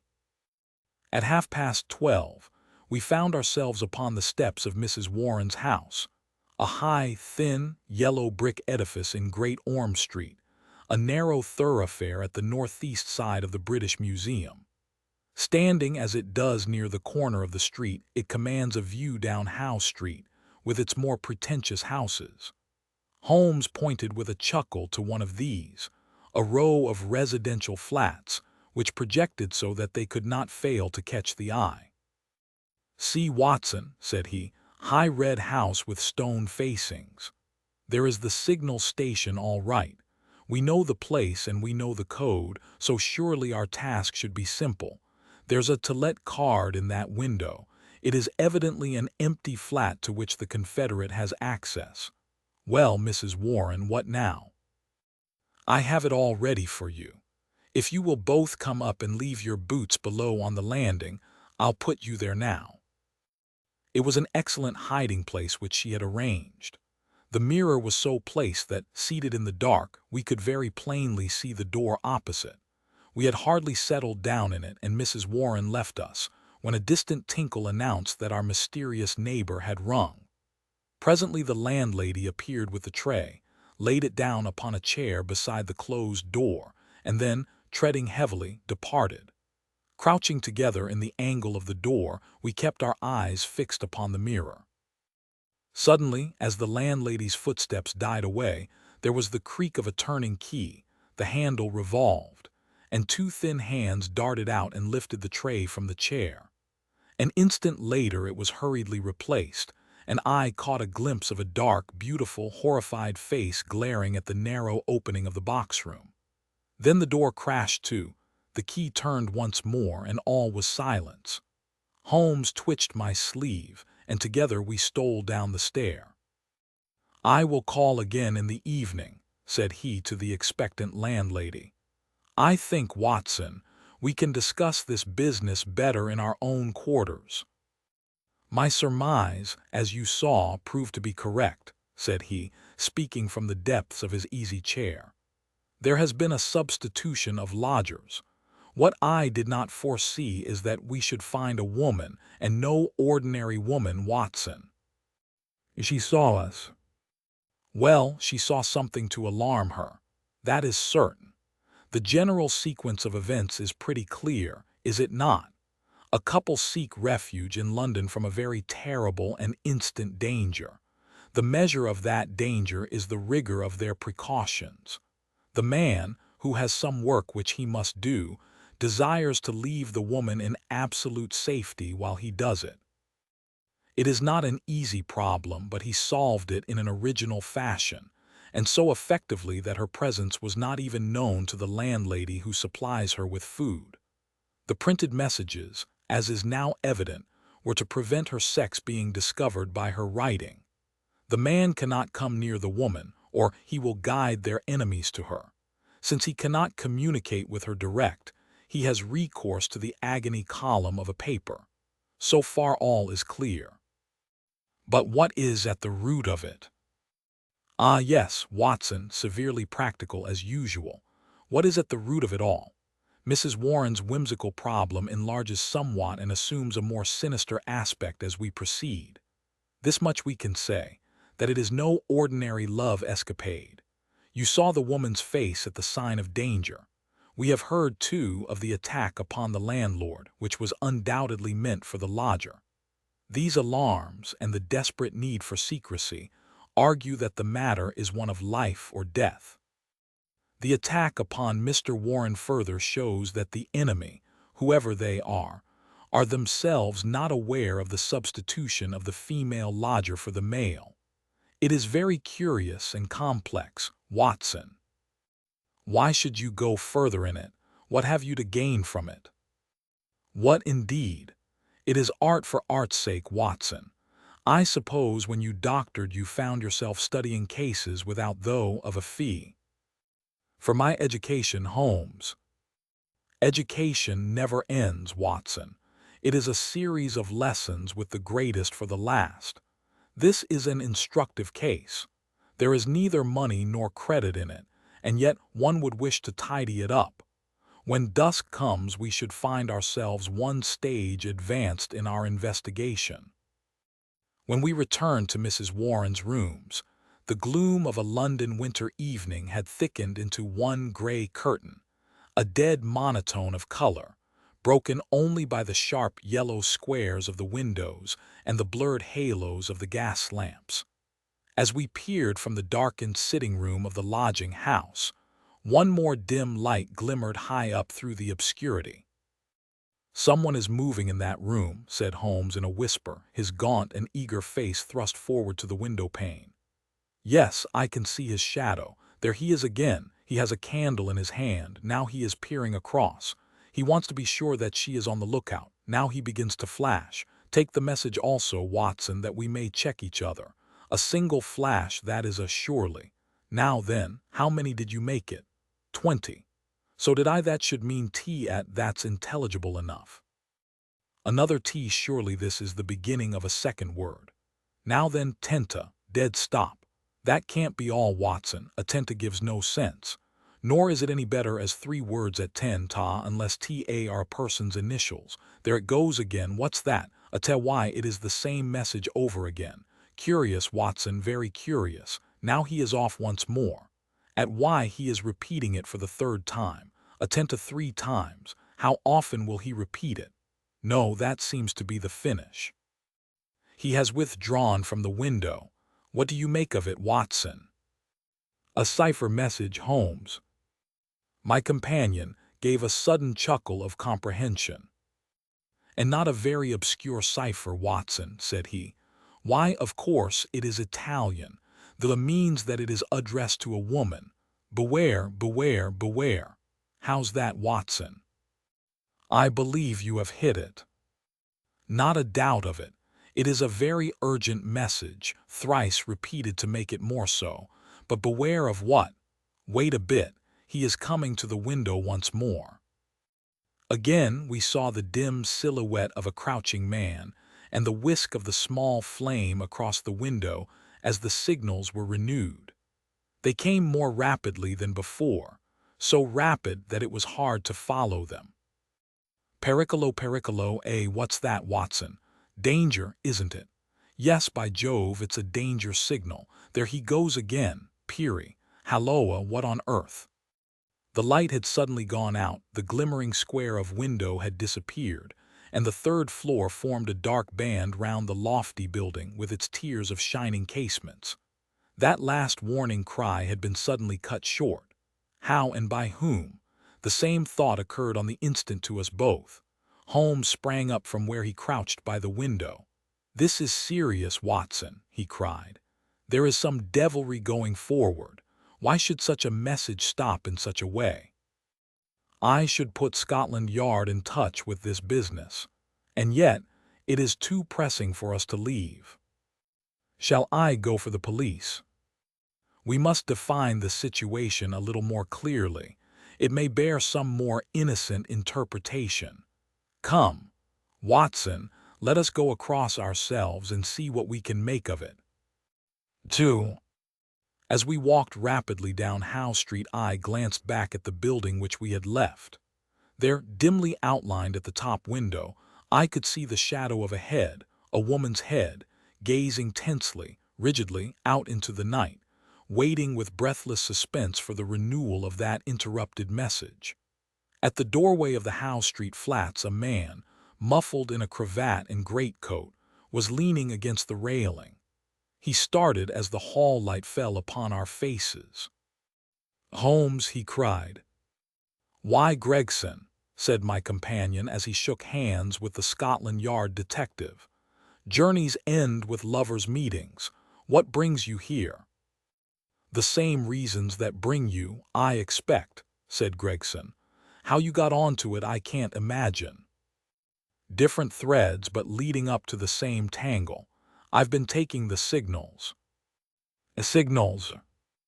"Yes, from that window. They broke off in the middle. We came over to see the reason. But since it is safe in your hands, I see no object in continuing the business." "Wait a bit," cried Gregson eagerly. "I'll do you this justice, Mr. Holmes, that I was never in a case yet that I didn't feel stronger for having you on my side. There's only the one exit to these flats, so we have him safe." "Who is he?" Well, well, we score over you for once, Mr. Holmes. You must give us best this time." He struck his stick sharply upon the ground, on which a cabman, his whip in his hand, sauntered over from a four-wheeler which stood on the far side of the street. "May I introduce you to Mr. Sherlock Holmes?" he said to the cabman. "This is Mr. Leverton, of Pinkerton's American Agency." "The hero of the Long Island Cave mystery," said Holmes. "Sir, I am pleased to meet you." The American, a quiet, businesslike young man with a clean-shaven, hatchet face, flushed up at the words of commendation. "I am on the trail of my life now, Mr. Holmes," said he. "If I can get Gorgiano—" "What, Gorgiano of the Red Circle?" "Oh, he has a European fame, has he? Well, we've learned all about him in America. We know he is at the bottom of 50 murders, and yet we have nothing positive we can take him on. I tracked him over from New York, and I've been close to him for a week in London, waiting some excuse to get my hand on his collar. Mr. Gregson and I ran him to ground in that big tenement house, and there's only the one door, so he can't slip us. There's 3 folk come out since he went in, but I'll swear he wasn't one of them." "Mr. Holmes talks of signals," said Gregson. "I expect, as usual, he knows a good deal that we don't." In a few clear words, Holmes explained the situation as it had appeared to us. The American struck his hands together with vexation. "He's on to us," he cried. "Why do you think so?" "Well, it figures out that way, does it not? Here he is, sending out messages to an accomplice. There are several of his gang in London. Then suddenly, just as by your own account he was telling them that there was danger, he broke short off. What could it mean except that from the window he had suddenly either caught sight of us in the street, or in some way come to understand how close the danger was, and that he must act right away if he was to avoid it? What do you suggest, Mr. Holmes? That we go up at once and see for ourselves. But we have no warrant for his arrest. He is in unoccupied premises under suspicious circumstances, said Gregson. That is good enough for the moment. When we have him by the heels, we can see if New York can't help us to keep him. I'll take the responsibility of arresting him now. Our official detectives may blunder in the matter of intelligence, but never in that of courage. Gregson climbed the stair to arrest this desperate murderer with the same absolutely quiet and businesslike bearing with which he would have ascended the official staircase of Scotland Yard. The Pinkerton man had tried to push past him, but Gregson had firmly elbowed him back. London dangers were the privilege of the London force. The door of the left hand flat upon the third landing was standing ajar. Gregson pushed it open. Within all was absolute silence and darkness. I struck a match and lit the detective's lantern.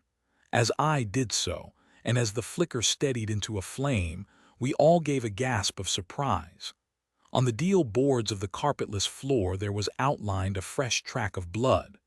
The red steps pointed towards us and led away from an inner room, the door of which was closed. Gregson flung it open and held his light full blaze in front of him, while we all peered eagerly over his shoulders. In the middle of the floor of the empty room was huddled the figure of an enormous man, his clean-shaven, swarthy face grotesquely horrible in its contortion, and his head encircled by a ghastly crimson halo of blood, lying in a broad wet circle upon the white woodwork. His knees were drawn up, his hands thrown out in agony, and from the center of his broad, brown, upturned throat there projected the white haft of a knife driven blade-deep into his body. Giant as he was, the man must have gone down like a poleaxed ox before that terrific blow. Beside his right hand, a most formidable horn-handled, two-edged dagger lay upon the floor, and near it a black kid glove. "By George, it's Black Gorgiano himself," cried the American detective. "Someone has got ahead of us this time." "Here is the candle in the window, Mr. Holmes," said Gregson. "Why, whatever are you doing?" Holmes had stepped across, had lit the candle, and was passing it backward and forward across the window panes. Then he peered into the darkness, blew the candle out, and threw it on the floor. "I rather think that will be helpful," said he. He came over and stood in deep thought while the two professionals were examining the body. "You say that 3 people came out from the flat while you were waiting downstairs," said he at last. "Did you observe them closely?" "Yes, I did." "Was there a fellow about 30, black-bearded, dark, of middle size?" "Yes, he was the last to pass me." "That is your man, I fancy. I can give you his description, and we have a very excellent outline of his footmark. That should be enough for you." "Not much, Mr. Holmes, among the millions of London. Perhaps not. That is why I thought it best to summon this lady to your aid." We all turned round at the words. There, framed in the doorway, was a tall and beautiful woman, the mysterious lodger of Bloomsbury. Slowly she advanced, her face pale and drawn with a frightful apprehension, her eyes fixed and staring, her terrified gaze riveted upon the dark figure on the floor. "You have killed him," she muttered. "Oh, Dio mio, you have killed him." Then I heard a sudden sharp intake of her breath, and she sprang into the air with a cry of joy. Round and round the room she danced, her hands clapping, her dark eyes gleaming with delighted wonder, and 1,000 pretty Italian exclamations pouring from her lips. It was terrible and amazing to see such a woman so convulsed with joy at such a sight. Suddenly she stopped and gazed at us all with a questioning stare. "But you are police, are you not?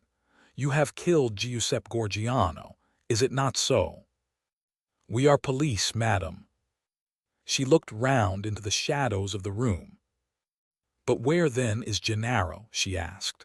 He is my husband, Gennaro Luca. I am Emilia Luca, and we are both from New York. Where is Gennaro? He called me this moment from this window, and I ran with all my speed. It was I who called, said Holmes. You, how could you call? Your cipher was not difficult, madam. Your presence here was desirable. I knew that I had only to flash Vini, and you would surely come. The beautiful Italian looked with awe at my companion. I do not understand how you know these things, she said. Giuseppe Gorgiano, how did he? She paused, and then suddenly her face lit up with pride and delight. Now I see it, my Gennaro, my splendid, beautiful Gennaro, who has guarded me safe from all harm. He did it. With his own strong hand he killed the monster. Oh, Gennaro, how wonderful you are! What woman could ever be worthy of such a man?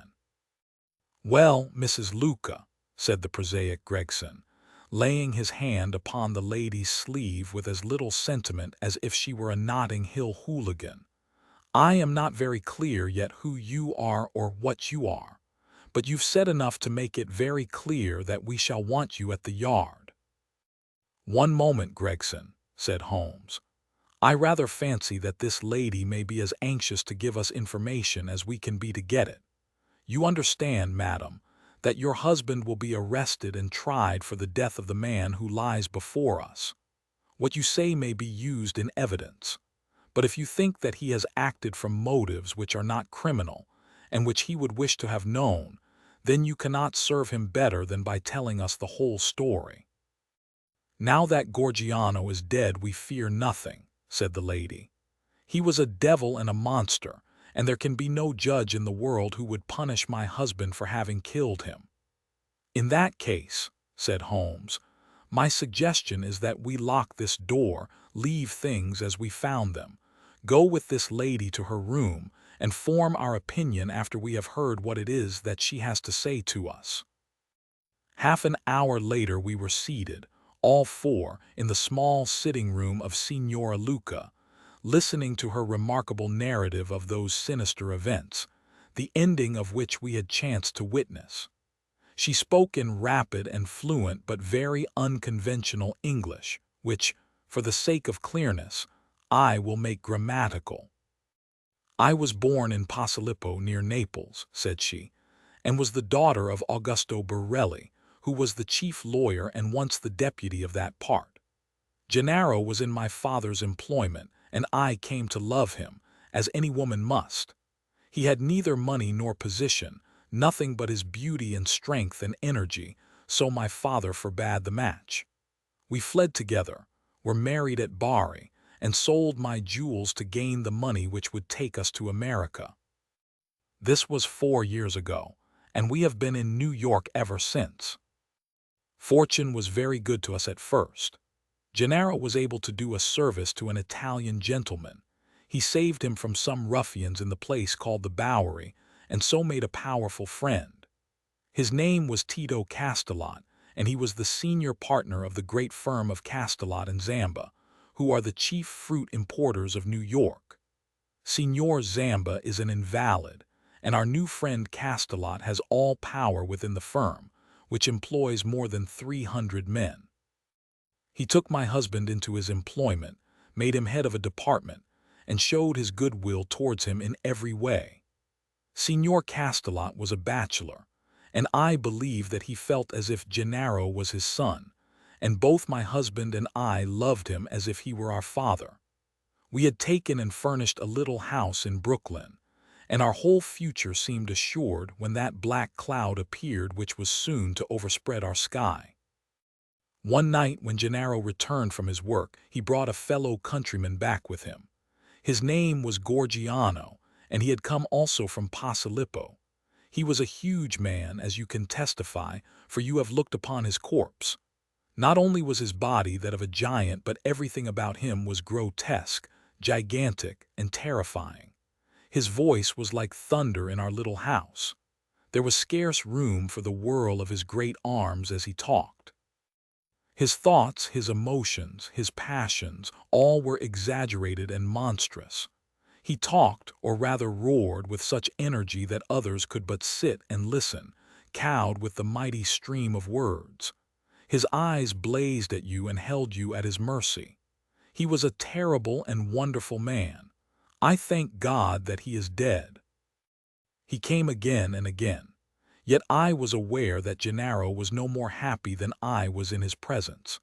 My poor husband would sit pale and listless, listening to the endless raving upon politics and upon social questions which made up our visitor's conversation.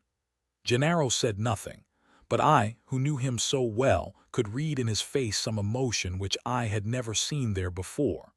At first I thought that it was dislike, and then gradually I understood that it was more than dislike. It was fear, a deep, secret, shrinking fear. That night, the night that I read his terror, I put my arms round him and I implored him by his love for me, and by all that he held dear, to hold nothing from me, and to tell me why this huge man overshadowed him so. He told me, and my own heart grew cold as ice as I listened.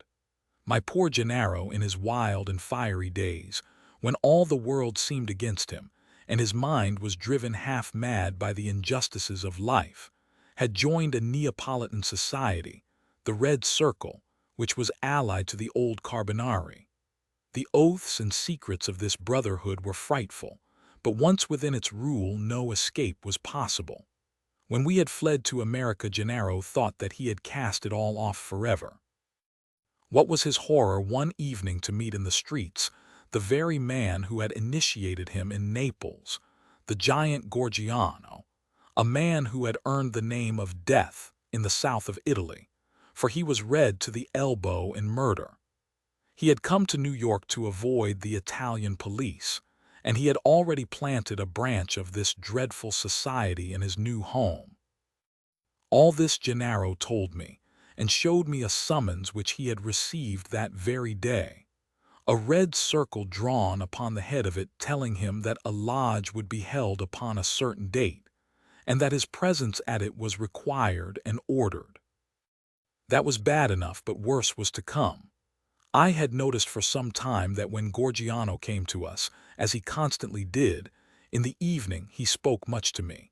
And even when his words were to my husband, those terrible, glaring, wild beast eyes of his were always turned upon me. One night his secret came out. I had awakened what he called love within him, the love of a brute, a savage. Gennaro had not yet returned when he came.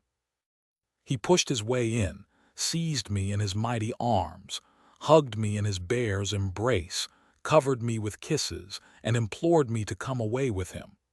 I was struggling and screaming when Gennaro entered and attacked him. He struck Gennaro senseless and fled from the house which he was never more to enter. It was a deadly enemy that we made that night. A few days later came the meeting. Gennaro returned from it with a face which told me that something dreadful had occurred. It was worse than we could have imagined possible. The funds of the society were raised by blackmailing rich Italians and threatening them with violence should they refuse the money. It seems that Castellot, our dear friend and benefactor, had been approached. He had refused to yield to threats, and he had handed the notices to the police. It was resolved now that such an example should be made of him as would prevent any other victim from rebelling. At the meeting it was arranged that he and his house should be blown up with dynamite. There was a drawing of lots as to who should carry out the deed. Gennaro saw our enemy's cruel face smiling at him as he dipped his hand in the bag. No doubt it had been prearranged in some fashion, for it was the fatal disc with the red circle upon it, the mandate for murder, which lay upon his palm. He was to kill his best friend, or he was to expose himself and me to the vengeance of his comrades. It was part of their fiendish system to punish those whom they feared or hated by injuring not only their own persons, but those whom they loved, and it was the knowledge of this which hung as a terror over my poor Gennaro's head, and drove him nearly crazy with apprehension. All that night we sat together, our arms round each other, each strengthening each for the troubles that lay before us. The very next evening had been fixed for the attempt. By midday my husband and I were on our way to London, but not before he had given our benefactor full warning of his danger, and had also left such information for the police as would safeguard his life for the future. Rest, gentlemen, you know for yourselves. We were sure that our enemies would be behind us like our own shadows. Gorgiano had his private reasons for vengeance, but in any case we knew how ruthless, cunning, and untiring he could be. Both Italy and America are full of stories of his dreadful powers. If ever they were exerted, it would be now. My darling made use of the few clear days which our start had given us in arranging for a refuge for me in such a fashion that no possible danger could reach me. For his own part, he wished to be free that he might communicate both with the American and with the Italian police. I do not myself know where he lived or how. All that I learned was through the columns of a newspaper. But once as I looked through my window, I saw two Italians watching the house, and I understood that in some way Gorgiano had found out our retreat. Finally Gennaro told me, through the paper, that he would signal to me from a certain window. But when the signals came, they were nothing but warnings, which were suddenly interrupted. It is very clear to me now that he knew Gorgiano to be close upon him, and that, thank God, he was ready for him when he came. And now, gentlemen, I would ask you whether we have anything to fear from the law, or whether any judge upon earth would condemn my Gennaro for what he has done. "Well, Mr. Gregson," said the American, looking across at the official, "I don't know what your British point of view may be, but I guess that in New York this lady's husband will receive a pretty general vote of thanks." "She will have to come with me and see the chief," Gregson answered. "If what she says is corroborated, I do not think she or her husband has much to fear. But what I can't make head or tail of, Mr. Holmes, is how on earth you got yourself mixed up in the matter." "Education, Gregson, education. Still seeking knowledge at the old university. Well, Watson, you have one more specimen of the tragic and grotesque to add to your collection. By the way, it is not 8 o'clock, and a Wagner night at Covent Garden. If we hurry, we might be in time for the second act." The disappearance of Lady Frances Carfax. "But why Turkish?" asked Mr. Sherlock Holmes, gazing fixedly at my boots. I was reclining in a cane-backed chair at the moment, and my protruded feet had attracted his ever-active attention. "English," I answered in some surprise. "I got them at Latimer's in Oxford Street." Holmes smiled with an expression of weary patience. "The bath," he said, "the bath. Why the relaxing and expensive Turkish rather than the invigorating home-made article?" "Because for the last few days I have been feeling rheumatic and old. A Turkish bath is what we call an alterative in medicine, a fresh starting point, a cleanser of the system. By the way, Holmes," I added, "I have no doubt the connection between my boots and a Turkish bath is a perfectly self-evident one to a logical mind, and yet I should be obliged to you if you would indicate it." "The train of reasoning is not very obscure, Watson," said Holmes with a mischievous twinkle. "It belongs to the same elementary class of deduction which I should illustrate if I were to ask you who shared your cab in your drive this morning." "I don't admit that a fresh illustration is an explanation," said I with some asperity. "Bravo, Watson! A very dignified and logical remonstrance. Let me see, what were the points? Take the last one first, the cab. You observe that you have some splashes on the left sleeve and shoulder of your coat. Had you sat in the center of a hansom you would probably have had no splashes, and if you had they would certainly have been symmetrical. Therefore it is clear that you sat at the side. Therefore it is equally clear that you had a companion." That is very evident. Absurdly commonplace, is it not? But the boots and the bath, equally childish. You are in the habit of doing up your boots in a certain way. I see them on this occasion fastened with an elaborate double bow, which is not your usual method of tying them. You have therefore had them off. Who has tied them, a bookmaker or the boy at the bath? It is unlikely that it is the bookmaker, since your boots are nearly new. Well, what remains? The bath. Absurd, is it not? But for all that, the Turkish bath has served a purpose. What is that?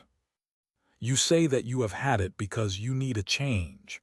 Let me suggest that you take one. How would Lausanne do, my dear Watson? First-class tickets and all expenses paid on a princely scale. Splendid, but why? Holmes leaned back in his armchair and took his notebook from his pocket. One of the most dangerous classes in the world, said he, is the drifting and friendless woman. She is the most harmless and often the most useful of mortals, but she is the inevitable inciter of crime in others. She is helpless. She is migratory. She has sufficient means to take her from country to country and from hotel to hotel. She is lost, as often as not, in a maze of obscure pensions and boarding houses. She is a stray chicken in a world of foxes. When she is gobbled up, she is hardly missed. I much fear that some evil has come to the Lady Frances Carfax. I was relieved at this sudden descent from the general to the particular. Holmes consulted his notes. Lady Frances, he continued, is the sole survivor of the direct family of the late Earl of Ruffton. The estates went, as you may remember, in the male line. She was left with limited means, but with some very remarkable old Spanish jewelry of silver and curiously cut diamonds to which she was fondly attached, for she refused to leave them with her banker and always carried them about with her. A rather pathetic figure, the Lady Frances, a beautiful woman, still in fresh middle age, and yet by a strange chance the last derelict of what only 20 years ago was a goodly fleet. What has happened to her then? Ah, what has happened to the Lady Frances? Is she alive or dead? There is our problem. She is a lady of precise habits, and for 4 years it has been her invariable custom to write every second week to Miss Daubeny, her old governess, who has long retired and lives in Camberwell. It is this Miss Daubeny who has consulted me. Nearly 5 weeks have passed without a word. The last letter was from the Hotel National at Lausanne. Lady Frances seems to have left there and given no address. The family are anxious, and as they are exceedingly wealthy, no sum will be spared if we can clear the matter up.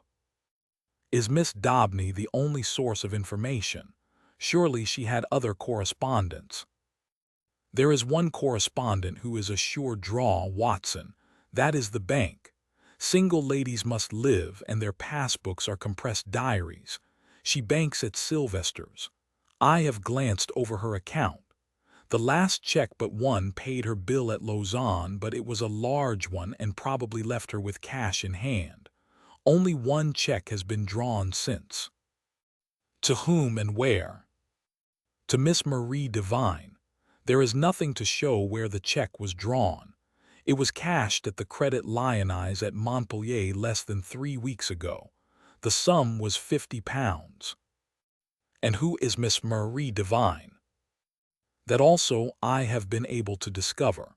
Miss Marie Devine was the maid of Lady Frances Carfax. Why she should have paid her this check we have not yet determined. I have no doubt, however, that your researches will soon clear the matter up. My researches. Hence the health-giving expedition to Lausanne. You know that I cannot possibly leave London while old Abrahams is in such mortal terror of his life. Besides, on general principles, it is best that I should not leave the country. Scotland Yard feels lonely without me, and it causes an unhealthy excitement among the criminal classes. Go then, my dear Watson, and if my humble counsel can ever be valued at so extravagant a rate as 2 pence a word, it waits your disposal night and day at the end of the continental wire. 2 days later found me at the Hotel National at Lausanne, where I received every courtesy at the hands of M. Moser, the well-known manager.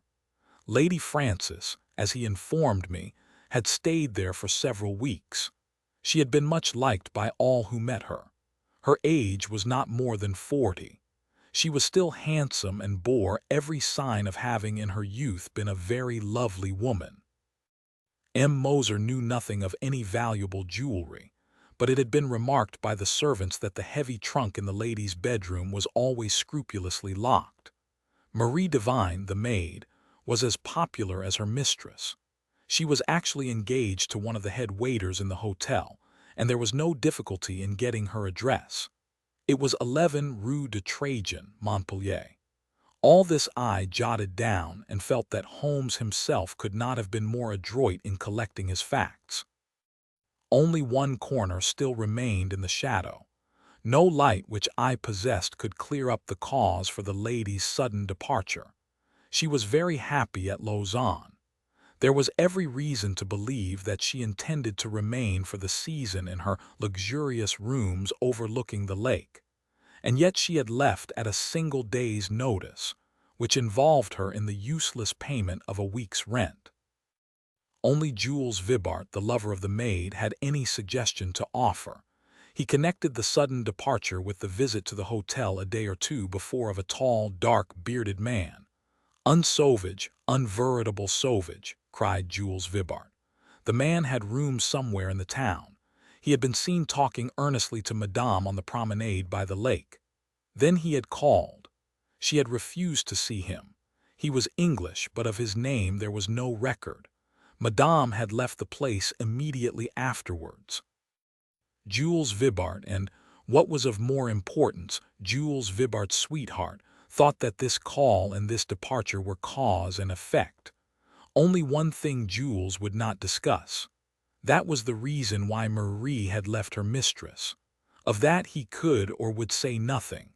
If I wished to know, I must go to Montpellier and ask her.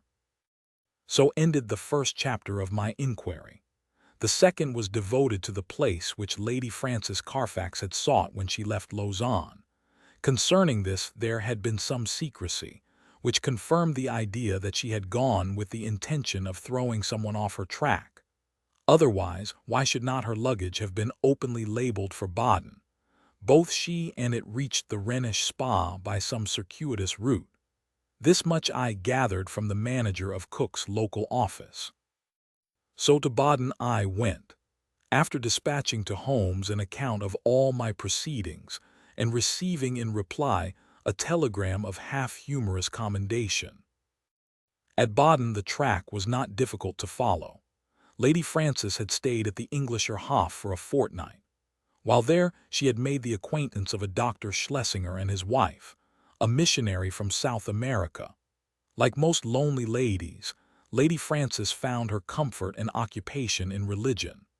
Dr. Schlesinger's remarkable personality, his wholehearted devotion, and the fact that he was recovering from a disease contracted in the exercise of his apostolic duties affected her deeply. She had helped Mrs. Schlesinger in the nursing of the convalescent saint. He spent his day, as the manager described it to me, upon a lounge chair on the veranda, with an attendant lady upon either side of him. He was preparing a map of the Holy Land, with special reference to the kingdom of the Midianites, upon which he was writing a monograph. Finally, having improved much in health, he and his wife had returned to London, and Lady Frances had started thither in their company. This was just 3 weeks before, and the manager had heard nothing since.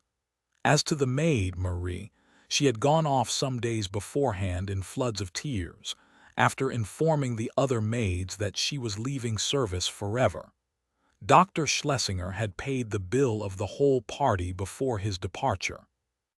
"By the way," said the landlord in conclusion, "you are not the only friend of Lady Frances Carfax who is inquiring after her just now. Only a week or so ago we had a man here upon the same errand." "Did he give a name?" I asked. "None, but he was an Englishman, though of an unusual type." "A savage," said I, linking my facts after the fashion of my illustrious friend. "Exactly. That describes him very well. He is a bulky, bearded, sunburned fellow, who looks as if he would be more at home in a farmer's inn than in a fashionable hotel. A hard, fierce man, I should think, and one whom I should be sorry to offend."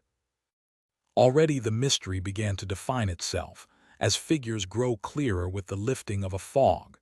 Here was this good and pious lady pursued from place to place by a sinister and unrelenting figure.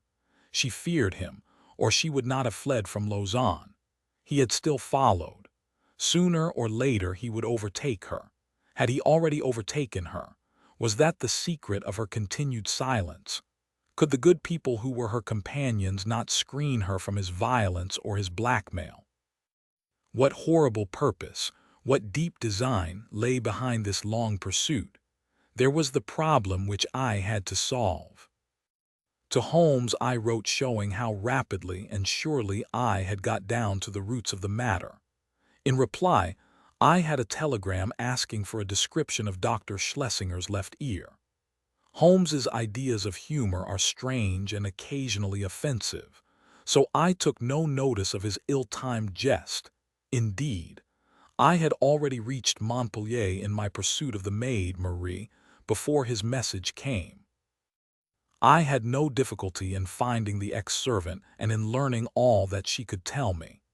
She was a devoted creature, who had only left her mistress because she was sure that she was in good hands, and because her own approaching marriage made a separation inevitable in any case.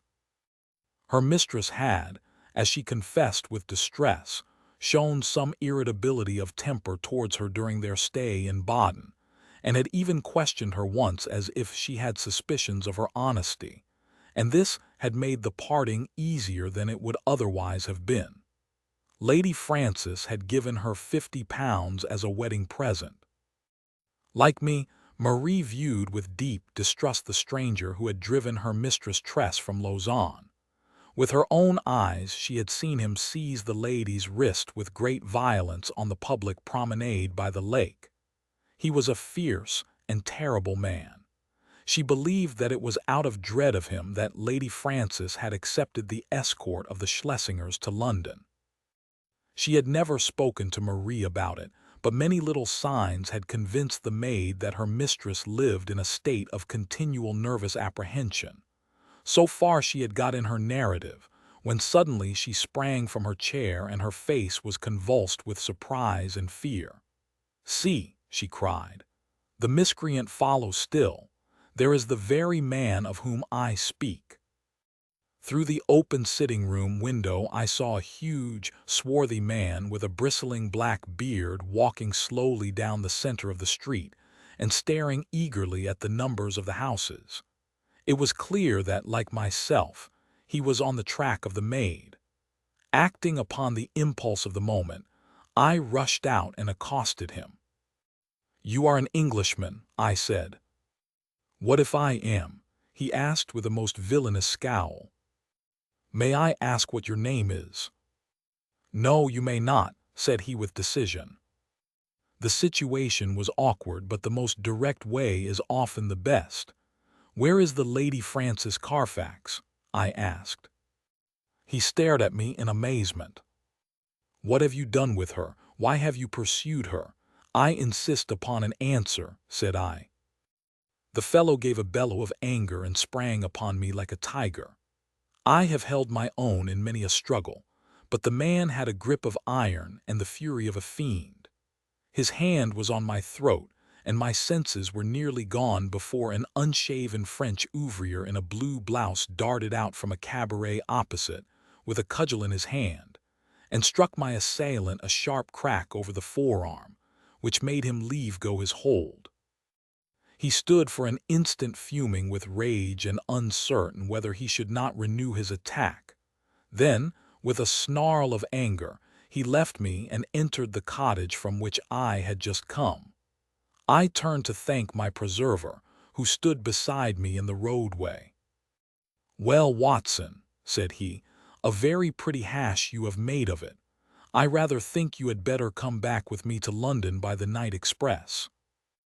An hour afterwards, Sherlock Holmes, in his usual garb and style, was seated in my private room at the hotel. His explanation of his sudden and opportune appearance was simplicity itself. For, finding that he could get away from London, he determined to head me off at the next obvious point of my travels. In the disguise of a working man, he had sat in the cabaret waiting for my appearance.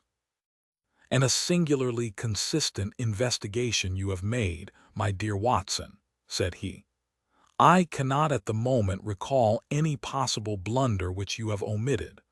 The total effect of your proceeding has been to give the alarm everywhere, and yet to discover nothing." "Perhaps you would have done no better," I answered bitterly.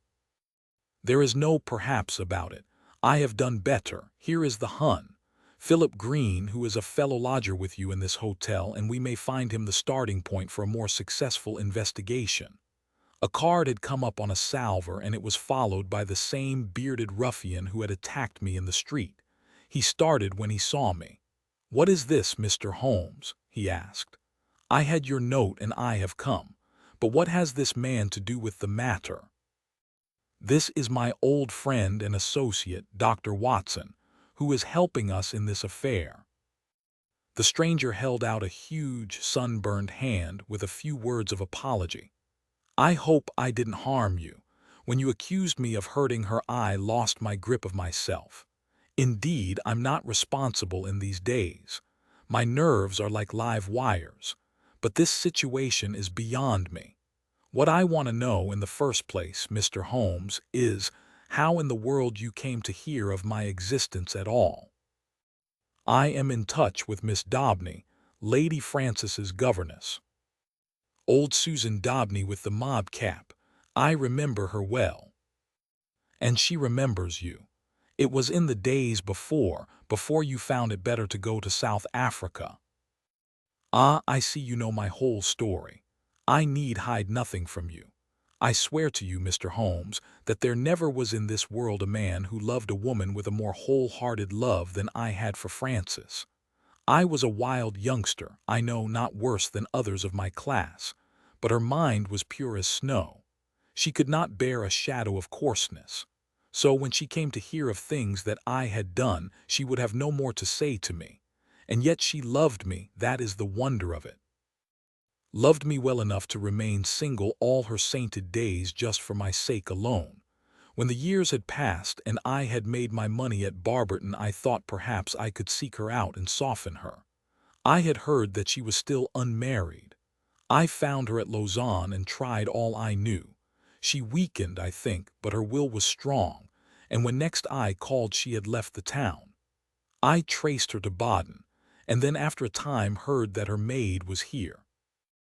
I'm a rough fellow, fresh from a rough life, and when Dr. Watson spoke to me as he did, I lost hold of myself for a moment. But for God's sake tell me what has become of the Lady Francis."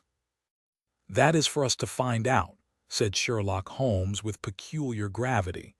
"What is your London address, Mr. Green?" "The Langham Hotel will find me." "Then may I recommend that you return there and be on hand in case I should want you. I have no desire to encourage false hopes, but you may rest assured that all that can be done will be done for the safety of Lady Francis. I can say no more for the instant. I will leave you this card so that you may be able to keep in touch with us. Now, Watson, if you will pack your bag, I will cable to Mrs. Hudson to make one of her best efforts for 2 hungry travelers at 7:30 tomorrow." A telegram was awaiting us when we reached our Baker Street rooms, which Holmes read with an exclamation of interest and threw across to me. "Jagged or torn," was the message, and the place of origin Baden. "What is this?" I asked. "It is everything," Holmes answered. You may remember my seemingly irrelevant question as to this clerical gentleman's left ear. You did not answer it. I had left Baden and could not inquire. Exactly. For this reason I sent a duplicate to the manager of the Englischer Hof, whose answer lies here. What does it show? It shows, my dear Watson, that we are dealing with an exceptionally astute and dangerous man. The Rev. Dr. Schlesinger, missionary from South America, is none other than Holy Peter's, one of the most unscrupulous rascals that Australia has ever evolved, and for a young country it has turned out some very finished types. His particular specialty is the beguiling of lonely ladies by playing upon their religious feelings, and his so-called wife, an Englishwoman named Fraser, is a worthy helpmate. The nature of his tactics suggested his identity to me, and this physical peculiarity, he was badly bitten in a saloon fight at Adelaide in '89, confirmed my suspicion. This poor lady is in the hands of a most infernal couple, who will stick at nothing, Watson. That she is already dead is a very likely supposition. If not, she is undoubtedly in some sort of confinement and unable to write to Miss Daubeny or her other friends. It is always possible that she never reached London, or that she has passed through it, but the former is improbable, as, with their system of registration, it is not easy for foreigners to play tricks with the continental police, and the latter is also unlikely, as these rogues could not hope to find any other place where it would be as easy to keep a person under restraint. All my instincts tell me that she is in London, but as we have at present no possible means of telling where, we can only take the obvious steps, eat our dinner, and possess our souls in patience. Later in the evening, I will stroll down and have a word with friend Lestrade at Scotland Yard. But neither the official police nor Holmes's own small but very efficient organization sufficed to clear away the mystery. Amid the crowded millions of London, the three persons we sought were as completely obliterated as if they had never lived. Advertisements were tried and failed. Clues were followed and led to nothing. Every criminal resort which Schlesinger might frequent was drawn in vain. His old associates were watched, but they kept clear of him.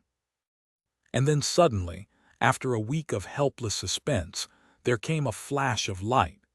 A silver and brilliant pendant of old Spanish design had been pawned at Bovington's, in Westminster Road. The pawner was a large, clean-shaven man of clerical appearance. His name and address were demonstrably false. The ear had escaped notice, but the description was surely that of Schlesinger. 3 times had our bearded friend from the Langham called for news, the 3rd time within an hour of this fresh development. His clothes were getting looser on his great body. He seemed to be wilting away in his anxiety. "If you will only give me something to do," was his constant wail. At last Holmes could oblige him. "He has begun to pawn the jewels. We should get him now." "But does this mean that any harm has befallen the Lady Frances?" Holmes shook his head very gravely. "Supposing that they have held her prisoner up to now, it is clear that they cannot let her loose without their own destruction. We must prepare for the worst." "What can I do?" "These people do not know you by sight." "No." "It is possible that he will go to some other pawnbroker in the future. In that case, we must begin again. On the other hand, he has had a fair price and no questions asked, so if he is in need of ready money he will probably come back to Bovington's. I will give you a note to them, and they will let you wait in the shop. If the fellow comes you will follow him home, but no indiscretion and above all, no violence. I put you on your honor that you will take no step without my knowledge and consent." For 2 days the Hun, Philip Green he was, I may mention, the son of the famous admiral of that name who commanded the Sea of Azov fleet in the Crimean War, brought us no news. On the evening of the 3rd he rushed into our sitting-room, pale, trembling, with every muscle of his powerful frame quivering with excitement. "We have him! We have him!" he cried. He was incoherent in his agitation. Holmes soothed him with a few words and thrust him into an armchair. "Come, now, give us the order of events," said he. "She came only an hour ago. It was the wife this time, but the pendant she brought was the fellow of the other. She is a tall, pale woman with ferret eyes."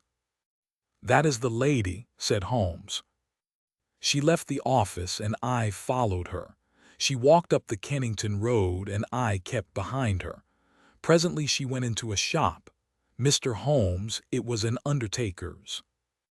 My companion started. "Well?" he asked in that vibrant voice which told of the fiery soul behind the cold gray face. "She was talking to the woman behind the counter. I entered as well. 'It is late,' I heard her say, or words to that effect. The woman was excusing herself. 'It should be there before now,' she answered. 'It took longer being out of the ordinary.' They both stopped and looked at me, so I asked some question and then left the shop." "You did excellently well. What happened next?" "The woman came out, but I had hid myself in a doorway. Her suspicions had been aroused, I think, for she looked round her. Then she called a cab and got in. I was lucky enough to get another and so to follow her. She got down at last at number 36 Pulteney Square, Brixton. I drove past, left my cab at the corner of the square and watched the house." "Did you see anyone?" "The windows were all in darkness save one on the lower floor. The blind was down and I could not see in. I was standing there, wondering what I should do next when a covered van drove up with 2 men in it. They descended, took something out of the van and carried it up the steps to the hall door. Mr. Holmes, it was a coffin." For an instant I was on the point of rushing in. The door had been opened to admit the men and their burden. It was the woman who had opened it. But as I stood there she caught a glimpse of me, and I think that she recognized me. I saw her start and she hastily closed the door. I remembered my promise to you, and here I am. "You have done excellent work," said Holmes, scribbling a few words upon a half-sheet of paper. "We can do nothing legal without a warrant, and you can serve the cause best by taking this note down to the authorities and getting one. There may be some difficulty, but I should think that the sale of the jewelry should be sufficient. Lestrade will see to all details. But they may murder her in the meanwhile. What could the coffin mean, and for whom could it be but for her? We will do all that can be done, Mr. Green. Not a moment will be lost. Leave it in our hands. Now, Watson," he added as our client hurried away, "he will set the regular forces on the move. We are, as usual, the irregulars, and we must take our own line of action. The situation strikes me as so desperate that the most extreme measures are justified. Not a moment is to be lost in getting to Pulteney Square. Let us try to reconstruct the situation," said he, as we drove swiftly past the Houses of Parliament and over Westminster Bridge. "These villains have coaxed this unhappy lady to London, after first alienating her from her faithful maid. If she has written any letters, they have been intercepted. Through some confederate they have engaged a furnished house. Once inside it, they have made her a prisoner, and they have become possessed of the valuable jewelry which has been their object from the first. Already they have begun to sell part of it, which seems safe enough to them, since they have no reason to think that anyone is interested in the lady's fate. When she is released she will, of course, denounce them. Therefore, she must not be released, but they cannot keep her under lock and key forever. So murder is their only solution. That seems very clear. Now we will take another line of reasoning. When you follow 2 separate chains of thought, Watson, you will find some point of intersection which should approximate to the truth. We will start now, not from the lady but from the coffin, and argue backward. That incident proves, I fear, beyond all doubt that the lady is dead. It points also to an orthodox burial with proper accompaniment of medical certificate and official sanction. Had the lady been obviously murdered, they would have buried her in a hole in the back garden. But here all is open and regular. What does that mean? Surely that they have done her to death in some way which has deceived the doctor and simulated a natural end, poisoning perhaps. And yet how strange that they should ever let a doctor approach her unless he were a confederate, which is hardly a credible proposition. Could they have forged a medical certificate? Dangerous, Watson, very dangerous. No, I hardly see them doing that. Pull up, cabby. This is evidently the undertaker's, for we have just passed the pawnbroker's. Would you go in, Watson? Your appearance inspires confidence. Ask what hour the Pulteney Square funeral takes place tomorrow. The woman in the shop answered me without hesitation that it was to be at 8 o'clock in the morning. You see, Watson, no mystery, everything above board. In some way the legal forms have undoubtedly been complied with, and they think that they have little to fear. Well, there's nothing for it now but a direct frontal attack. Are you armed? My stick. Well, well, we shall be strong enough. Thrice is he armed who hath his quarrel just. We simply can't afford to wait for the police or to keep within the four corners of the law. You can drive off, cabby. Now, Watson, we'll just take our luck together, as we have occasionally done in the past. He had rung loudly at the door of a great dark house in the center of Pulteney Square. It was opened immediately, and the figure of a tall woman was outlined against the dim-lit hall. "Well, what do you want?" she asked sharply, peering at us through the darkness. "I want to speak to Dr. Schlesinger," said Holmes. "There is no such person here," she answered, and tried to close the door, but Holmes had jammed it with his foot. "Well, I want to see the man who lives here, whatever he may call himself," said Holmes firmly. She hesitated, then she threw open the door. "Well, come in," said she. "My husband is not afraid to face any man in the world." She closed the door behind us and showed us into a sitting room on the right side of the hall, turning up the gas as she left us. "Mr. Peters will be with you in an instant," she said. Her words were literally true, for we had hardly time to look around the dusty and moth-eaten apartment in which we found ourselves before the door opened, and a big, clean-shaven, bald-headed man stepped lightly into the room. He had a large red face, with pendulous cheeks, and a general air of superficial benevolence which was marred by a cruel, vicious mouth. "There is surely some mistake here, gentlemen," he said in an unctuous, make-everything-easy voice. "I fancy that you have been misdirected, possibly if you tried farther down the street." "That will do. We have no time to waste," said my companion firmly. "You are Henry Peters of Adelaide, late the Rev. Dr. Schlesinger of Baden in South America. I am as sure of that as that my own name is Sherlock Holmes." Peters, as I will now call him, started and stared hard at his formidable pursuer. "I guess your name does not frighten me, Mr. Holmes," said he coolly. "When a man's conscience is easy you can't rattle him. What is your business in my house?"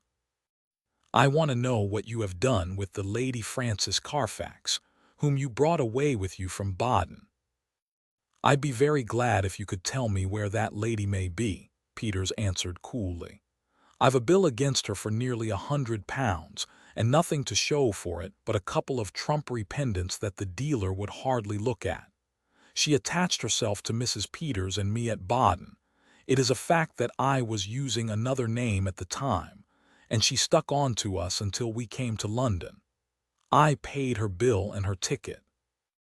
Once in London, she gave us the slip, and, as I say, left these out-of-date jewels to pay her bills. You find her, Mr. Holmes, and I'm your debtor." "I mean to find her," said Sherlock Holmes. I'm going through this house till I do find her." "Where is your warrant?" Holmes half drew a revolver from his pocket. "This will have to serve till a better one comes." "Why, you are a common burglar." "So you might describe me," said Holmes cheerfully. "My companion is also a dangerous ruffian, and together we are going through your house." Our opponent opened the door. "Fetch a policeman, Annie," said he.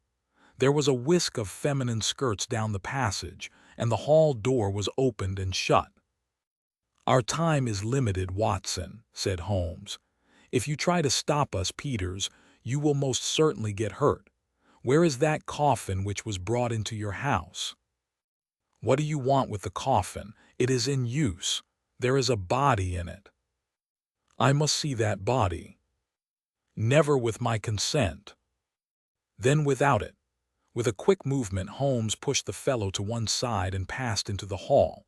A door half open stood immediately before us. We entered. It was the dining room. On the table, under a half-lit chandelier, the coffin was lying. Holmes turned up the gas and raised the lid. Deep down in the recesses of the coffin lay an emaciated figure. The glare from the lights above beat down upon an aged and withered face. By no possible process of cruelty, starvation, or disease could this worn-out wreck be the still beautiful Lady Frances. Holmes's face showed his amazement and also his relief. "Thank God," he muttered. "It's someone else." "Ah, you've blundered badly for once, Mr. Sherlock Holmes," said Peters, who had followed us into the room. "Who is this dead woman?" "Well, if you really must know, she is an old nurse of my wife's, Rose Spender by name, whom we found in the Brixton Workhouse infirmary. We brought her round here, called in Dr. Horsam, of 13 Furbank Villas. Mind you take the address, Mr. Holmes, and had her carefully tended, as Christian folk should. On the 3rd day she died. Certificate says senile decay, but that's only the doctor's opinion, and of course you know better. We ordered her funeral to be carried out by Stimson and Co. of the Kennington Road, who will bury her at 8 o'clock tomorrow morning. Can you pick any hole in that, Mr. Holmes? You've made a silly blunder, and you may as well own up to it. I'd give something for a photograph of your gaping, staring face when you pulled aside that lid expecting to see the Lady Frances Carfax, and only found a poor old woman of 90. Holmes's expression was as impassive as ever under the jeers of his antagonist, but his clenched hands betrayed his acute annoyance. "I am going through your house," said he. "Are you, though?" cried Peters as a woman's voice and heavy steps sounded in the passage. "We'll soon see about that. This way, officers, if you please. These men have forced their way into my house, and I cannot get rid of them. Help me to put them out." A sergeant and a constable stood in the doorway. Holmes drew his card from his case. "This is my name and address. This is my friend, Dr. Watson." "Bless you, sir, we know you very well," said the sergeant, "but you can't stay here without a warrant." "Of course not. I quite understand that." "Arrest him," cried Peters. "We know where to lay our hands on this gentleman if he is wanted," said the sergeant majestically. "But you'll have to go, Mr. Holmes." "Yes, Watson, we shall have to go." A minute later we were in the street once more. Holmes was as cool as ever, but I was hot with anger and humiliation. The sergeant had followed us. "Sorry, Mr. Holmes, but that's the law." "Exactly, Sergeant. You could not do otherwise." "I expect there was good reason for your presence there. If there is anything I can do—" "It's a missing lady, Sergeant, and we think she is in that house. I expect a warrant presently." "Then I'll keep my eye on the parties, Mr. Holmes. If anything comes along, I will surely let you know." It was only 9 o'clock, and we were off full cry upon the trail at once. First we drove to Brixton Workhouse Infirmary, where we found that it was indeed the truth that a charitable couple had called some days before, that they had claimed an imbecile old woman as a former servant, and that they had obtained permission to take her away with them. No surprise was expressed at the news that she had since died. The doctor was our next goal. He had been called in, had found the woman dying of pure senility, had actually seen her pass away, and had signed the certificate in due form. "I assure you that everything was perfectly normal and there was no room for foul play in the matter," said he. Nothing in the house had struck him as suspicious save that, for people of their class, it was remarkable that they should have no servant.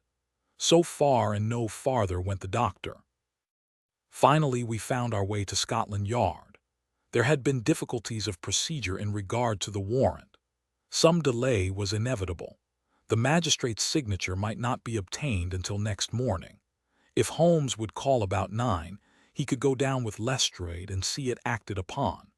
So ended the day, save that near midnight our friend, the sergeant, called to say that he had seen flickering lights here and there in the windows of the great dark house, but that no one had left it and none had entered. We could but pray for patience and wait for the morrow. Sherlock Holmes was too irritable for conversation and too restless for sleep. I left him smoking hard, with his heavy, dark brows knotted together, and his long, nervous fingers tapping upon the arms of his chair, as he turned over in his mind every possible solution of the mystery. Several times in the course of the night I heard him prowling about the house.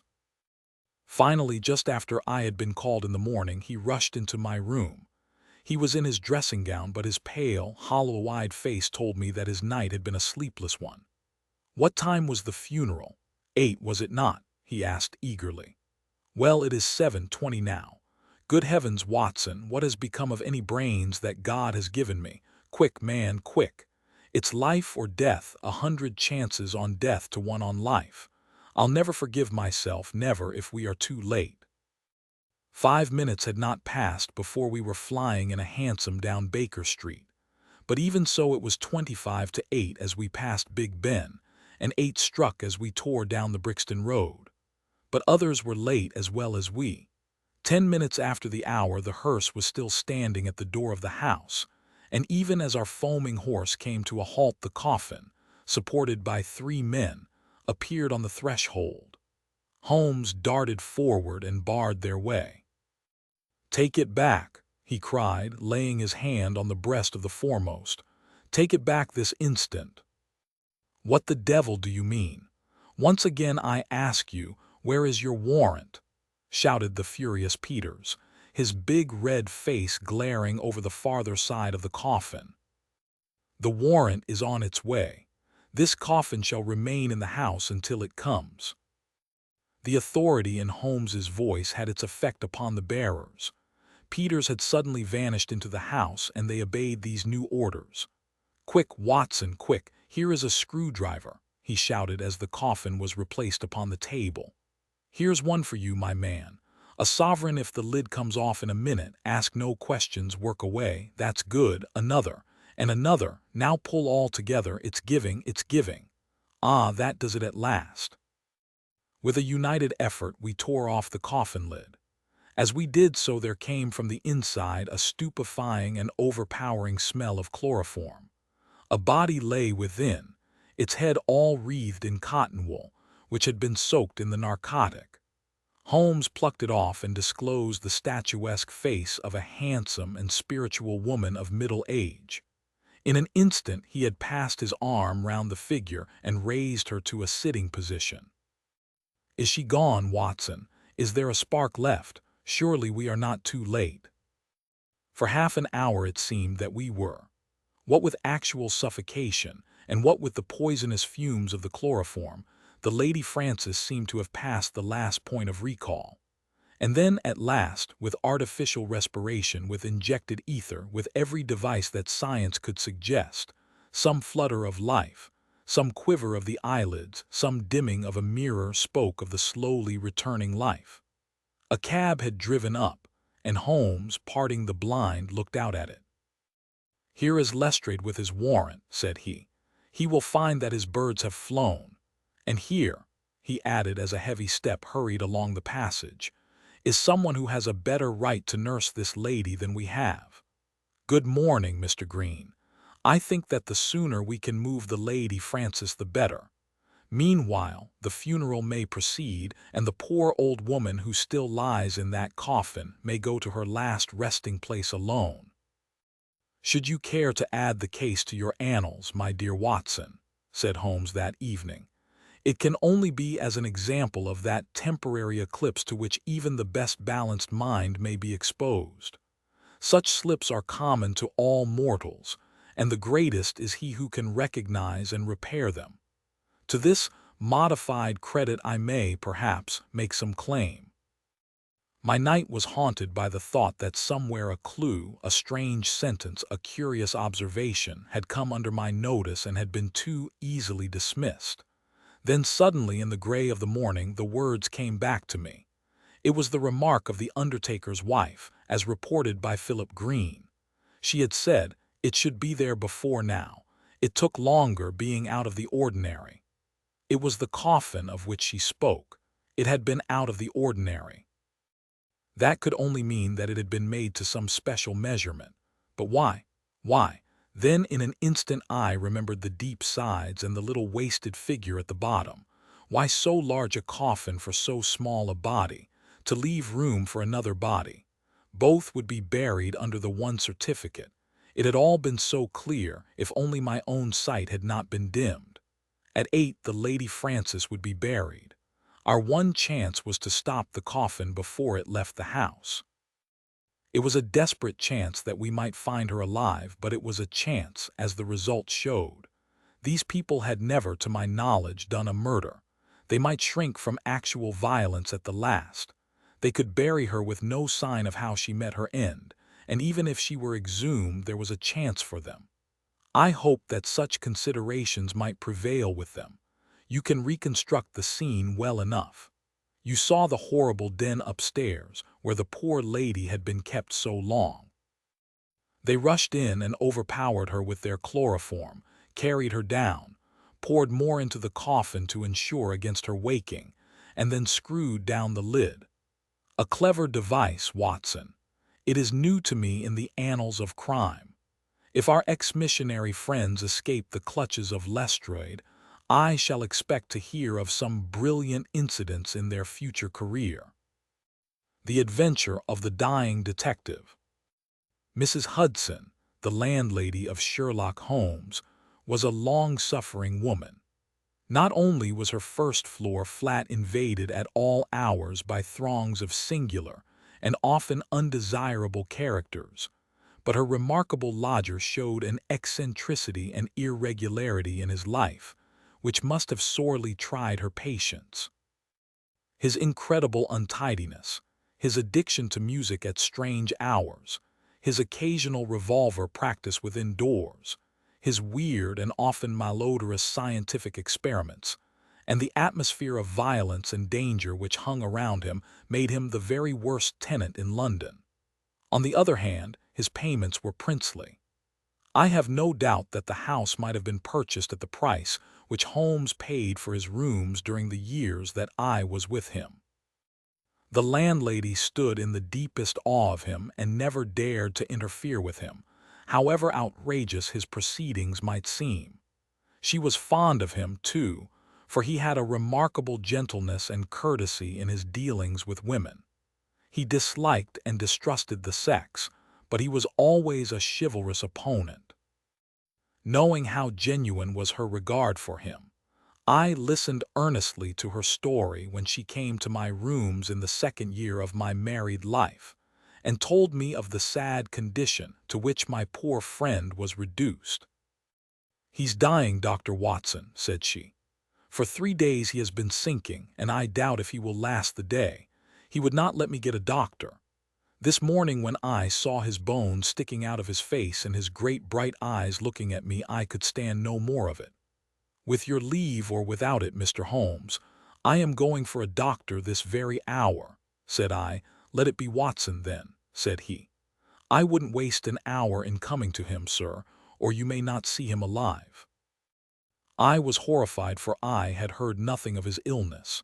I need not say that I rushed for my coat and my hat. As we drove back I asked for the details. "There is little I can tell you, sir. He has been working at a case down at Rotherhithe, in an alley near the river, and he has brought this illness back with him. He took to his bed on Wednesday afternoon and has never moved since. For these 3 days neither food nor drink has passed his lips." "Good God, why did you not call in a doctor?" "He wouldn't have it, sir. You know how masterful he is. I didn't dare to disobey him. But he's not long for this world, as you'll see for yourself the moment that you set eyes on him." He was indeed a deplorable spectacle. In the dim light of a foggy November day the sick room was a gloomy spot, but it was that gaunt, wasted face staring at me from the bed which sent a chill to my heart. His eyes had the brightness of fever, there was a hectic flush upon either cheek, and dark crusts clung to his lips. The thin hands upon the coverlet twitched incessantly, his voice was croaking and spasmodic. He lay listlessly as I entered the room, but the sight of me brought a gleam of recognition to his eyes. "Well, Watson, we seem to have fallen upon evil days," said he in a feeble voice, but with something of his old carelessness of manner. "My dear fellow," I cried, approaching him. "Stand back, stand right back," said he with the sharp imperiousness which I had associated only with moments of crisis. "If you approach me, Watson, I shall order you out of the house." "But why?" "Because it is my desire. Is that not enough?" Yes, Mrs. Hudson was right. He was more masterful than ever. It was pitiful, however, to see his exhaustion. "I only wished to help," I explained.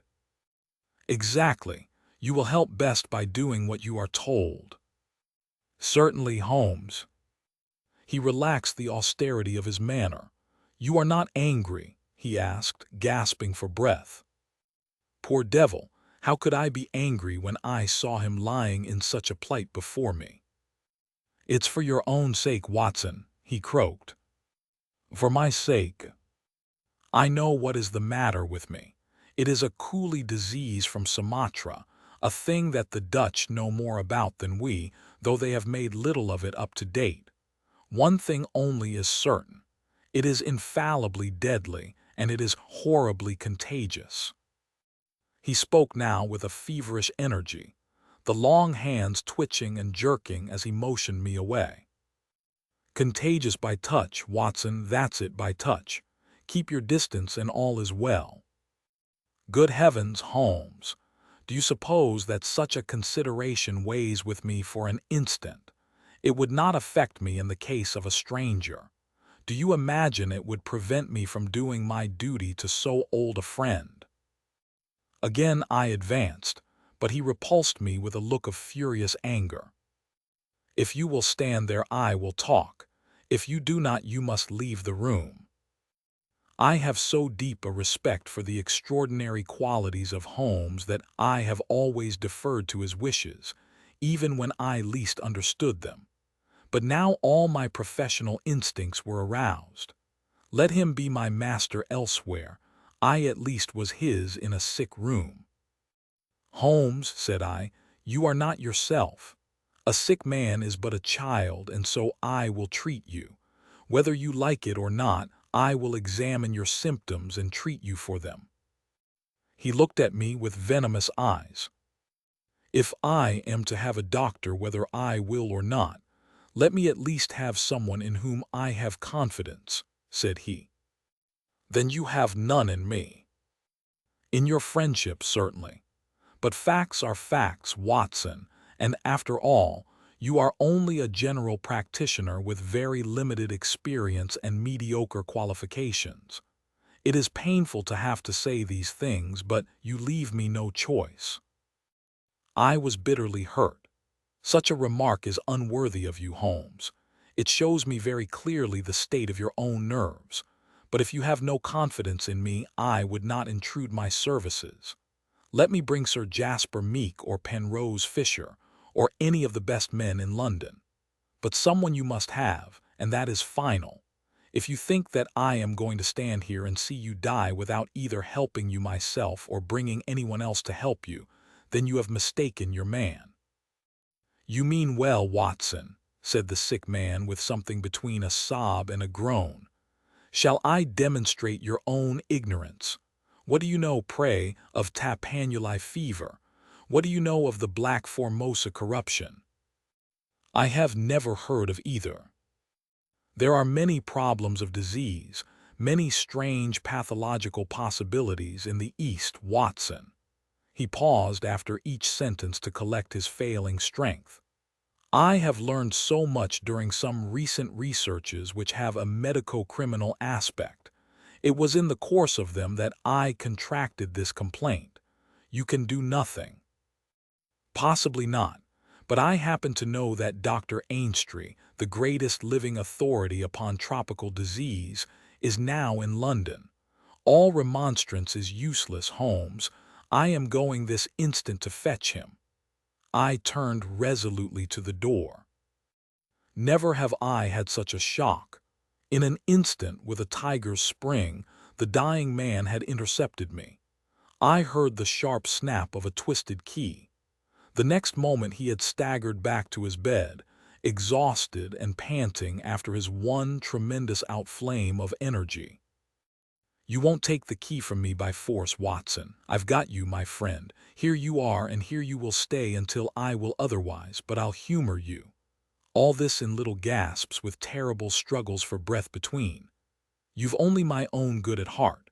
Of course I know that very well. You shall have your way, but give me time to get my strength. Not now, Watson, not now. It's 4 o'clock. At 6 you can go." "This is insanity, Holmes."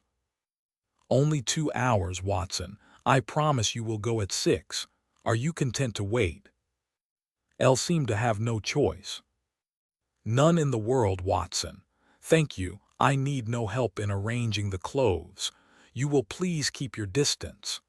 Now, Watson, there is one other condition that I would make. You will seek help, not from the man you mention, but from the one that I choose." "By all means." "The first 3 sensible words that you have uttered since you entered this room, Watson. You will find some books over there. I am somewhat exhausted. I wonder how a battery feels when it pours electricity into a non-conductor. At 6, Watson, we resume our conversation." But it was destined to be resumed long before that hour, and in circumstances which gave me a shock hardly second to that caused by his spring to the door. I had stood for some minutes looking at the silent figure in the bed. His face was almost covered by the clothes, and he appeared to be asleep. Then, unable to settle down to reading, I walked slowly round the room, examining the pictures of celebrated criminals with which every wall was adorned. Finally, in my aimless perambulation, I came to the mantelpiece. A litter of pipes, tobacco pouches, syringes, penknives, revolver cartridges, and other debris was scattered over it. In the midst of these was a small black and white ivory box with a sliding lid. It was a neat little thing, and I had stretched out my hand to examine it more closely when it was a dreadful cry that he gave, a yell which might have been heard down the street. My skin went cold and my hair bristled at that horrible scream. As I turned, I caught a glimpse of a convulsed face and frantic eyes. I stood paralyzed, with the little box in my hand. "Put it down, down this instant, Watson, this instant, I say." His head sank back upon the pillow, and he gave a deep sigh of relief as I replaced the box upon the mantelpiece. "I hate to have my things touched, Watson. You know that I hate it. You fidget me beyond endurance. You, a doctor, you are enough to drive a patient into an asylum. Sit down, man, and let me have my rest." The incident left a most unpleasant impression upon my mind. The violent and causeless excitement, followed by this brutality of speech, so far removed from his usual suavity, showed me how deep was the disorganization of his mind. Of all ruins, that of a noble mind is the most deplorable. I sat in silent dejection until the stipulated time had passed. He seemed to have been watching the clock as well as I, for it was hardly 6 before he began to talk with the same feverish animation as before. "Now, Watson," said he, "have you any change in your pocket?" "Yes." "Any silver?" "A good deal." "How many half-crowns?" "I have 5. "Ah, too few, too few. How very unfortunate, Watson. However, such as they are, you can put them in your watch pocket and all the rest of your money in your left trouser pocket, thank you. It will balance you so much better like that." This was raving insanity. He shuddered and again made a sound between a cough and a sob. "You will now light the gas, Watson, but you will be very careful that not for one instant shall it be more than half on. I implore you to be careful, Watson. Thank you, that is excellent. No, you need not draw the blind. Now you will have the kindness to place some letters and papers upon this table within my reach. Thank you. Now some of that litter from the mantel-piece. Excellent, Watson. There is a sugar tongs there. Kindly raise that small ivory box with its assistance. Place it here among the papers. Good, you can now go and fetch Mr. Culverton Smith, of 13 Lower Burke Street. To tell the truth, my desire to fetch a doctor had somewhat weakened, for poor Holmes was so obviously delirious that it seemed dangerous to leave him. However, he was as eager now to consult the person named as he had been obstinate in refusing. "I never heard the name," said I. "Possibly not, my good Watson. It may surprise you to know that the man upon earth who is best versed in this disease is not a medical man but a planter. Mr. Culverton Smith is a well-known resident of Sumatra, now visiting London. An outbreak of the disease upon his plantation, which was distant from medical aid, caused him to study it himself, with some rather far-reaching consequences. He is a very methodical person, and I did not desire you to start before 6, because I was well aware that you would not find him in his study. If you could persuade him to come here and give us the benefit of his unique experience of this disease, the investigation of which has been his dearest hobby, I cannot doubt that he could help me. I give Holmes's remarks as a consecutive whole, and will not attempt to indicate how they were interrupted by gaspings for breath and those clutchings of his hands which indicated the pain from which he was suffering. His appearance had changed for the worse during the few hours that I had been with him. Those hectic spots were more pronounced, the eyes shone more brightly out of darker hollows, and a cold sweat glimmered upon his brow. He still retained, however, the jaunty gallantry of his speech. To the last gasp he would always be the master. "You will tell him exactly how you have left me," said he. "You will convey the very impression which is in your own mind, a dying man, a dying and delirious man.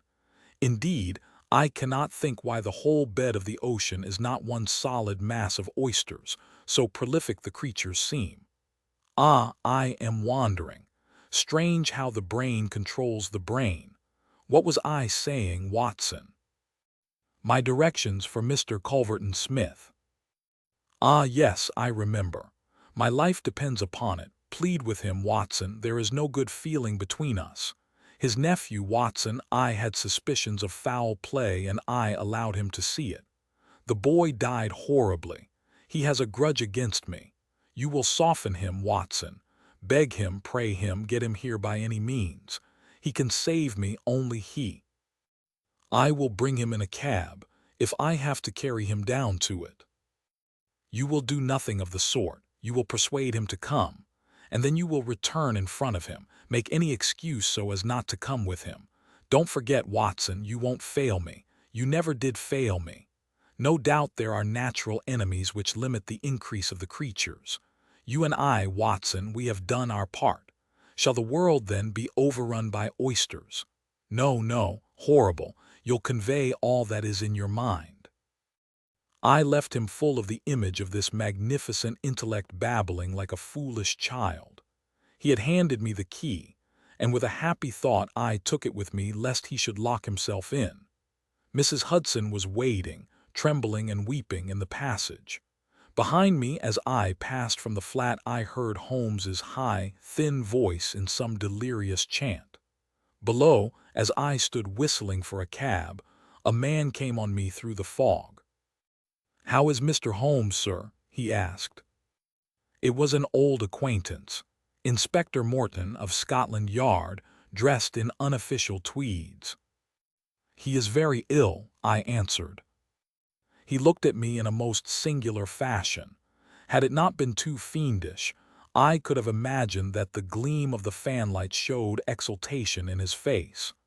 "I heard some rumor of it," said he. The cab had driven up, and I left him. Lower Burke Street proved to be a line of fine houses lying in the vague borderland between Notting Hill and Kensington. The particular one at which my cabman pulled up had an air of smug and demure respectability in its old-fashioned iron railings, its massive folding door, and its shining brasswork. All was in keeping with a solemn butler, who appeared framed in the pink radiance of a tinted electric light behind him. "Yes, Mr. Culverton-Smith is in. Dr. Watson. Very good, sir, I will take up your card." My humble name and title did not appear to impress Mr. Culverton-Smith. Through the half-open door I heard a high, petulant, penetrating voice. "Who is this person? What does he want?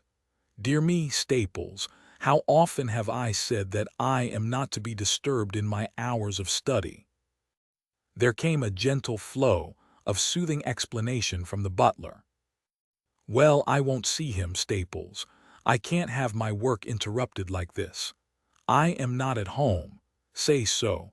Tell him to come in the morning if he really must see me." Again the gentle murmur. "Well, well, give him that message. He can come in the morning or he can stay away. My work must not be hindered." I thought of Holmes tossing upon his bed of sickness and counting the minutes, perhaps, until I could bring help to him. It was not a time to stand upon ceremony. His life depended upon my promptness. Before the apologetic butler had delivered his message, I had pushed past him and was in the room. With a shrill cry of anger, a man rose from a reclining chair beside the fire. I saw a great yellow face, coarse-grained and greasy, with heavy, double chin and two sullen, menacing gray eyes which glared at me from under tufted and sandy brows. A high bald head had a small velvet smoking cap poised coquettishly upon one side of its pink curve. The skull was of enormous capacity, and yet as I looked down I saw to my amazement that the figure of the man was small and frail, twisted in the shoulders and back like one who has suffered from rickets in his childhood. "What's this?" he cried in a high, screaming voice. "What is the meaning of this intrusion? Didn't I send you word that I would see you tomorrow morning?" "I am sorry," said I, "but the matter cannot be delayed. Mr. Sherlock Holmes." The mention of my friend's name had an extraordinary effect upon the little man. The look of anger passed in an instant from his face. His features became tense and alert. "Have you come from Holmes?" he asked. "I have just left him."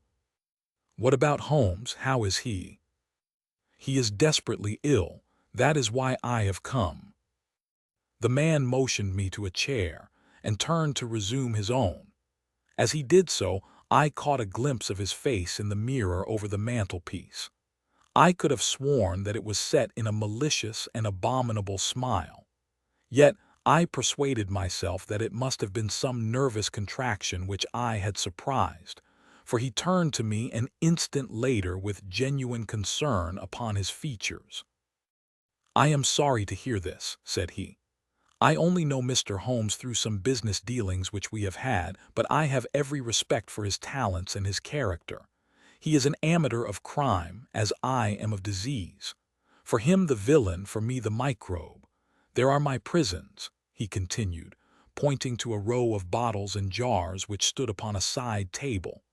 "Among those gelatin cultivations, some of the very worst offenders in the world are now doing time. It was on account of your special knowledge that Mr. Holmes desired to see you. He has a high opinion of you, and thought that you were the one man in London who could help him." The little man started, and the jaunty smoking cap slid to the floor. "Why?" he asked. "Why should Mr. Holmes think that I could help him in his trouble?" "Because of your knowledge of Eastern diseases."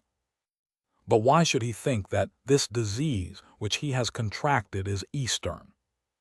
"Because, in some professional inquiry, he has been working among Chinese sailors down in the docks."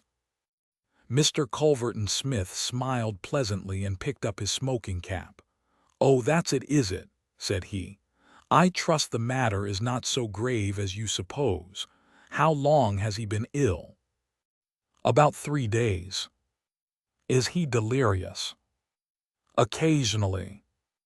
"Tut, tut, this sounds serious. It would be inhuman not to answer his call. I very much resent any interruption to my work, Dr. Watson, but this case is certainly exceptional. I will come with you at once." I remembered Holmes's injunction. "I have another appointment," said I. "Very good. I will go alone. I have a note of Mr. Holmes's address.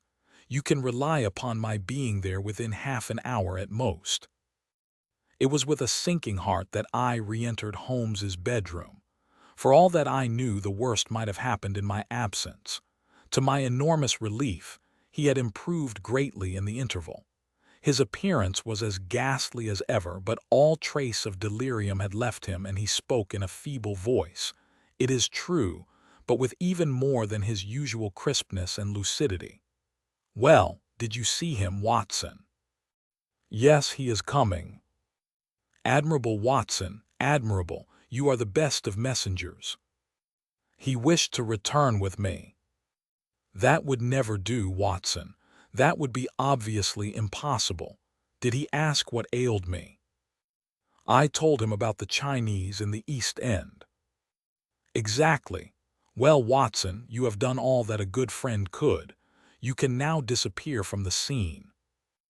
"I must wait and hear his opinion, Holmes." "Of course you must. But I have reasons to suppose that this opinion would be very much more frank and valuable if he imagines that we are alone. There is just room behind the head of my bed, Watson." "My dear Holmes."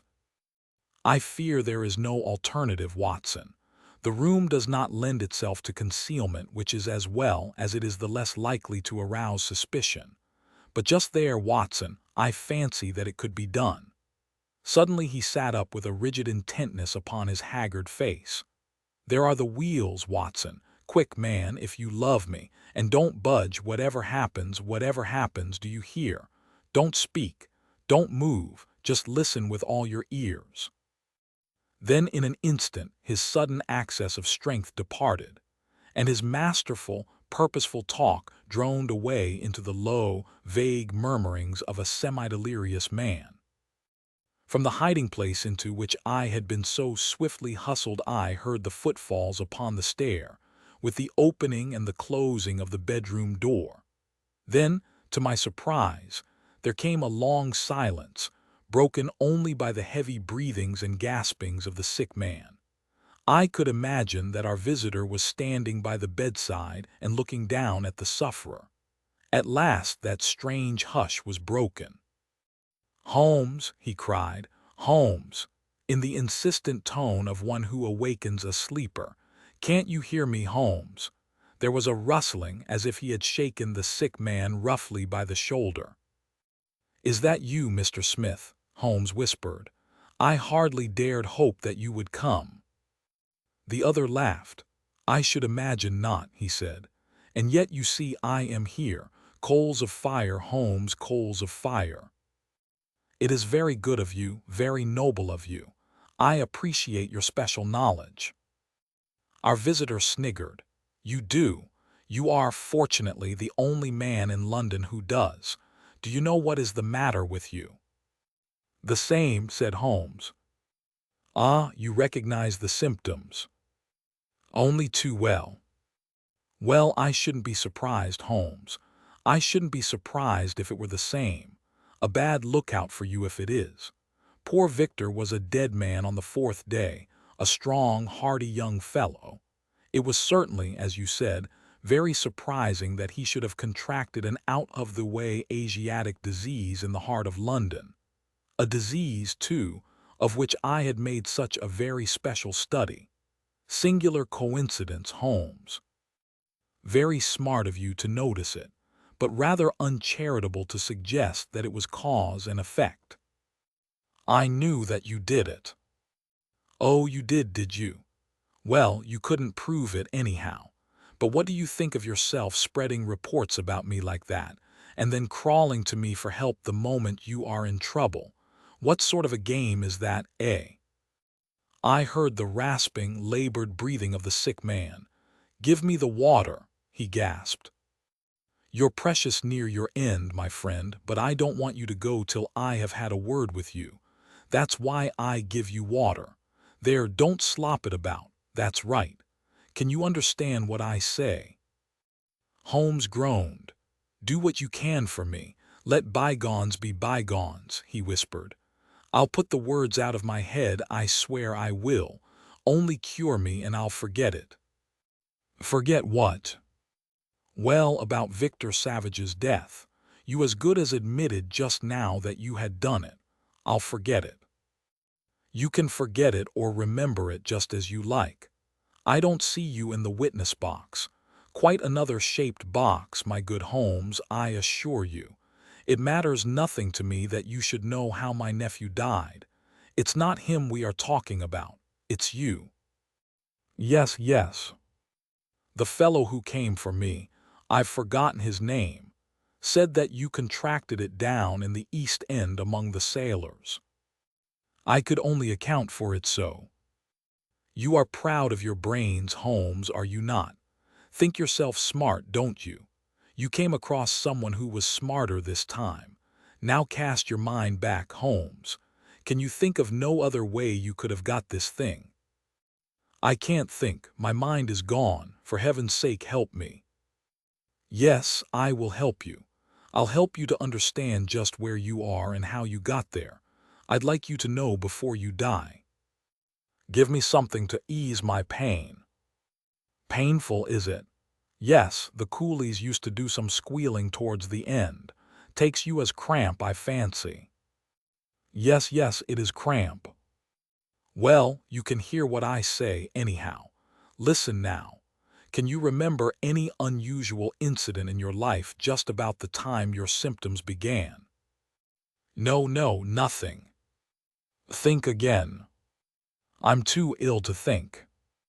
Well, then I'll help you. Did anything come by post? By post. A box by chance. I'm fainting, I'm gone. Listen, Holmes. There was a sound as if he was shaking the dying man, and it was all that I could do to hold myself quiet in my hiding place. You must hear me. You shall hear me. Do you remember a box, an ivory box? It came on Wednesday. You opened it, do you remember? Yes, yes, I opened it. There was a sharp spring inside it, some joke. It was no joke, as you will find to your cost. You fool, you would have it and you have got it. Who asked you to cross my path? If you had left me alone, I would not have hurt you. I remember, Holmes gasped. The spring, it drew blood, this box, this on the table. The very one, by George. And it may as well leave the room in my pocket. There goes your last shred of evidence. But you have the truth now, Holmes, and you can die with the knowledge that I killed you. You knew too much of the fate of Victor Savage, so I have sent you to share it. You are very near your end, Holmes. I will sit here and I will watch you die. Holmes's voice had sunk to an almost inaudible whisper. "What is that?" said Smith. "Turn up the gas. Ah, the shadows begin to fall, do they? Yes, I will turn it up that I may see you the better." He crossed the room and the light suddenly brightened. "Is there any other little service that I can do you, my friend?" "A match and a cigarette." I nearly called out in my joy and my amazement. He was speaking in his natural voice, a little weak perhaps, but the very voice I knew. There was a long pause, and I felt that Culverton Smith was standing in silent amazement looking down at his companion. "What's the meaning of this?" I heard him say at last in a dry, rasping tone. "The best way of successfully acting a part is to be it," said Holmes. "I give you my word that for 3 days I have tasted neither food nor drink until you were good enough to pour me out that glass of water. But it is the tobacco which I find most irksome. Ah, here are some cigarettes." I heard the striking of a match. "That is very much better. Halloa, halloa! Do I hear the step of a friend?"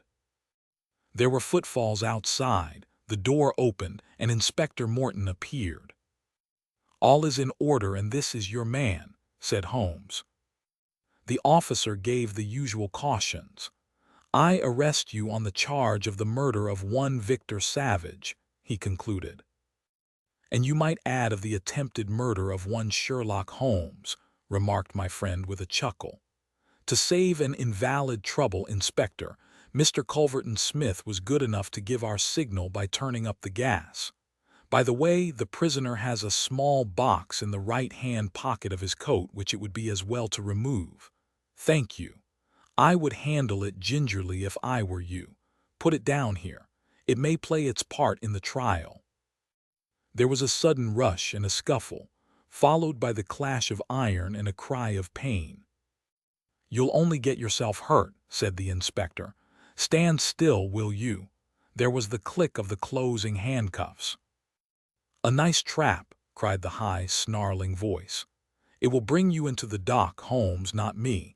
He asked me to come here to cure him. I was sorry for him and I came. Now he will pretend, no doubt, that I have said anything which he may invent which will corroborate his insane suspicions. You can lie as you like, Holmes. My word is always as good as yours." "Good heavens!" cried Holmes. "I had totally forgotten him. My dear Watson, I owe you 1,000 apologies. To think that I should have overlooked you.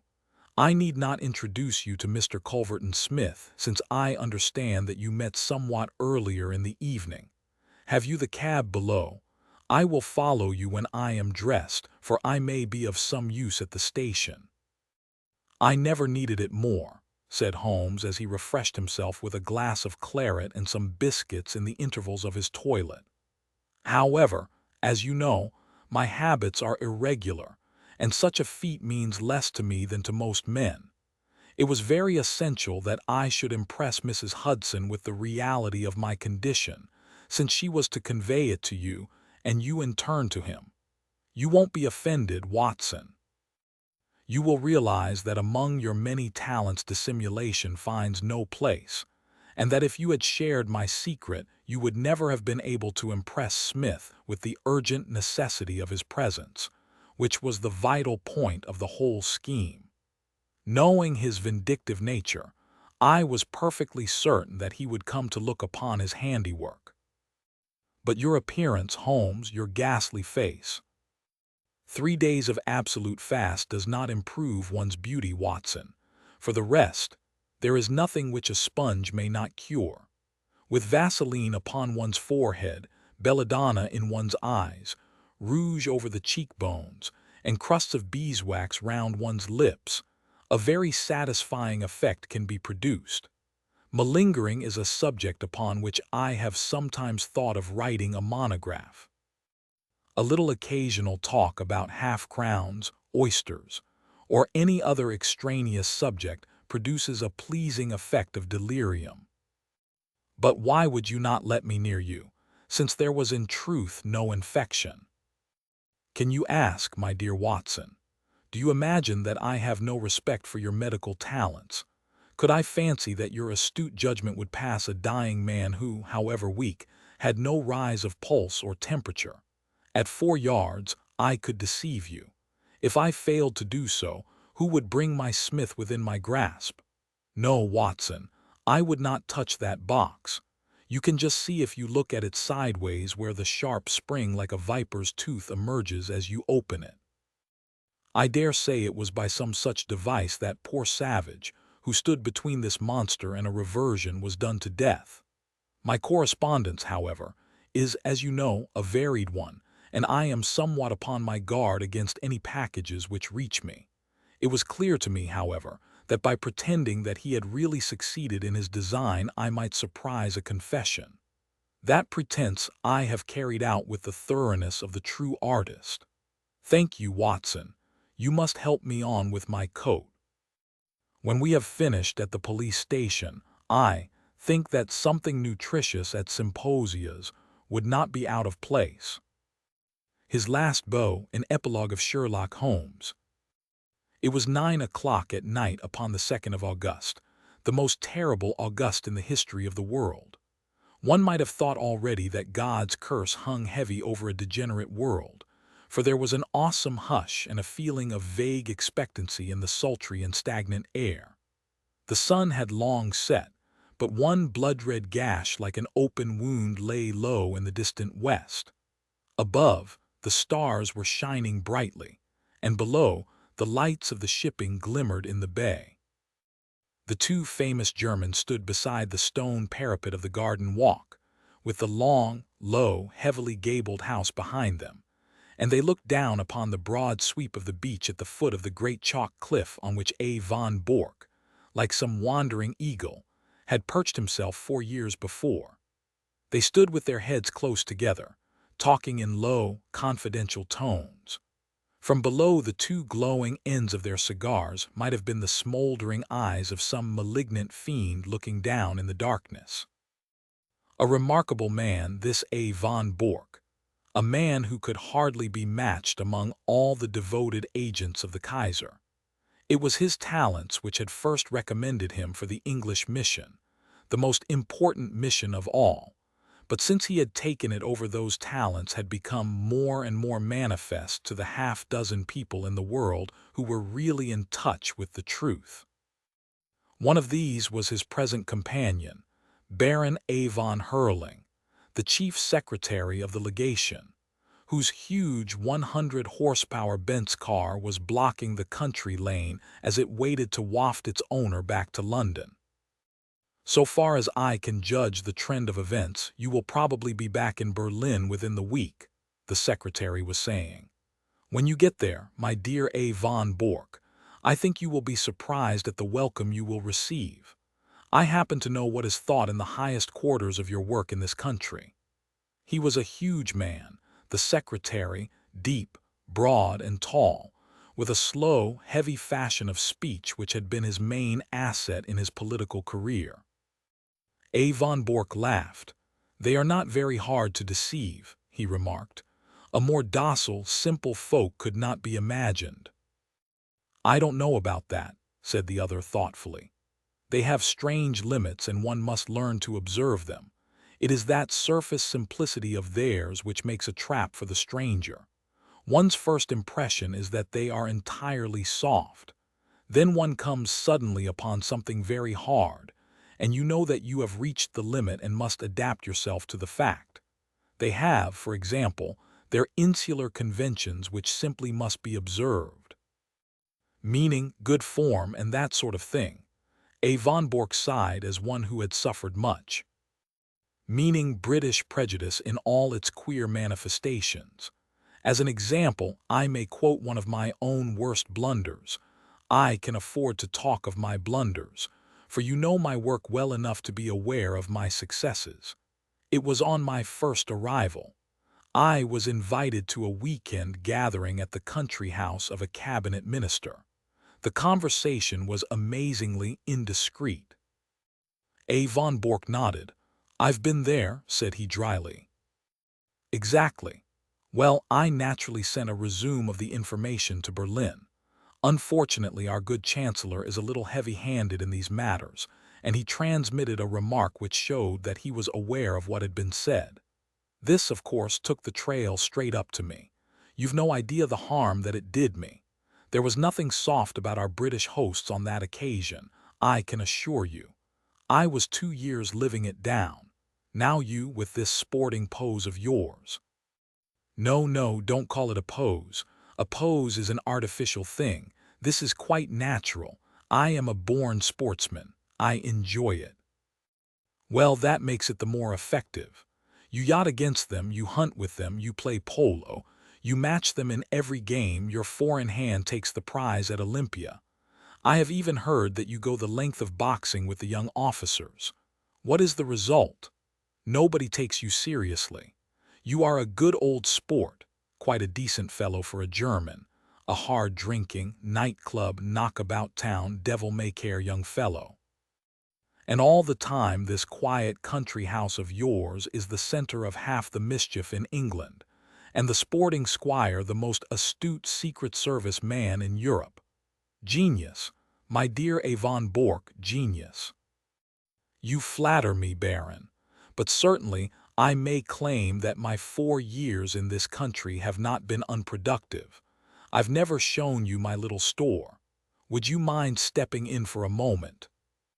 The door of the study opened straight on to the terrace. Avon Bork pushed it back, and leading the way, he clicked the switch of the electric light. He then closed the door behind the bulky form which followed him, and carefully adjusted the heavy curtain over the latticed window. Only when all these precautions had been taken and tested did he turn his sunburned, aquiline face to his guest. "Some of my papers have gone," said he. "When my wife and the household left yesterday for Flushing, they took the less important with them. I must, of course, claim the protection of the embassy for the others. Your name has already been filed as one of the personal suite. There will be no difficulties for you or your baggage. Of course, it is just possible that we may not have to go. England may leave France to her fate. We are sure that there is no binding treaty between them. And Belgium. Yes, and Belgium too." Avon Bork shook his head. "I don't see how that could be. There is a definite treaty there. She could never recover from such a humiliation. She would at least have peace for the moment. But her honor—" "Tut, my dear sir, we live in a utilitarian age. Honor is a medieval conception. Besides, England is not ready.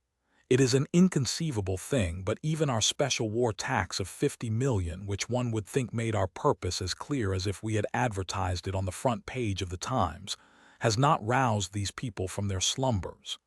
Here and there one hears a question. It is my business to find an answer. Here and there also there is an irritation. It is my business to soothe it. But I can assure you that so far as the essentials go, the storage of munitions, the preparation for submarine attack, the arrangements for making high explosives, nothing is prepared. How, then, can England come in, especially when we have stirred her up such a devil's brew of Irish civil war, window-breaking furies, and God knows what to keep her thoughts at home? She must think of her future. Ah, that is another matter. I fancy that in the future we have our own very definite plans about England and that your information will be very vital to us. It is today or tomorrow, with Mr. John Bull. If he prefers today, we are perfectly ready. If it is tomorrow, we shall be more ready still. I should think they would be wiser to fight with allies than without them, but that is their own affair. This week is their week of destiny, but you were speaking of your papers." He sat in the armchair with the light shining upon his broad, bald head, while he puffed sedately at his cigar. The large oak-paneled, book-lined room had a curtain hung in the further corner. When this was drawn, it disclosed a large, brass-bound safe. Avon Bork detached a small key from his watch chain, and after some considerable manipulation of the lock, he swung open the heavy door. "Look," said he, standing clear, with a wave of his hand. The light shone vividly into the open safe, and the secretary of the embassy gazed with an absorbed interest at the rows of stuffed pigeonholes with which it was furnished.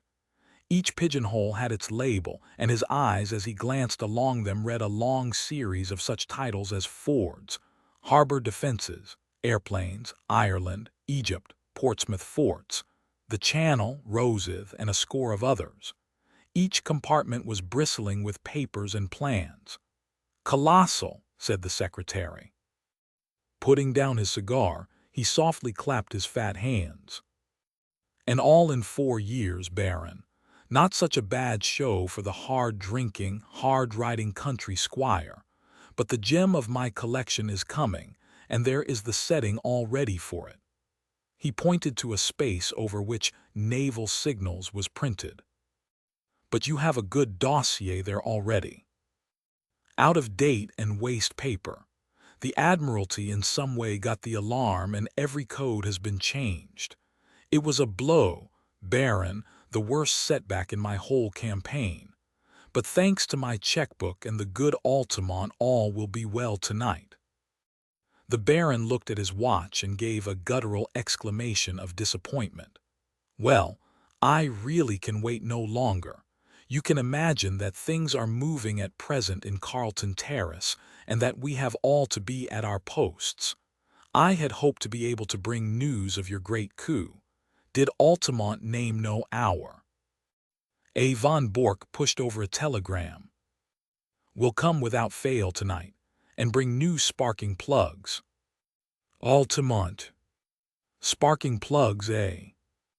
You see, he poses as a motor expert and I keep a full garage.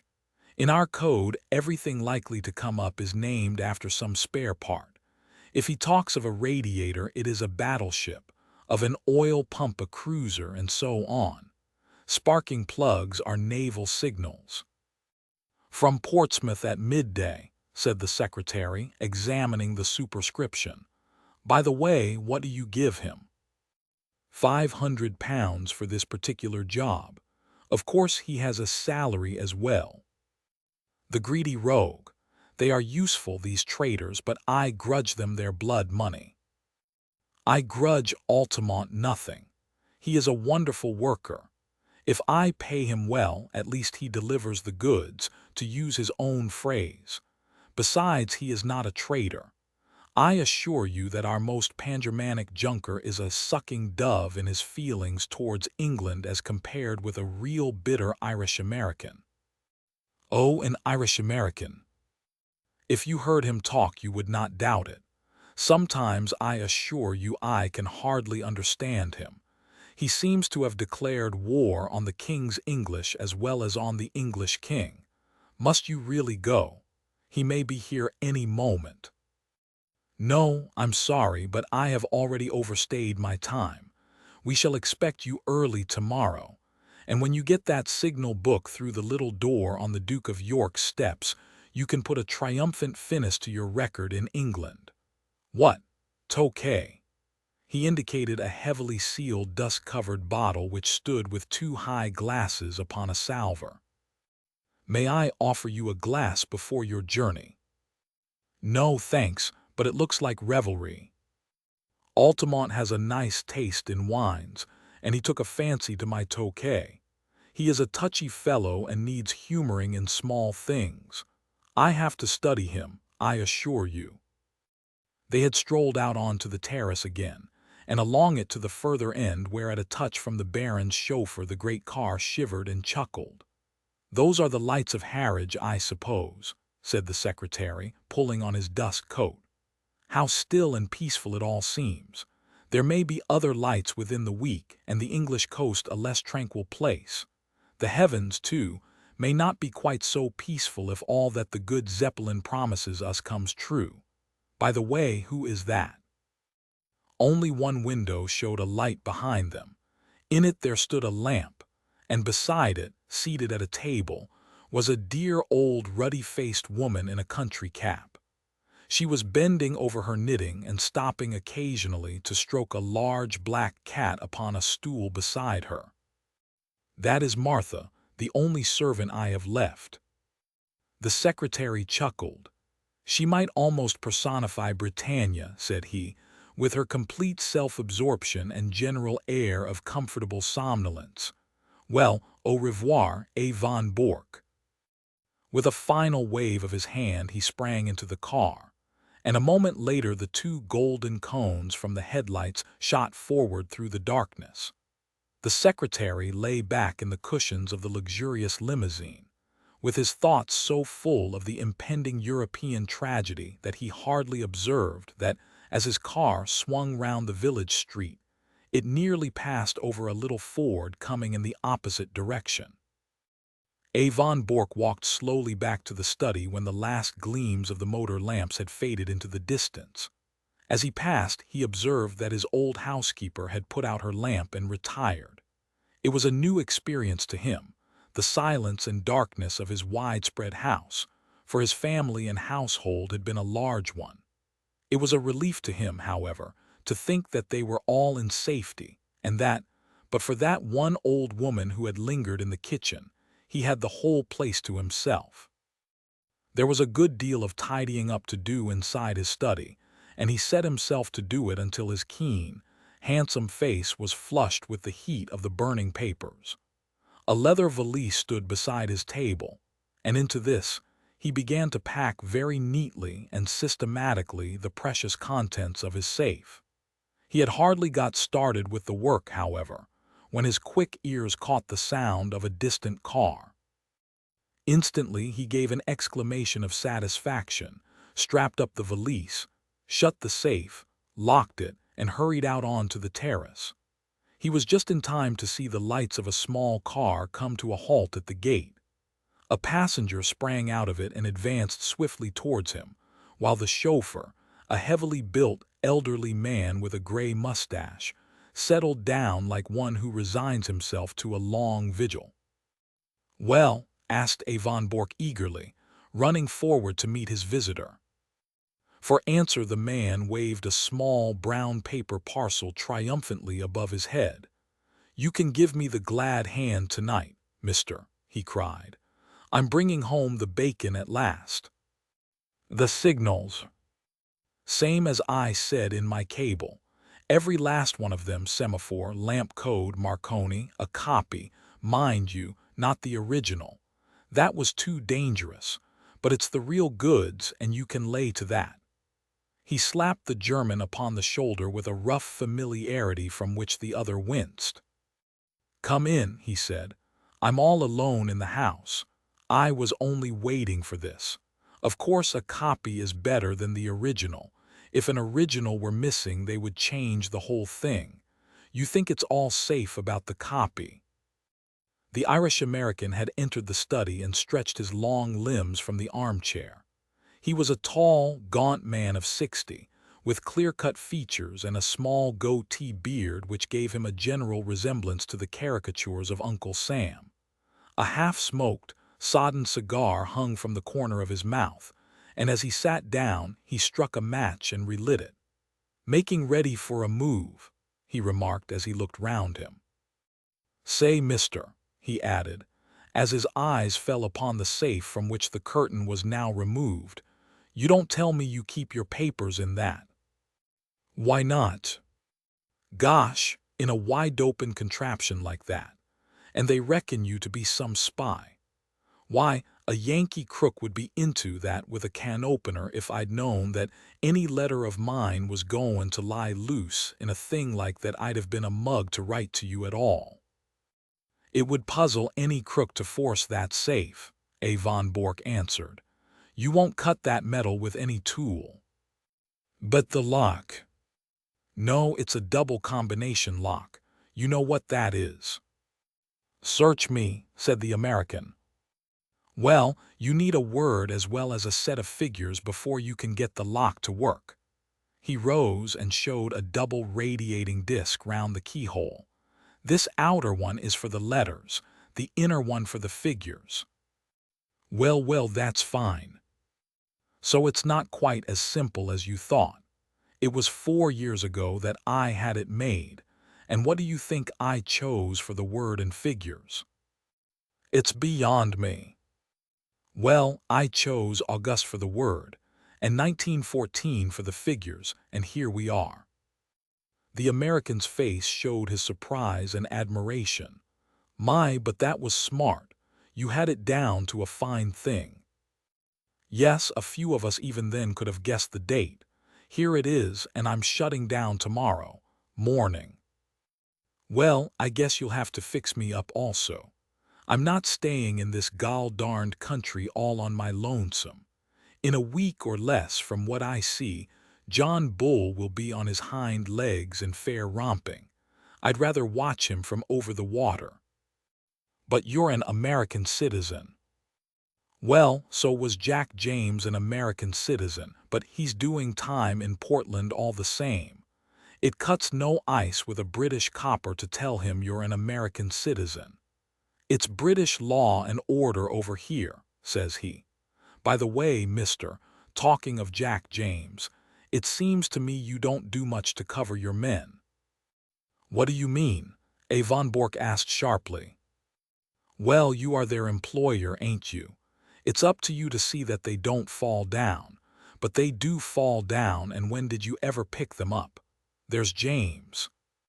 It was James's own fault. You know that yourself. He was too self-willed for the job. James was a bonehead, I give you that. Then there was Hollies. The man was mad. Well, he went a bit woozy towards the end. It's enough to make a man bug out when he has to play a part from morning to night with 100 guys all ready to set the coppers wise to him. But now there is Steiner. A. von Bork started violently, and his ruddy face turned a shade paler. What about Steiner? Well, they've got him, that's all. They raided his store last night, and he and his papers are all in Portsmouth jail. You'll go off, and he, poor devil, will have to stand the racket, and lucky if he gets off with his life. That's why I want to get over the water as soon as you do. A. von Bork was a strong, self-contained man, but it was easy to see that the news had shaken him. How could they have got on to Steiner? He muttered. That's the worst blow yet. Well, you nearly had a worse one, for I believe they are not far off me. You don't mean that? Sure thing.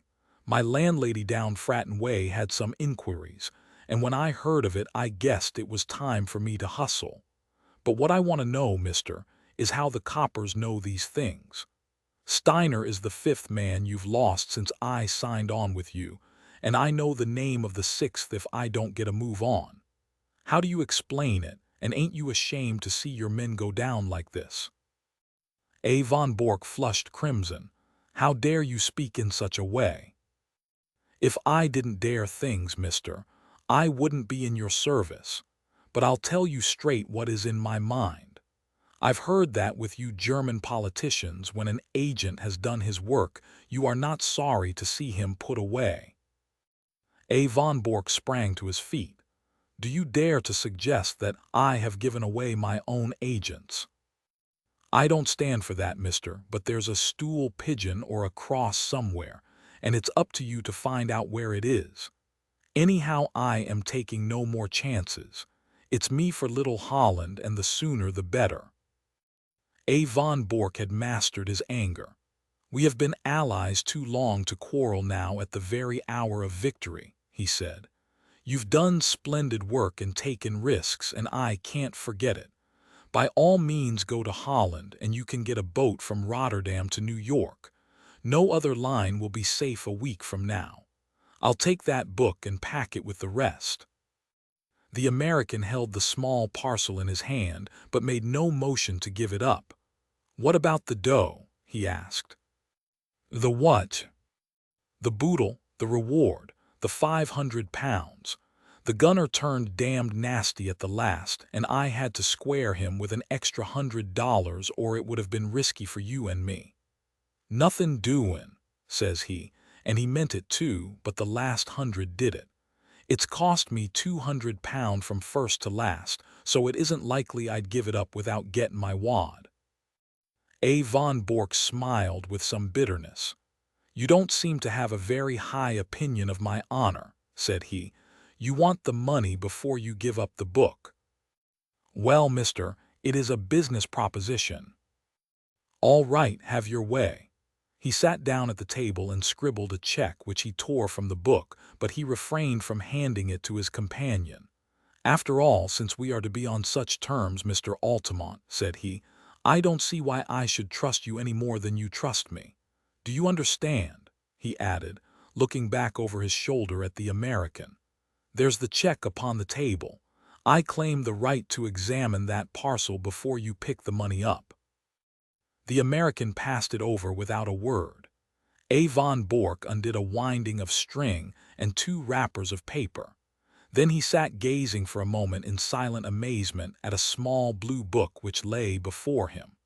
Across the cover was printed in golden letters Practical Handbook of Bee Culture.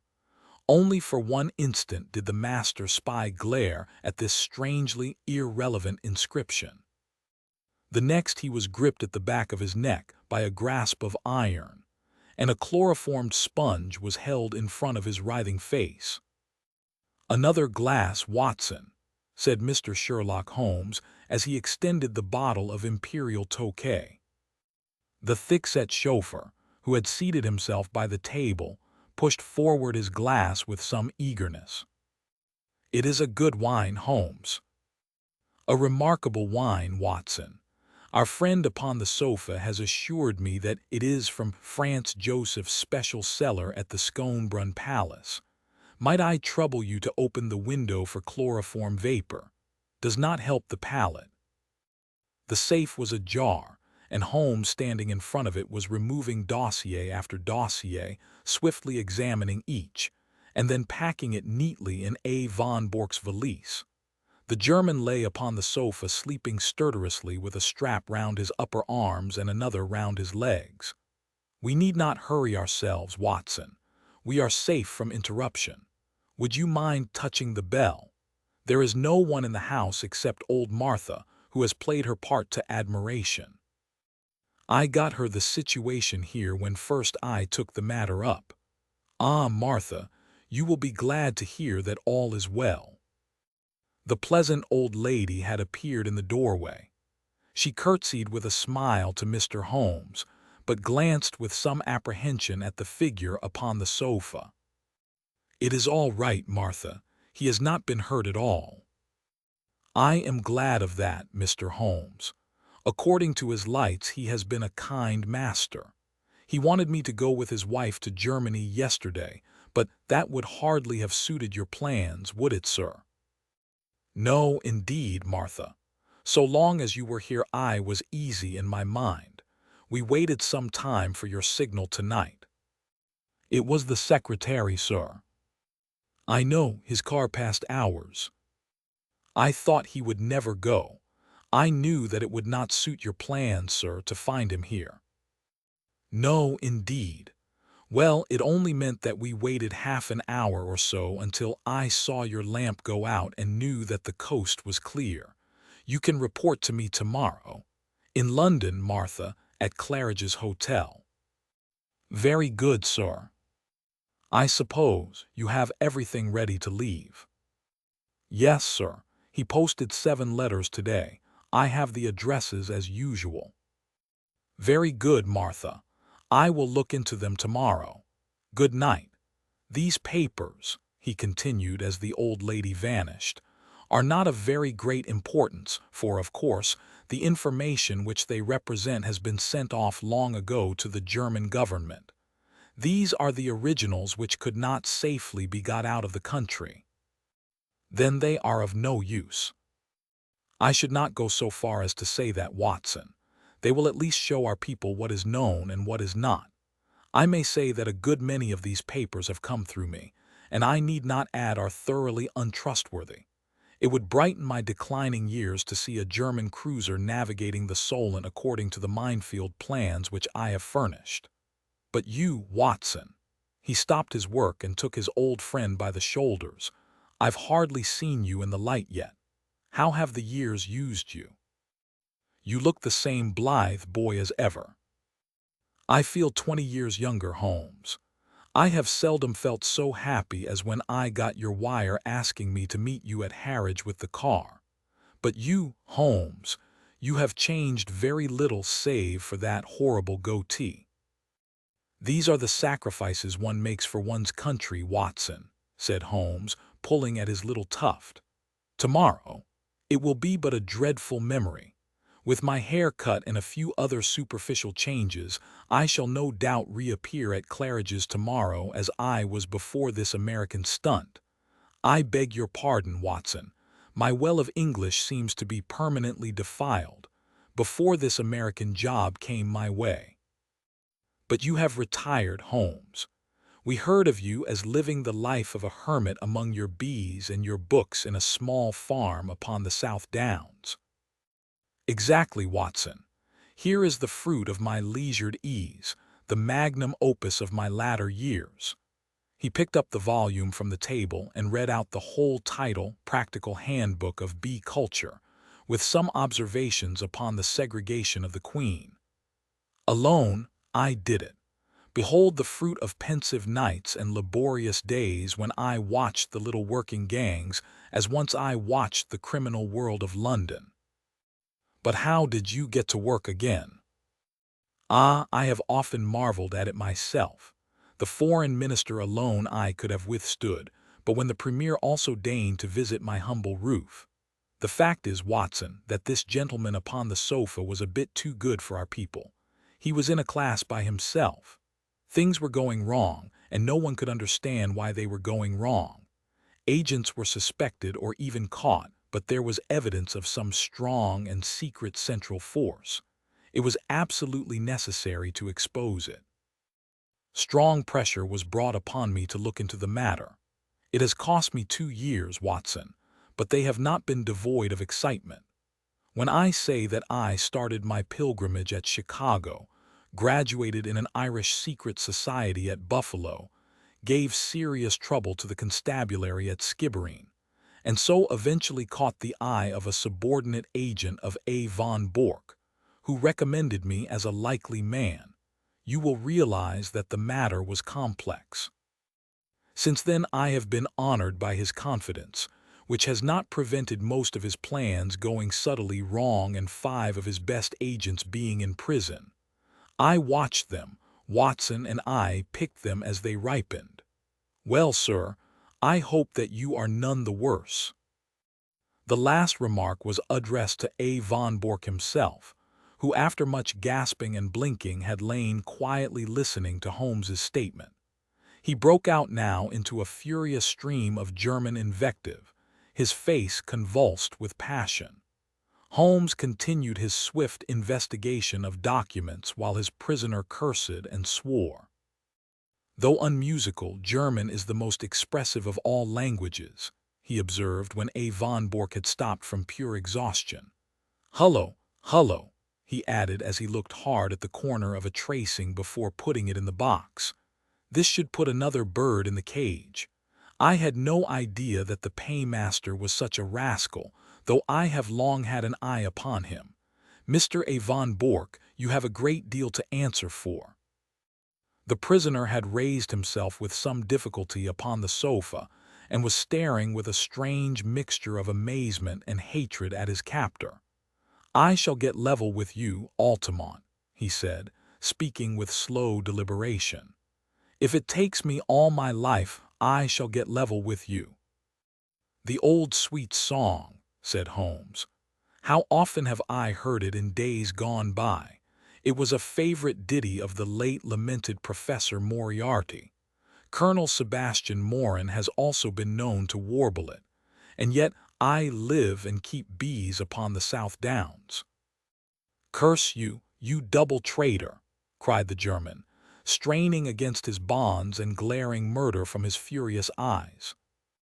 No, no, it is not so bad as that, said Holmes, smiling.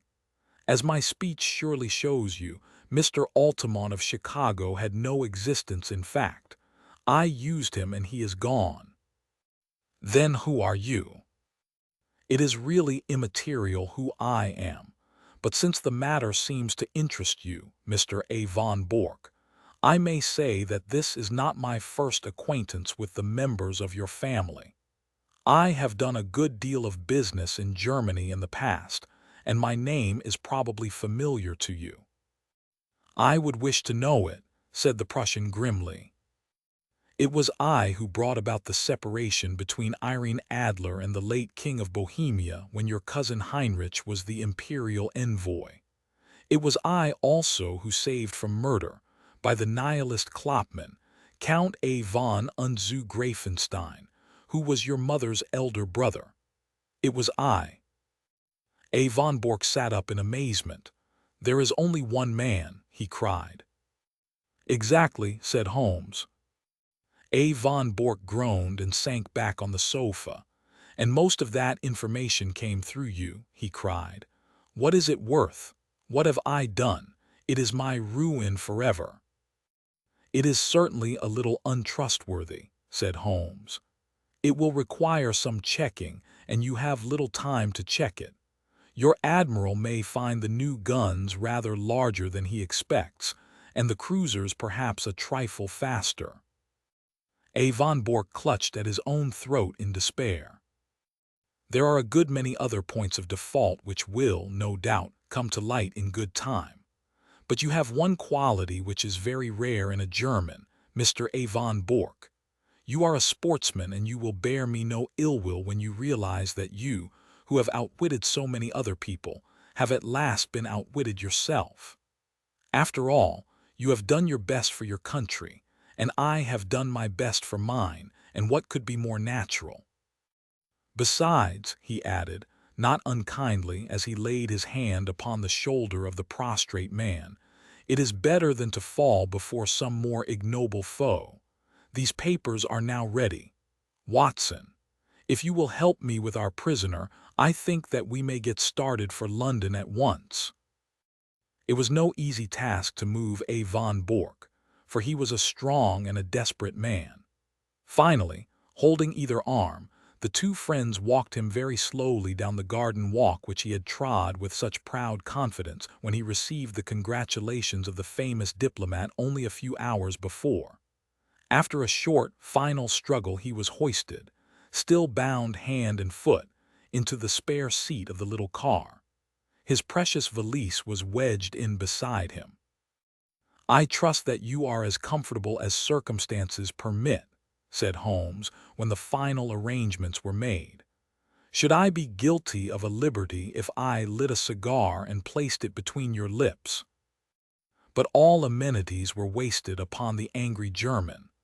"I suppose you realize, Mr. Sherlock Holmes," said he, "that if your government bears you out in this treatment it becomes an act of war." "What about your government and all this treatment?" said Holmes, tapping the valise. "You are a private individual. You have no warrant for my arrest. The whole proceeding is absolutely illegal and outrageous." "Absolutely," said Holmes. "Kidnapping a German subject and stealing his private papers. Well, you realize your position, you and your accomplice here. If I were to shout for help as we pass through the village—" "My dear sir, if you did anything so foolish you would probably enlarge the two limited titles of our village inns by giving us the Dangling Prussian as a signpost. The Englishman is a patient creature, but at present his temper is a little inflamed, and it would be as well not to try him too far. No, Mr. A. von Bork, you will go with us in a quiet, sensible fashion to Scotland Yard, whence you can send for your friend, Baron A. von Herling, and see if even now you may not fill that place which he has reserved for you in the ambassadorial suite. As to you, Watson, you are joining us with your old service, as I understand, so London won't be out of your way. Stand with me here upon the terrace, for it may be the last quiet talk that we shall ever have." The two friends chatted in intimate converse for a few minutes, recalling once again the days of the past, while their prisoner vainly wriggled to undo the bonds that held him. As they turned to the car, Holmes pointed back to the moonlit sea and shook a thoughtful head. There's an east wind coming, Watson. Think not, Holmes, it is very warm. Good old Watson, you are the one fixed point in a changing age. There's an east wind coming all the same, such a wind as never blew on England yet. It will be cold and bitter, Watson, and a good many of us may wither before its blast. But it's God's own wind none the less, and a cleaner, better, stronger land will lie in the sunshine when the storm has cleared. Start her up, Watson, for it's time that we were on our way. I have a check for £500 which should be cashed early, for the drawer is quite capable of stopping it if he can. FB2 Document Info. Document ID 04B 28C 66-3A 85-48D9-8 between 11F4A 73F 6822. Document Version 1. Document Creation Date 2004-09-03. Created using FB Tools software. Document Authors Scanda. Labout. This book was generated by Lord Cairns FB Tweepub Converter version 103050. Eteaka inigaa SOZDA in aperi pe olem ostia ika on in veyer te yer FB Tweepub veyer SEE 103050. In APES ANN OGA O Lord Cairns.